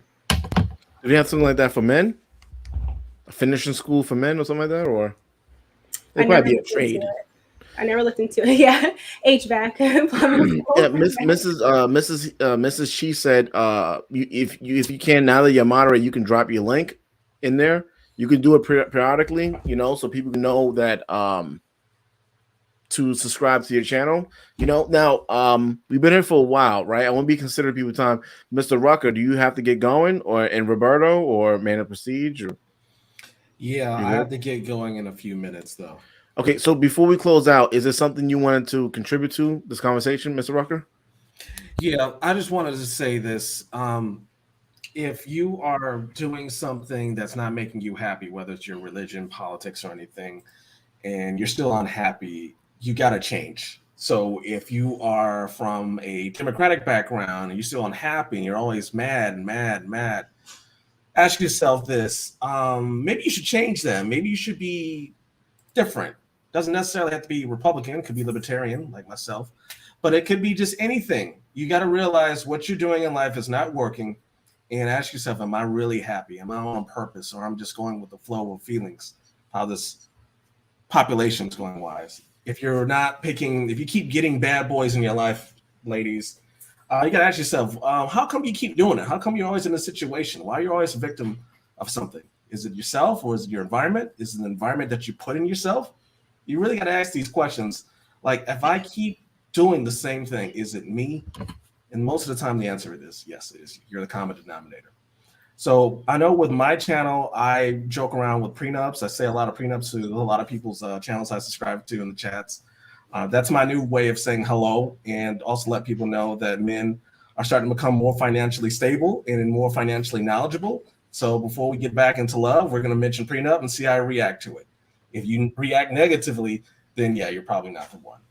My other channel is Lamar Racing. That has to do with just cars, bad things about cars, good things about cars. I'm working on a video of how men should look for in cars and how your car represents you and how maybe you should be laughed at if you pick the wrong car. And if you can't pick a smart car and be respected as a man, just my opinion. I'll show some examples of that. But just basically, this is just self-acknowledgement. Like if you're doing something for so long and it's depressing you, you really got to analyze, why do you keep doing it? Because that's a form of insanity. So just change to get better. That's all. And I'll put the link in my channels below.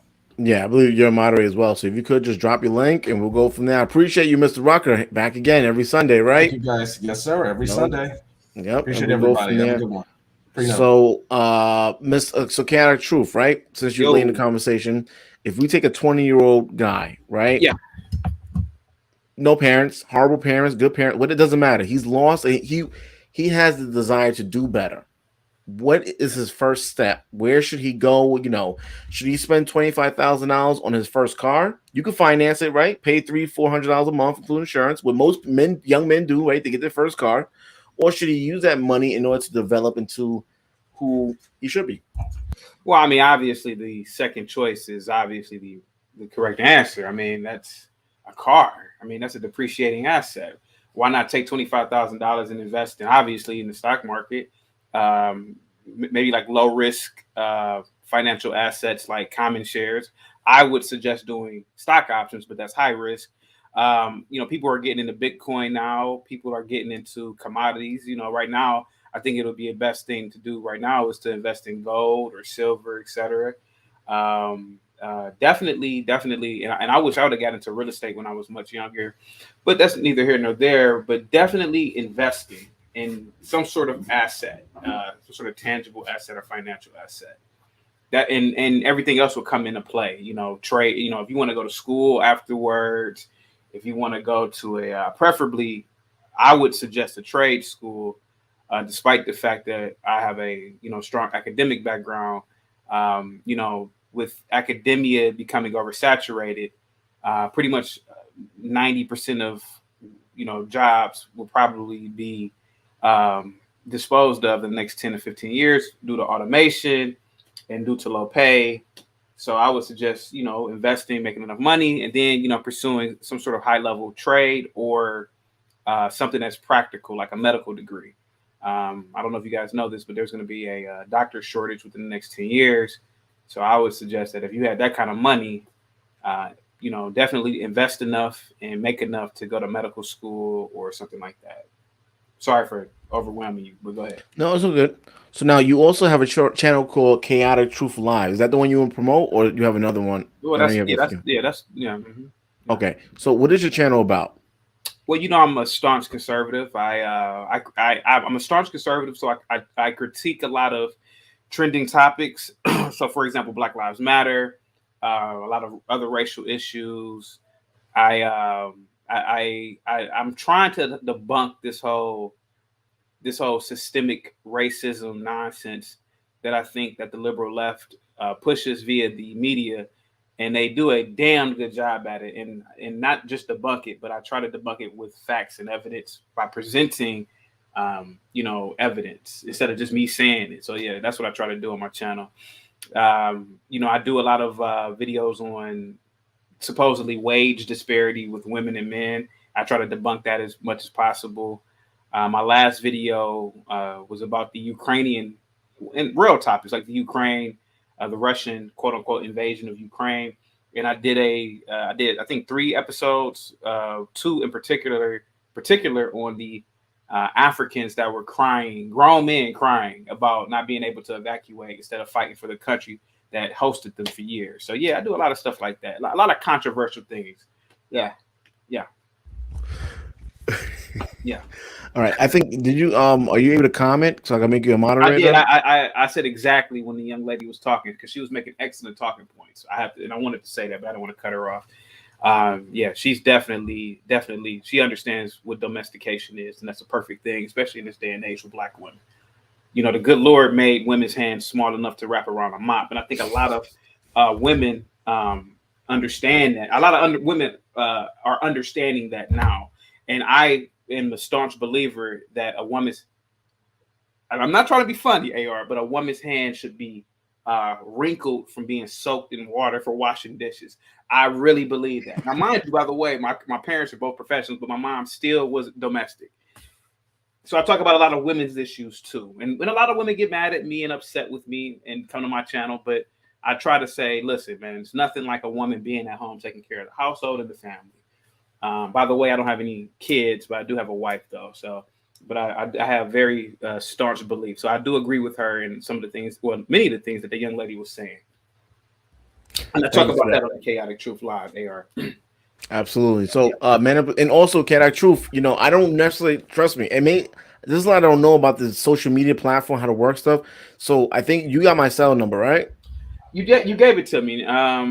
Yeah, you gave it to me. But okay, so if you ever go on live and you need people to come up or you want me to come support you as well, just send me a message because a lot of times YouTube don't even send out the notification till like a week later. Actually, yeah, a lot of times YouTube will shadow ban channels, channels that there's an algorithm, of course, and what I've been looking at is that they've definitely, you as a Black content creator and me being Blacker than you. There is, and we looked it up. Me and my wife, we looked it up. There is something called a what is it? CPU? No, not CPU. It's in the back end, but basically, it gives you a financial analysis on how much you can make per video. And I noticed that when you have a Blacker audience, the money goes down. CPM. Thank you, sir. CPM. And I noticed when a lot of whites follow me, the CPM goes up. So what I'm also noticing is that CPM and shadow ban. I think YouTube shadow bans a lot of channels, especially channels like this that have great information. And guys, by the way, if anybody's listening, please donate in Cash App to AR. He's a great content creator. Go ahead, AR. Get the floor. Appreciate that, man. You know, someone had to say, "Can we get an amen?" Well, you provide you provide entertainment. I mean, people watch basketball games and pay for the commercial ad space and go out and buy products that they see in the commercials and stuff. So why not pay for you? You know.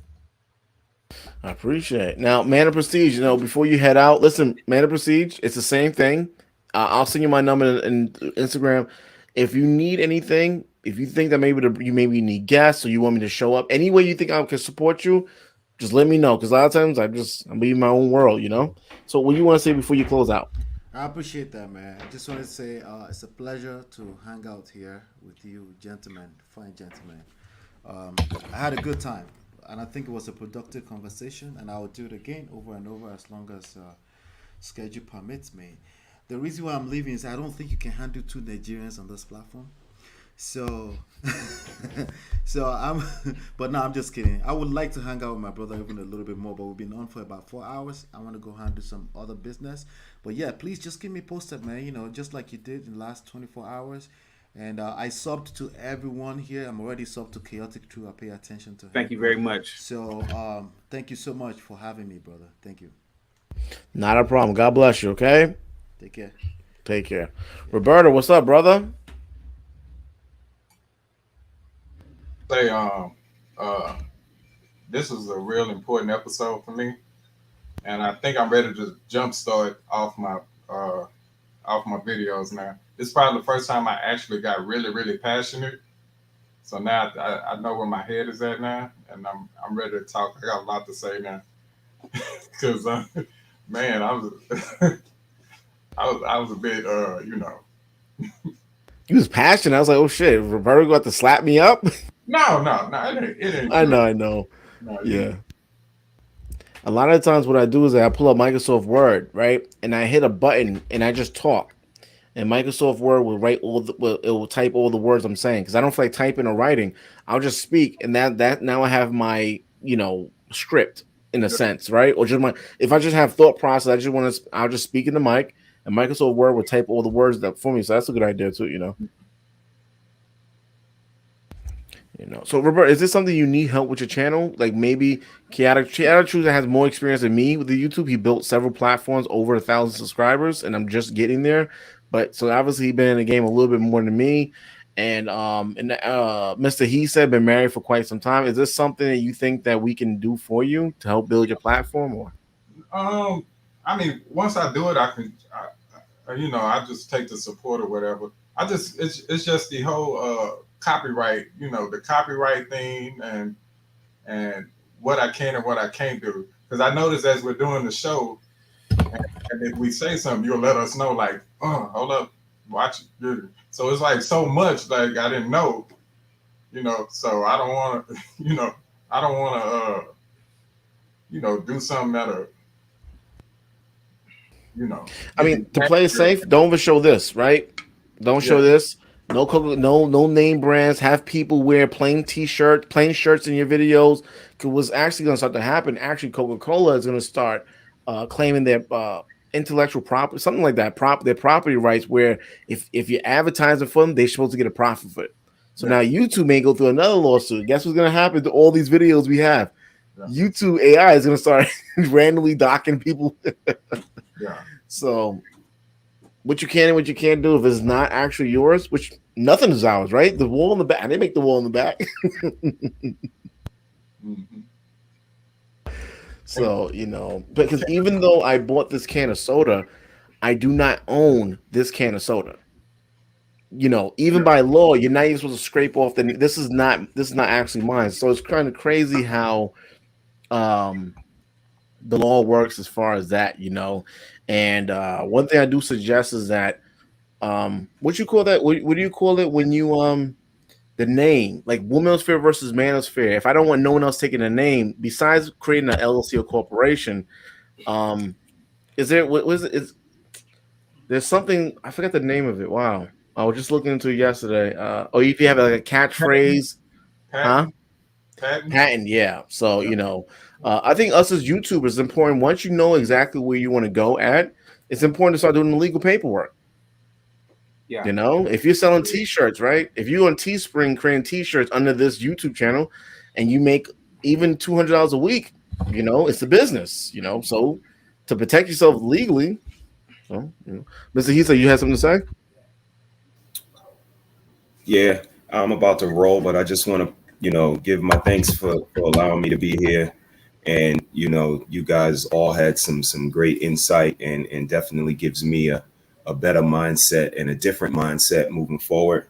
And, you know, kudos to you, man, for bringing all of these intellectual brothers together that are open to pushing the conversation forward versus, you know, the minute points. And to all of the political affiliation, I would say to America, don't be a gangbanger like these guys, y'all. Don't affiliate to these gangs that they talking about, because politicians are politicians. They're not telling the truth to any of us. They don't have any of our best interests at heart. If they did, they would wear NASCAR suits so we could see exactly who's in their pocket, but they don't.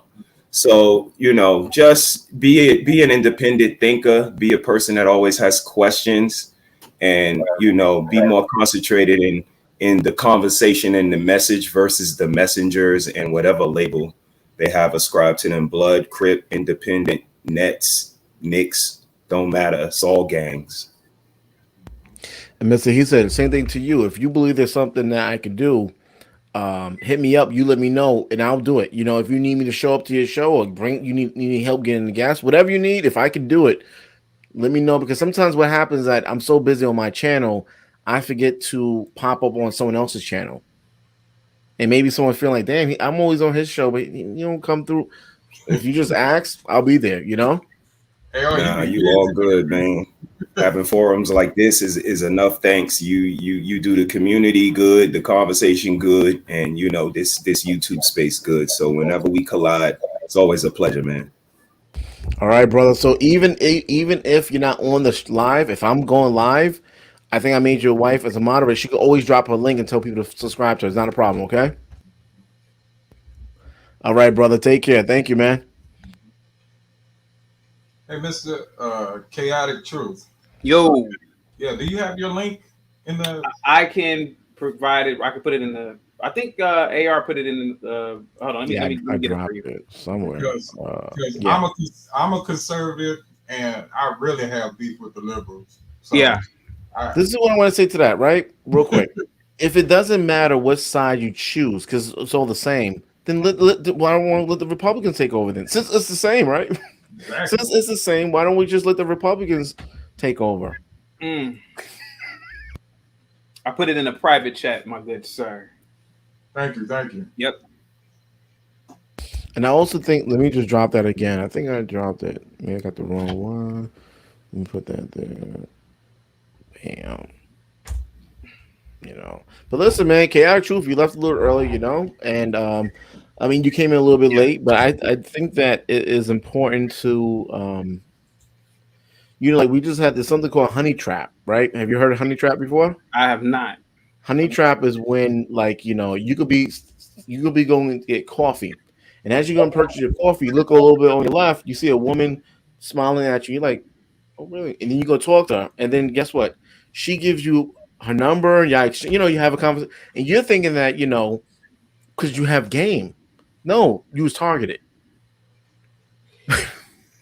You know, AR. You know, the other day I already told you this. I'm not that old, but I know exactly what you're talking about, and that happened even to me when I was much younger, in my early 20s.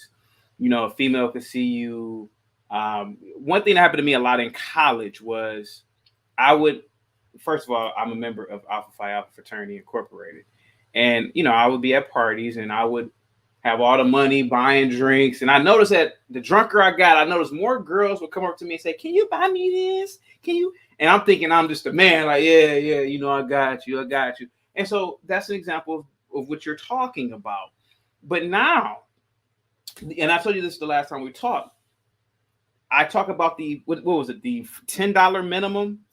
A woman could never ever, you know, I'm married now, but you know, the last like 10 to 12 years when I used to go out, used to hang out, a woman would have to buy me a drink. A woman would have to do things for me. I'm the prize. And when a man realizes he's the prize, he could never be trapped in this. You call it a honeycomb, you said, sir? Honey trap. Honey trap, yeah. If a man knows that he's the prize, he can never be entrapped like that, because you have to set the standard as the man. Again, if a woman approaches you and, you know, gives you her number, that's fine. But remember, you still have to vet her. So you tell her, okay, well, we're going to meet at the park and we're going to walk around and we're going to go get some tea and some coffee or something. And if she says, you know what, I'm not really into it, you already know the game. And I can understand a younger boy, 21, 22, 23, falling for the okie doke. But when you're older, especially men of a certain age like us, you got to stop being tricked like that. And I feel like that's why a lot of men they become enraged violently when something happens to them at 40 and 50. It's like, 'cause you never learned that you were being played in the first place. The thing is that, man, I ain't gonna lie to you, AR. I mean, and you know, the funny thing is people think that I'm trolling, and I'm not. But the thing is that you as a man, you really are the prize. And I'm telling you, if you don't have a woman, here's the thing: the prettier they are, if there's most men would never be with a supermodel or an IMG model, fine. But if they're 22, if they're 5'11", they're thin, they're a beautiful, symmetrically faced woman. Yeah, you kind of want to do things for them because they increase your value when you're in public. But if you're dealing with a 34-year-old approaching you, giving you her number, and then she's trying to get you to do stuff, come on, those are all red flags right there. Absolutely not. A woman that age should be doing things for you, AR, or for you, Roberto. You guys know this, you know. Yeah. Or am I talking in a tangent? I mean, talking too much, AR. Keep it real. No, you're good. No, you know, you're good. Yeah, you got so this thing that happened. Yeah, go ahead. No, guys, listen. Okay, what is this about? Let me see. Prosecutors have said the young man was barely breathing when he was found following a twisted 24-hour torture. Oh, so this is the woman who tricked. Oh, I think I heard about this, but I didn't read it though. Okay.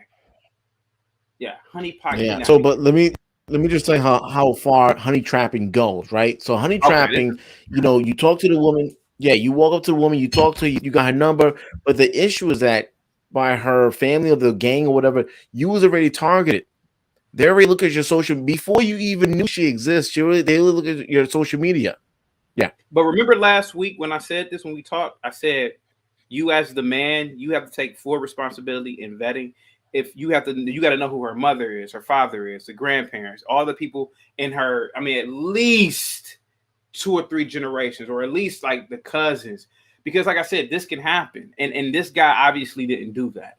You know, if the mom doesn't, you know, if the mom is sketchy, if the father's sketchy, or if she, for damn sure, if she doesn't have a father and she have brothers who are sketchy, you don't want to deal with anything like that. Because remember, I clearly said that last week. I said you want to make sure who you're talking to. So you want to get information or intel on them first before they get it on you. But this guy fell for the okie doke. How old was the kid? He was 24. She was 22. Yeah, he was young. Yeah, it could happen. Yeah. You know, And she he wasn't saw even that hot either. You see this?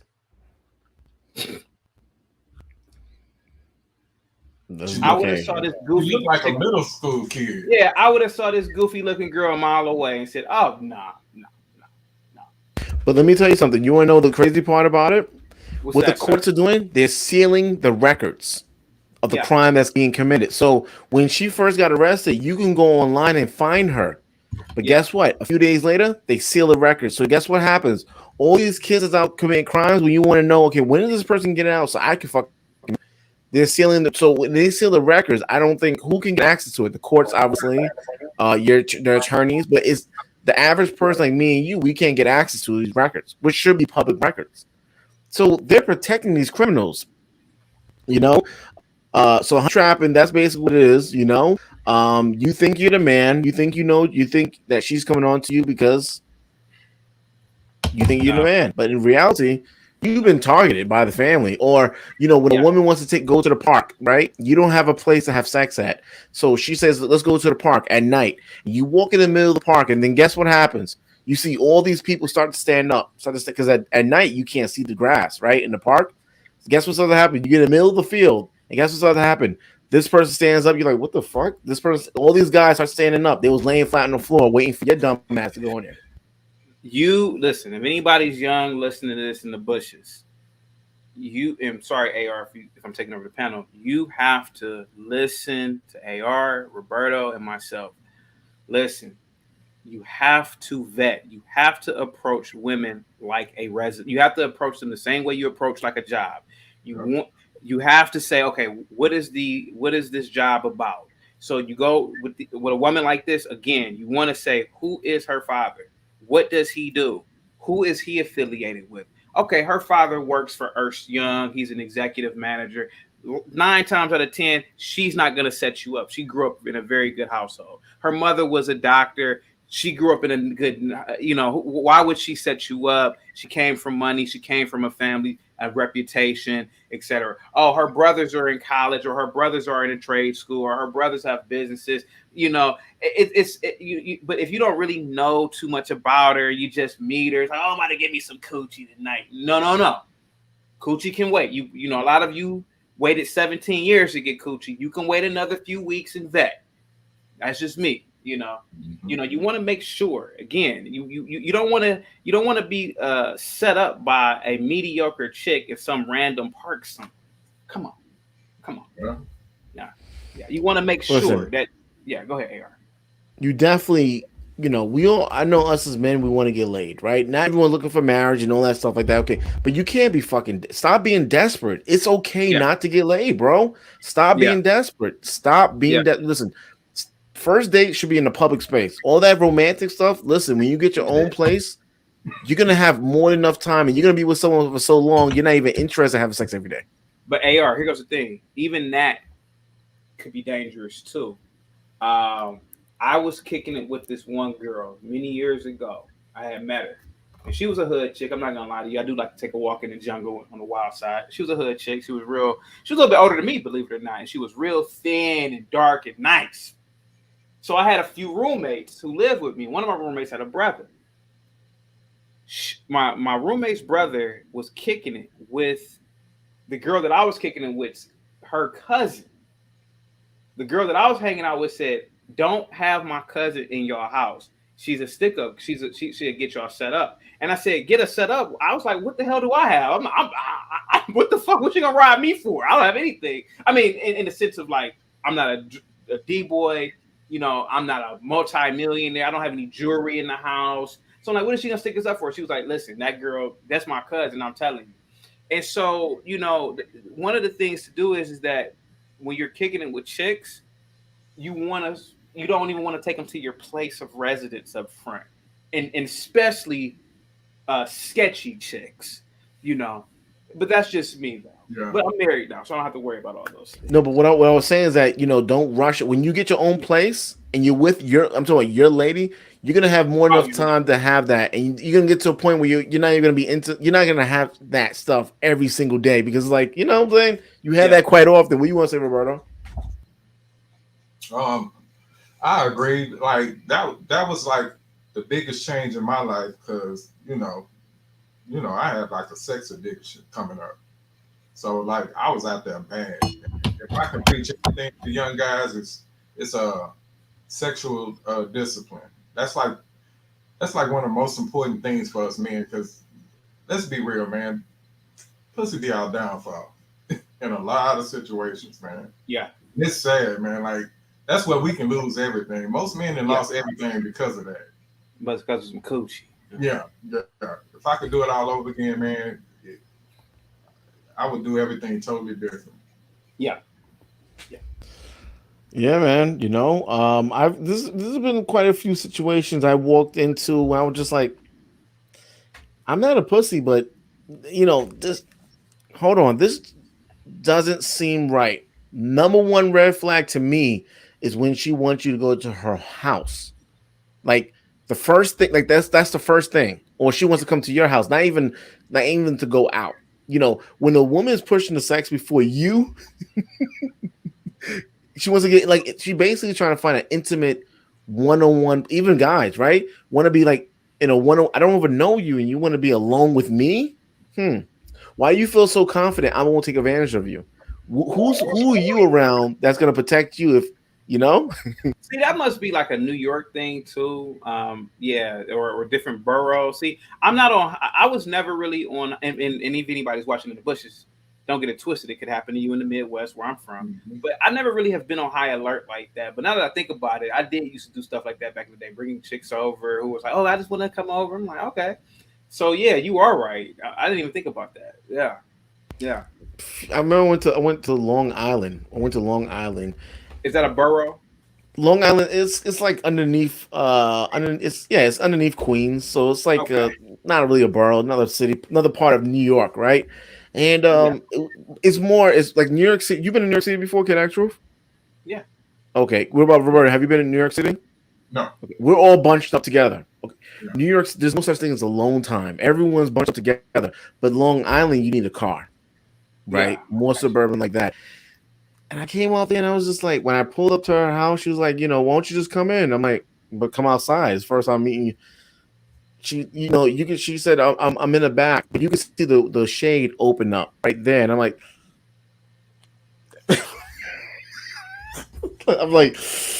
and it's at night too. And I was just like, because I was, you know, when you're desperate, son, you be doing some wild shit, you know? And I'm like, let me just get laid. I was like, listen, man, I always tell guys, check underneath the bed. There's a real boogie monster. There may be a real you know? So like this guy went to her. He met her in Manhattan. He met her outside, and then 1 o'clock in the morning he went to her place. 2 guys went right behind him and hit him. You know, bound him. You know, that's dangerous. Walking to someone else's home. You know, and a lot of women will try to have sex with you. After have sex with you at your place, she'll get up and act like she's using the bathroom, but she'll unlock the door. Yeah. To let Tyrone in.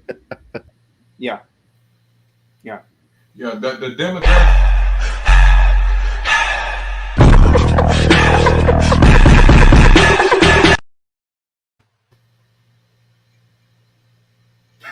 What? Soon as we get started making love, going hard on hero. Mom! Like, I don't know why we're pretending like the single like a lot of these single mothers are not the problem. I don't know why we're doing that.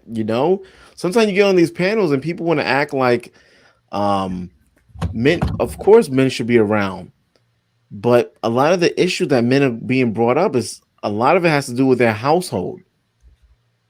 Look at what do you think about that, Roberto? What you just saw? You know, yeah, it's sad, but this is the thing. It's only pushback for me on certain situations. Like I'm 45 years old, so it was a time where I saw good parents.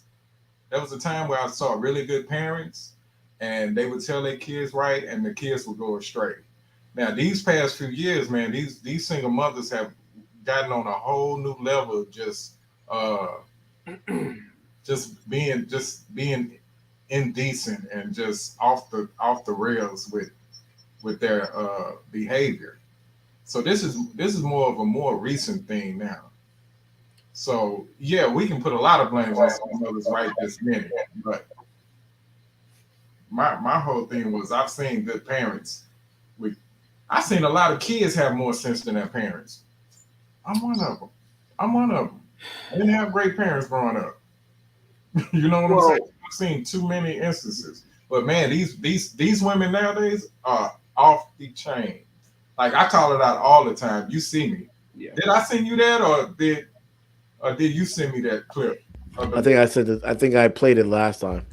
Yeah, that's just rampant, man. And it's like it's sad. This is when I used to start getting in trouble when I saw stuff like this because I would call it out all the time. I'm like, this is ridiculous. So the kid that was on a stripper pole, what are we gonna do, right? If the father's, I would actually hope there's no father in that household.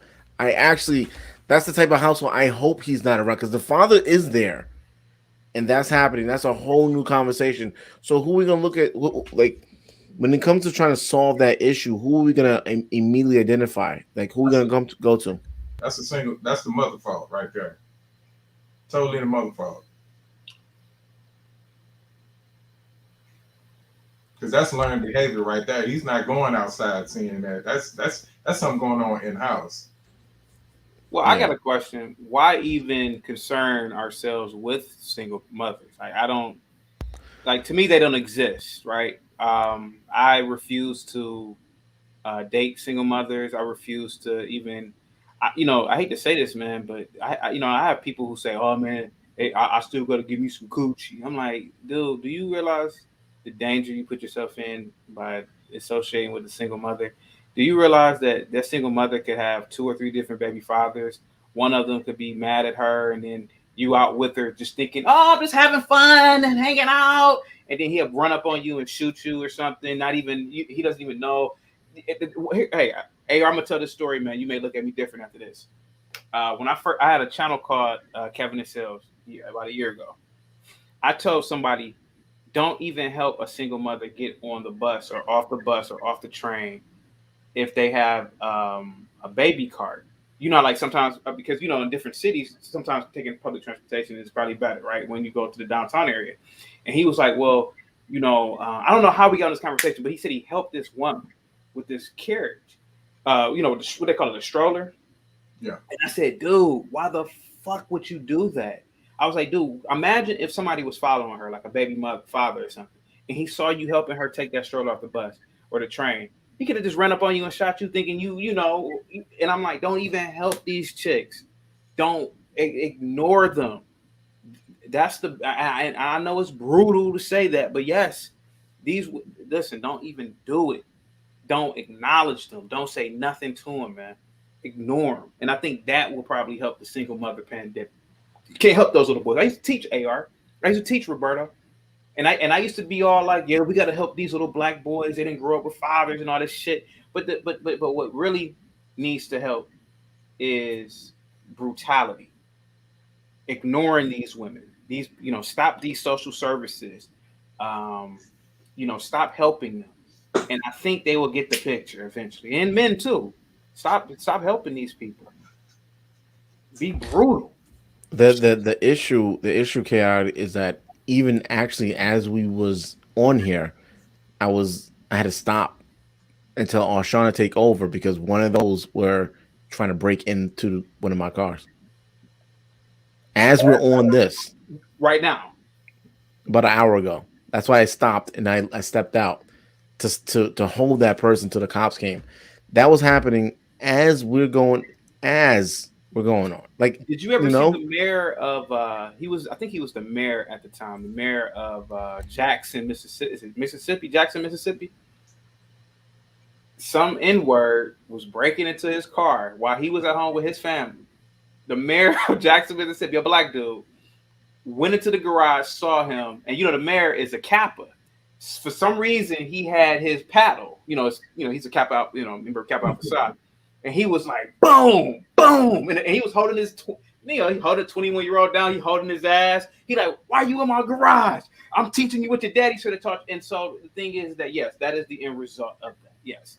It's on, YouTube.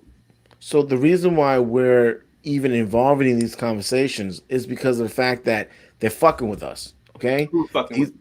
These fucking kids. Yes. These teenagers they're beyond out of control. If you look at what's happening, they're stealing at a ridiculous rate. As long as they still under $1,000, they're able to go. The courts are sealing the records. There's no bail. They can get out the same day they shoot or stab someone. Yeah. All these kids got guns. They're fucking with us. AR, let me tell you something, man, and this may sound a little bit off topic. And I was trying to explain it the other day, but I think you kind of like diverted it because I probably got too strong with it. Whenever it's like a woman on a panel, I try to, AR, what's going to happen is this. I hate to say this, but I think black people, we are better suited when we have a dictator. I think a prominent black man needs to rise to power, and he needs to be brutal. You gotta like get these niggas out of our race. You gotta beat that nigga culture out of us. But Ken, when you talking about we had you gotta whoop their ass physically. Go ahead, sir. But listen, we had Joe Biden, right? Joe Biden did the 3-strike law that put a lot of people in jail. Yeah. Right? And they're still in jail from today from doing not even physical violence crime. And guess what people did? They complained about, guess what? They voted him back in. So we already have that. They voted for him again. AR, I used to teach in junior high and high school. 90% of schools are ran by women, right? The women have totally destroyed the schools to the point where men, even black men, don't even want to be around. I was a teacher about 7 or 8 years ago. It was the last time I taught. I co-taught a classroom with a female. There was a boy. His uncle was the executive director of the charter school. He was acting like a little asshole. He had to be like 13 years old. So I tried to reprimand him. Like, hey, man, quit doing that, yada, yada, yada. I had my fist. The female teacher was like, don't you talk to him like that.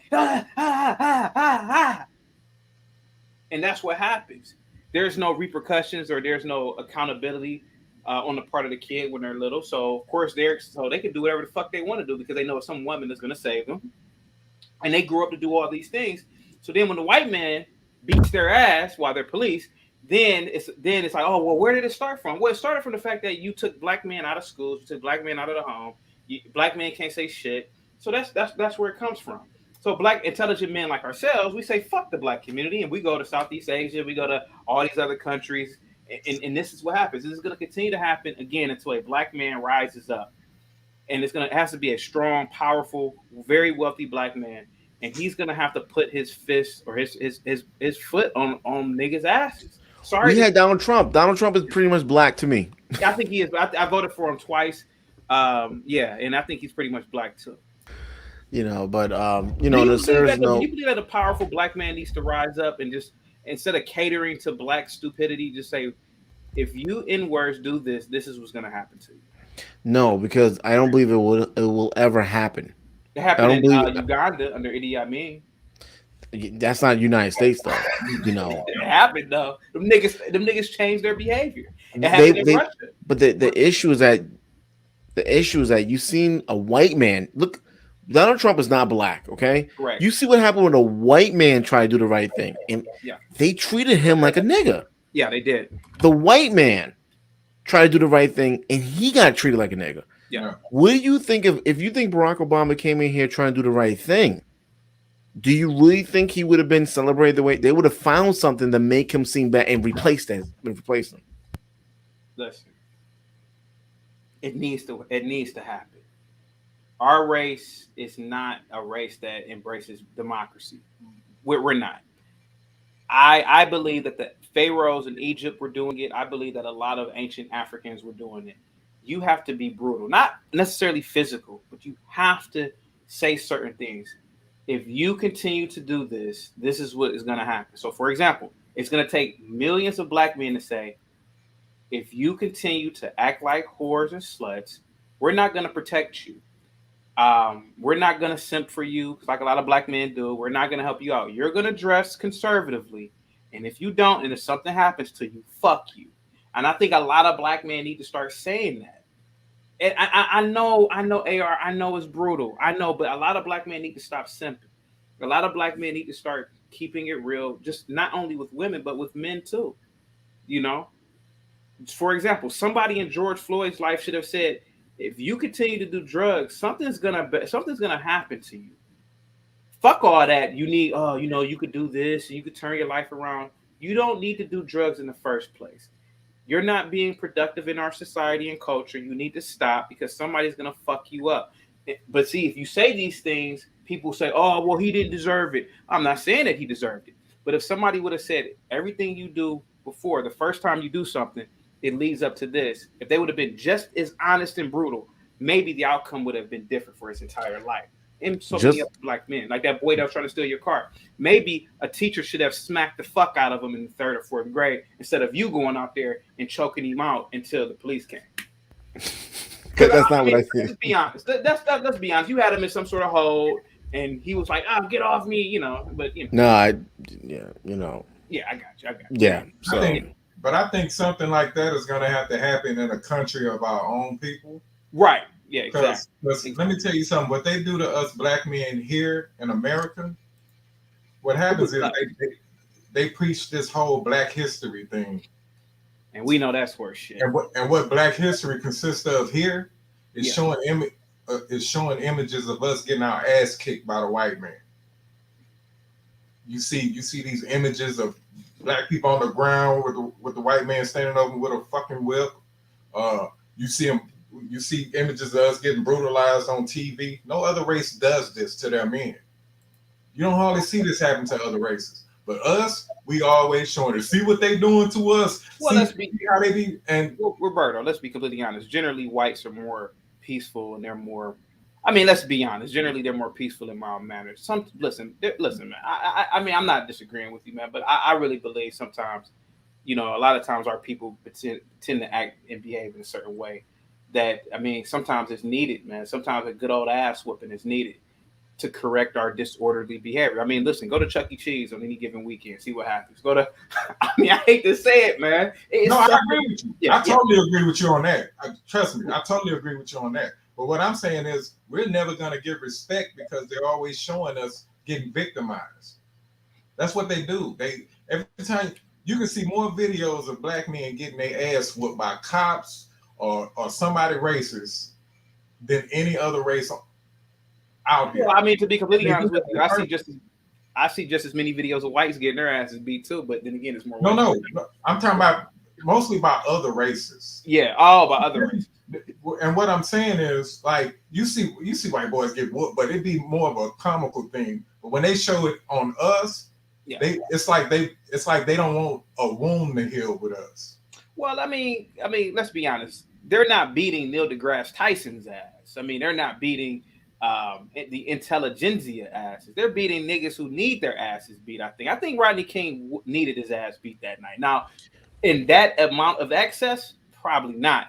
But let's be honest, the nigga was driving down a fucking highway at 100 and something miles an hour high for PCP. Maybe he just needed his ass whooped that night. But hear me out for a minute. I get what you're saying. Mm-hmm. But again, it's our own behavior that causes that. Because again, AR. But I think what Roberto's really saying is that, when you look at the media, right, they're always picturing us we're gay, right? We either gay, we're doing bad, but what about the images of Why are we? It's not the white man. We're putting those images of where we were slaves. Yep. Getting whooped. That happened so long. Where's the positive images of the men on the platform? Here's the thing, AR. You've been on my platform before. You know I've done videos on that. The fact of the matter is that blacks don't embrace intellectualism. I mean, we put you are right. We put slavery at the forefront. We put all these things happen at the forefront that may not even happen at the scale in which we're taught. But we never put Neil deGrasse Tyson at the forefront as a black race. We never put S. James Gates. We never put Macy Jameson. We never put all the black intellectuals at the forefront. So it's really on us. I agree with you. Yeah. And another thing, those intellectuals you talk about, a lot of times they get vilified. Talking about, they talk white and this and that. That's what we do to ourselves, and that's like the dumbest stuff. Yeah. The people you hear them calling COONSs, if you notice, you never see an unsuccessful version of that. Most of the people they call that word are usually successful people that's telling black people to get their shit together. Yeah, because the black race doesn't want to acquiesce to the intellectual class. That's what it is. Like other races do. Yeah. So, Roberto, let me ask you: what do you think as far as should we start uplifting? Do you think it'll make a difference if we us as men start uplifting women that are natural, their real hair, real body, whether she has a small ass, big ass, flat, I mean, should we start uplifting the positive images of women that are trying to get this shit together, childless, waiting to marry? I mean, just trying to do the right thing. Do you think it'll make a difference if we were to, us men, uplift? Because we don't look at all the fucking topics we talk about. We all talk about the negative females. We don't even get a chance to get to what are the positive things that black women are doing. Because guess what? The woman that's doing the wrong, having kids out of wedlock and shit like that, it stands out more. Do you think that's some of those conversations need to be focused on the positives of what women are doing correctly? Yeah. Man, trust me, man. I've tried to push the whole natural look, or you look better with makeup, and it's always pushback, man. It's like, I just don't get it, man. They do not want to do better. They really don't. I always go out of my way to compliment a woman with natural hair. I go out of my way to do that. But man, they do not want to give up the weave. They do not want to give up the cake makeup. They don't want to do it. It's like they don't care. They don't care how we feel. They really don't. It's sad. But I'm down for uplifting all the natural women. I'm down for that. So what do you think, Chaotic Truth? Do you think that us men like I was saying before, on these panels, whenever we talk about women, we talk about the ones that are doing wrong, right? Yeah. What about, should we uplift the women that are doing the right? They don't fit in those stereotypes that actually are doing the right thing. Any race, right? Let's say black. So when you use the word uplift, can I ask you, what do you mean by uplift? I guess it could be like speak on them, share their Instagram, try to promote free promotion and to the degree and so forth. The same way we talk about the bad woman, the woman that's not doing right and they have any fucking bastards. What about the woman that's not having the bastards? Well, here goes the thing. I don't think a woman should be promoted at all on social media at all. Women, again, and Roberto, I don't know if you don't know him, but I'm not trolling, trust me when I say these things. No, a woman's place is in the household. Cooking and cleaning, taking care of the children. She doesn't need to be on social media. She doesn't need to be. The only time a woman should have her hair shown is when she's in the house around you or her family. I think that a woman should be covered up in public. I think that women should not be uplifted, because what happens is if you uplift women, they think they're better than you as a man.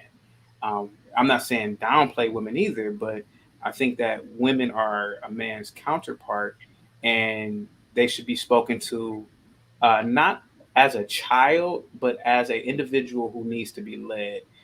Because again, what happens is that a lot of women will take that uplift and they will shove it in your face. For example, I used to be all into the natural hair thing when I was in college, beating on drums in college with the Pan-Africanists, with the professors. And a lot of these women, they did have the natural hair. They, but then they started to not bathe anymore. Then they started to have underarm hair. Then they started to talk crazy shit like, "Oh, I have a shrine to the ancestors." And what it is that you're giving them information that they take and run with it. No. A woman's place is like with the young lady that was on here, is to learn how to be a counterpart to the man. Because again, you start talking about, "Hey, girl, I like your natural hair. You look like Mama Africa. You a queen." This nut job, she'd start burning incense in the damn house and doing all types of other crazy, nonsensical things, Yeah. And then some women with natural hair do look like Kuta Kinte. So you gotta, I mean, it's the truth. It's the truth. So yeah, I get where you guys are coming from, but I'm just a little bit different. And AR, believe it or not, I used to be all into that. "Oh, your natural hair, my queen," and saying queen and shit. Queen of what? What are you the queen of? I don't do that. I don't do the queen. So let me ask you, right? Now, would y'all both agree that men don't necessarily support men, right? Because if we stay on these topics, we're not going to have no views, right? Yeah.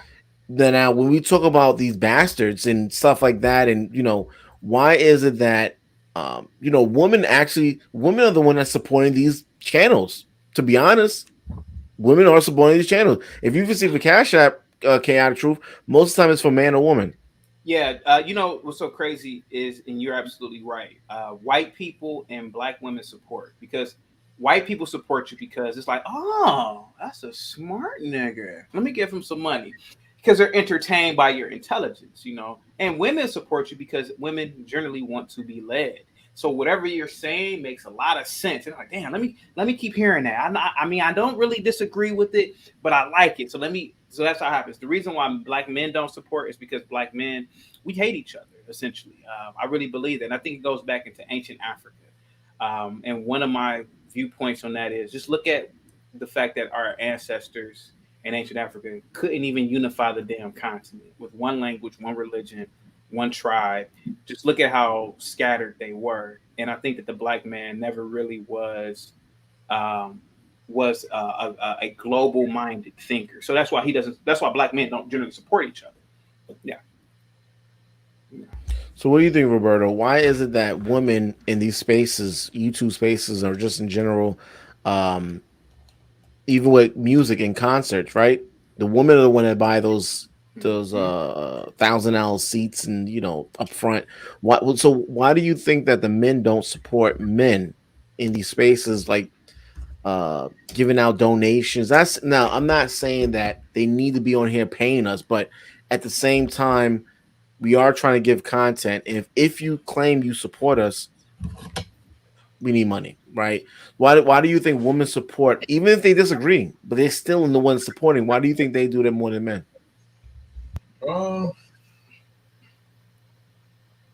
Man, that's a good question. I really don't know. Like, maybe women just know the value of things a little bit more than we do. They have no problem paying for something that stimulates them, whether it's mentally or just or something that just makes them feel good. Because I think that most of the time, women kind of know what it means to get paid for something. A lot of them get paid for their bodies, a lot of them get paid for their looks. So they understand the value of what they bring to the table. Us men, we work for stuff, and we more like save a dollar, watch how we spend our money, and so we don't really put our money into things necessary that we like. We're about working for it and not spending it. So we don't really understand being a consumer like that. Probably, I would think that would be it. So what do you think, right? We do often talk about men need to speak to men and women need to stay out of the conversation, stuff like that, which I do believe too. That's why I tried to be on Sunday, right? What is it that we can do to get men to listen? Chaotic and Roberto, at the end of the day, it comes to money, right? Nothing builds without money. We can come together every Sunday and this will seem great. Men are here together and we're having a great conversation. But if the men are not financially pitching in to build something, it ain't gonna go nowhere. It's gonna be here for 2-3 weeks, and then guess what? AR gotta get a job. Yeah. Well, So what's the solution? Do you think, Chaotic? Well, again, I already told you what the solution is. We're going to have to unify as a single unit, the black man. We're going to have to unify under one. I mean, I don't know if you guys are religious or not, but still under one religion, one nation, one language, one economy. The fact of the matter is that this isn't new. This has been going on for thousands of years. We were just never a unified ethnic group. We were never unified. So the only way it can happen is that instead of always being crabs and barrels and competing with one another, we're going to have to say, listen, the only way that we can survive is we have to start putting money into each other's pockets. You know, I have the same problem with the black dudes who come to my channel. They always want to get on the panels and cause disruption, but they never want to dish out any contributions. But some of these people will be at the damn bar buying drinks that the white man made the damn bottle, white man made the damn building for the bar, white man made the shoes for you to walk to the damn bar, drive, or the car to drive to the bar. They don't have a problem with that, but they have a problem with giving you $1 or $2. And it's not even necessarily that you need it. It's just to show that, damn, it's just some sort of appreciation, you know. But they get mad when, like, for example, even with me, people get mad that I have more whites on my panel than blacks. I'm like, well, shit, the whites, they contribute both financially and everything else to the damn town. Exactly. What's wrong with that?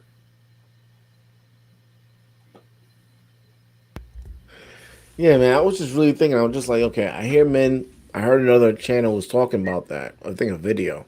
Yeah. It's like, yeah, I want to do that, but when I have these men panels, I'm like, we're not really. Yeah, I don't know, man. I try not to. Let me not even go into that, you know. But I think it's just interesting, you know.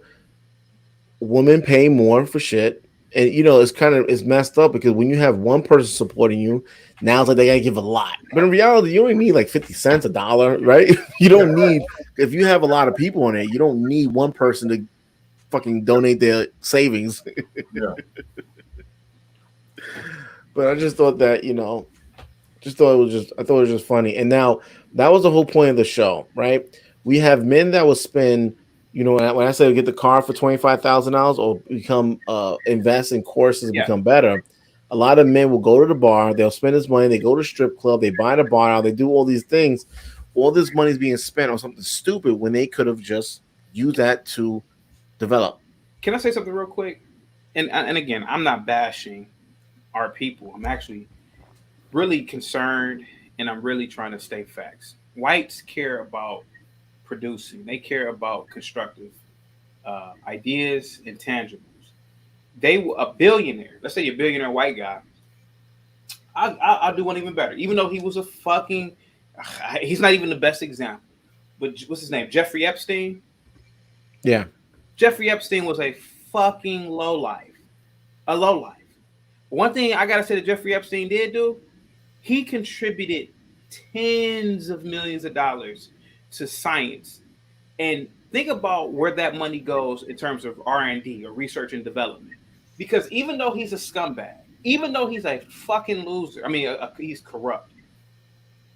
That money, even though I hate to say it, it may not be it may be from a fucked up source. That money in 20 years may be the difference between a cure for certain types of cancer or not. Blacks for some reason, we don't have that mindset.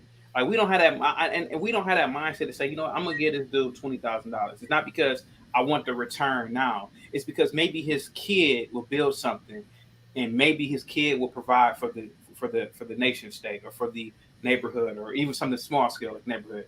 We don't think like that, man, and that's the difference between those people, the Jews, the Asians, and us.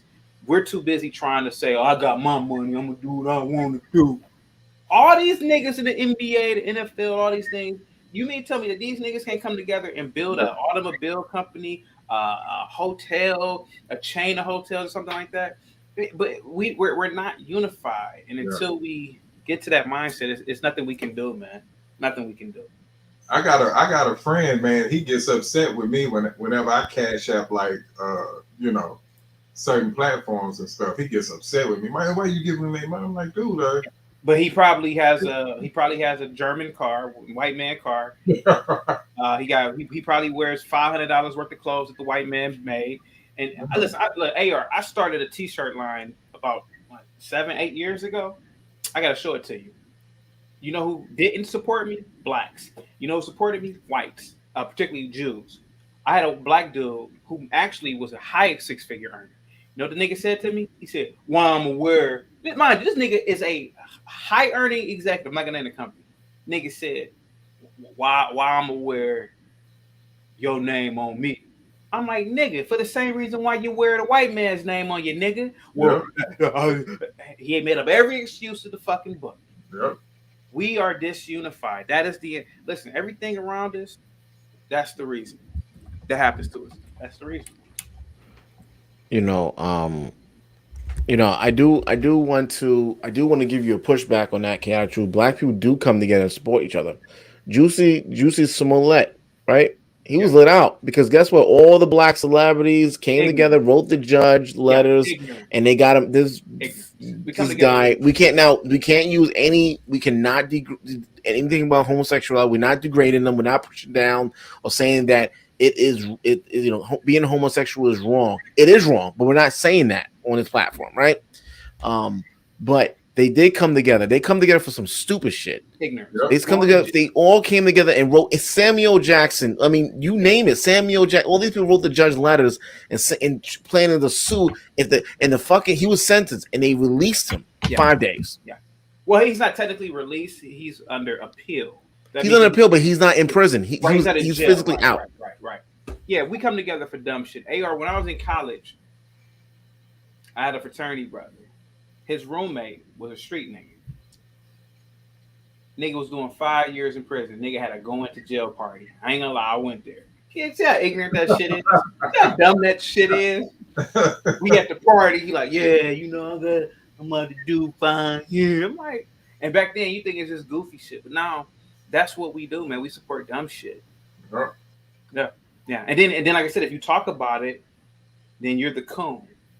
Yeah. But all I gotta say is this, man. Look at the community, right? Look at the trash and litter and the debauchery and potholes. We're too selfish as a people, unlike certain groups of people, man. And like I said, we gotta, like you said, your friend Roberto. You mean to tell me he asks you a question when you donate a few dollars? I bet you he has Jordans on. I bet you he has on Tommy Hilfiger. Yeah.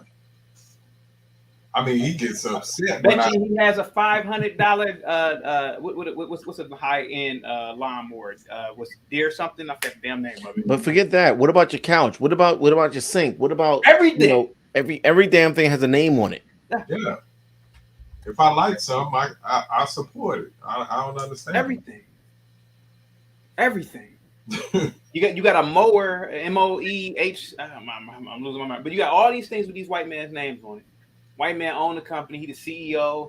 He wouldn't let you in his damn house. He wouldn't even let you talk to him. StreamYard, the camera, the desks. This is I forgot Dyson fans. Yeah. The fucking cup. Everything. I had somebody on my old channel say, "You out here begging for donations." I said, nigga, you beg the white man every time you file a job application. You beg the white man for a job, don't you? What the hell are you talking about? Exactly. You beg the white man for a job, nigga. But then if you say these things, like, man, why you say this, man? Nigga, please. And just so you know, George Floyd, he was 1 year before he passed away, he was stopped by the cops, while he was driving. And he swallowed the pill, the drugs he was selling. He swallowed them. So just so we can, Yeah. Anyway, but before we do that, right? Chaotic Truth, let me ask you, are you free tomorrow morning to do a reaction video with me, or? I think I am. I think I am. I don't think I'm doing anything tomorrow morning, but I mean, other than looking at the markets, but. Okay. Or afternoon, whenever if you're available. It's only like an hour for me to do, or it's not even that. But what's the reaction video on? Probably Kevin. Kevin Samuels. Yeah, probably. You know, Oh, okay. that's what catches attraction. There's gonna be a few. Like, give me about an hour if you Okay. could give me about an hour of your time. You know, just hit me up in the back channel. You know, my number. You got my number as well. Send me a text or Instagram. Let me know what exact time, and I can make sure I have that ready. Roberto, man, how you doing, brother? I'm great, man. We've been here for a whole work shift, man. Yeah, man. I'm about to take my daughter out in a little bit. Oh yeah, man. You know, when I have these men panels, I actually gain a lot more from the men. Well, that's how it's supposed to be, right? Because most of the panels are ladies, right? Yeah. But I gain a lot more from the men.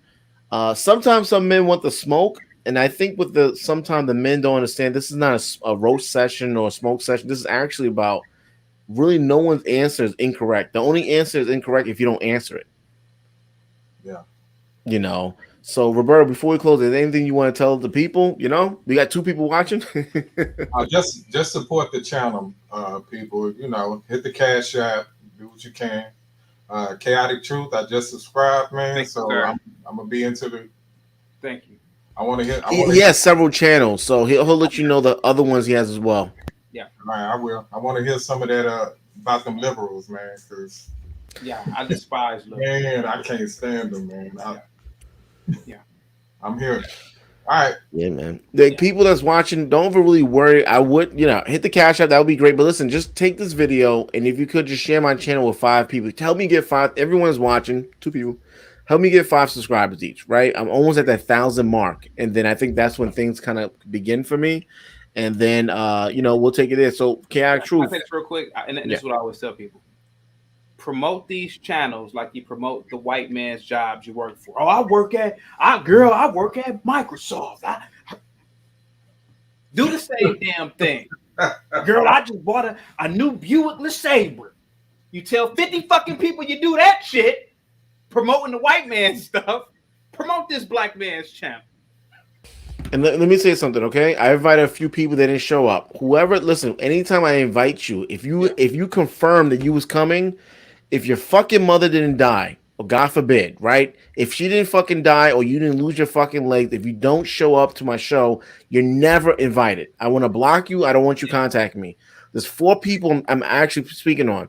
If I fucking invited you, you confirmed you was coming and you didn't come. Listen, I know this is a womanosphere versus manosphere, so sometimes you'll see me being really light and, very jolly because we have a lot of females on the panel. Yeah. But damn it, if you confirm that you was coming and nothing didn't happen to you, I'm never ever gonna. I'm finally. Don't fucking even message me. You're dead to me.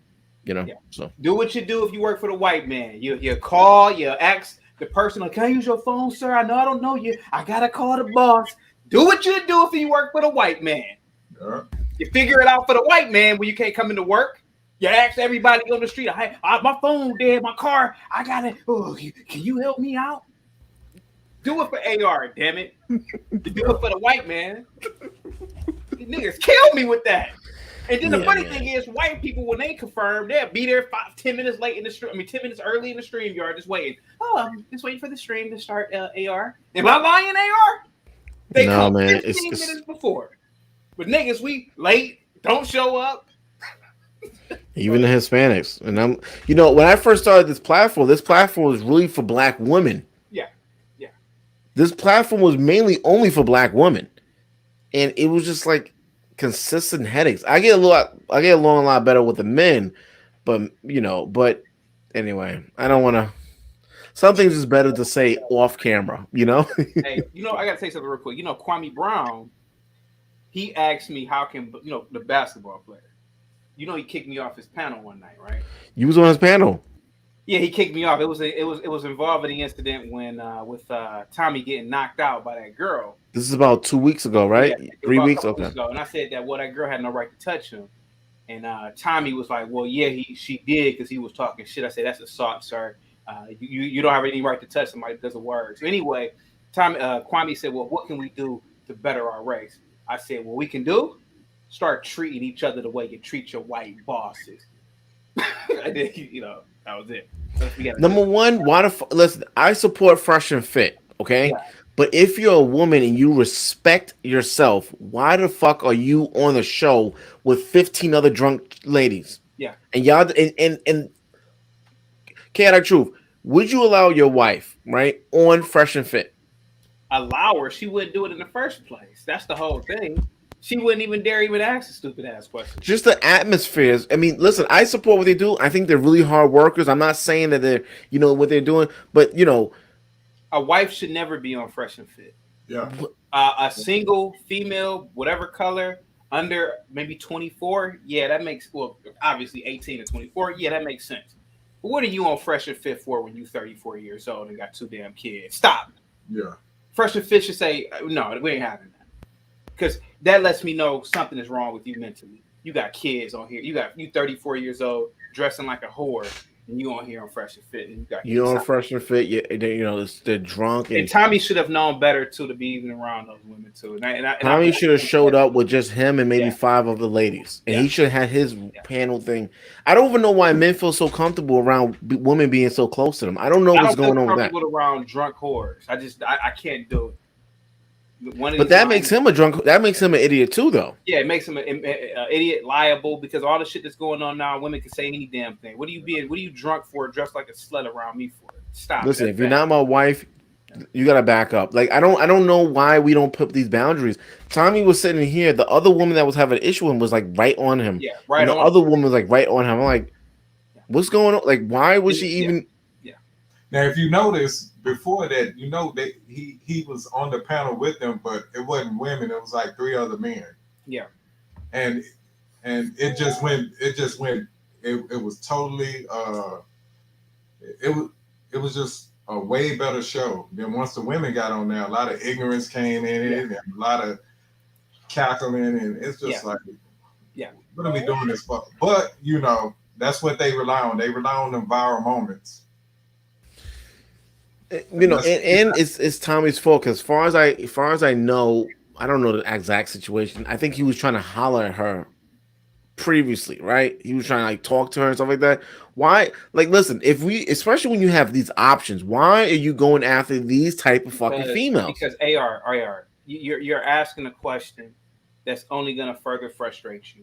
Don't you see the mindset of this nigga, Tommy? Don't you see it? Think about how crazy this is. All this money you got, all the assets you got, and this is the woman, because he's still stuck in a certain mindset. And I hate to say it, I gotta talk about white men too. Bill Clinton, back in the 90s, you the president of the United States, getting you sucked by a 19-year-old intern in the White House. Shame on you. Same damn thing. It's a mindset. At a certain age, nigga, when does it stop? Yeah. It's a mindset. So anything that comes after it, you deserve everything you get. Yeah. The president of the United States getting you a 19-year-old intern. What kind of crazy shit is that? In the White House. Top of that, in the White House, Simon, what's up, brother? Hope you're doing well. Appreciate it. Tommy Eve. I gotta talk about Whitey too. Yeah. It's a mindset. So same thing with Tommy. You gotta evolve past these types of women. Shouldn't even talk. Listen, you shouldn't even speak to a woman like that. We can't. Listen. We cannot bring. Every time there's a black person do something wrong, we can't say, "But what about the white man?" The fucking white man gets away with it. Listen. The bottom line is, in reality, okay, it's worse on the black man. We got to start holding ourselves accountable, because we're not even. Yeah. We're not even with the white man, right? Yeah. White man, white people, whatever you want to call it. We know in reality we're not even with them, but that doesn't hold us back from being successful. But at the same time, we know we're not even with them. If you're not white, or if you're not gay, and you're a man, you're a heterosexual man, and you're actually taking care of your family, but you're a loser. Yeah. These panels I'll be having is all these men, and I'm pretty sure, Chaotic, you're kind of aware that right now a lot of women are promoting black men ain't shit, basically. Yeah. Yeah. And it's being actually supported by black men. Because black men are simps, and most black men are dumb, and I'm saying that from the bottom of my heart and with all respect. They are. When the black man realizes that he is divine, he'll realize that, hey, I'm not even gonna say hi to this woman because she's not even dressed a certain way. She doesn't act a certain way, so fuck her. And that's how Tommy should have treated that chick. Why would you even speak to somebody like that? In the 90s, when I was a kid growing up, you know what we call women like that?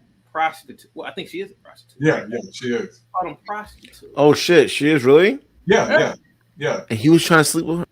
But AR, but look. Let's look at the majority of women on Instagram and shit like that, dressed the way that they do and acting the way that they do. In the 90s, we called them prostitutes and strawberries. How come we don't do that no more? She ain't no prostitute, nigga. I'm gonna beat your ass, nigga. You ain't whooping shit, nigga. Go ahead, sir. You got the floor, sir. You want to say something, Roberto? Damn, I forgot what it was. You said, "Hey, AR."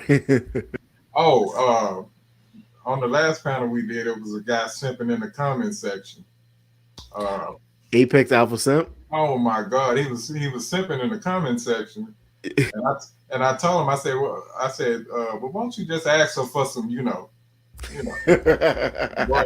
he was heated, but like a lot of these guys, man, are just trying to hook up with these women. They see these women crying out about what we do, and they want to come to the rescue. They do that a lot, man. And it's like, most of the guys that come to the rescue are single. Listen, men, find you a fucking, stop playing around, man. Find you a woman, settle down. Once you find you a woman and you settle down, you really you don't. I could come. Listen, if I was single, I would come on these platforms. I would be acting a little bit different because I'm on the market. Now that I'm off of the dating market, when I come on here, my job is to provide for my family. I don't care. I don't care what other people say. I care what my family says. What other people say, it don't matter. Black men, stop playing around. Get you a good woman, settle down with her, and go out there and conquer the world. Yeah. Chaotic, am I wrong? Are you wrong? No, you're absolutely right, sir. Absolutely right. And you have a divine word. Damn divine. Go ahead. But listen, we gotta end it right here. Gotta get going, do some other things. Chaotic, please let me. I know you're a busy guy. Let me know. Give me about an hour of your time. Let's get a reaction video done. Or it could be like 5-minute video, but we're gonna go based off of that. I'm pretty sure we can spiral a little out of control. Sure. Let me know with that, Roberto.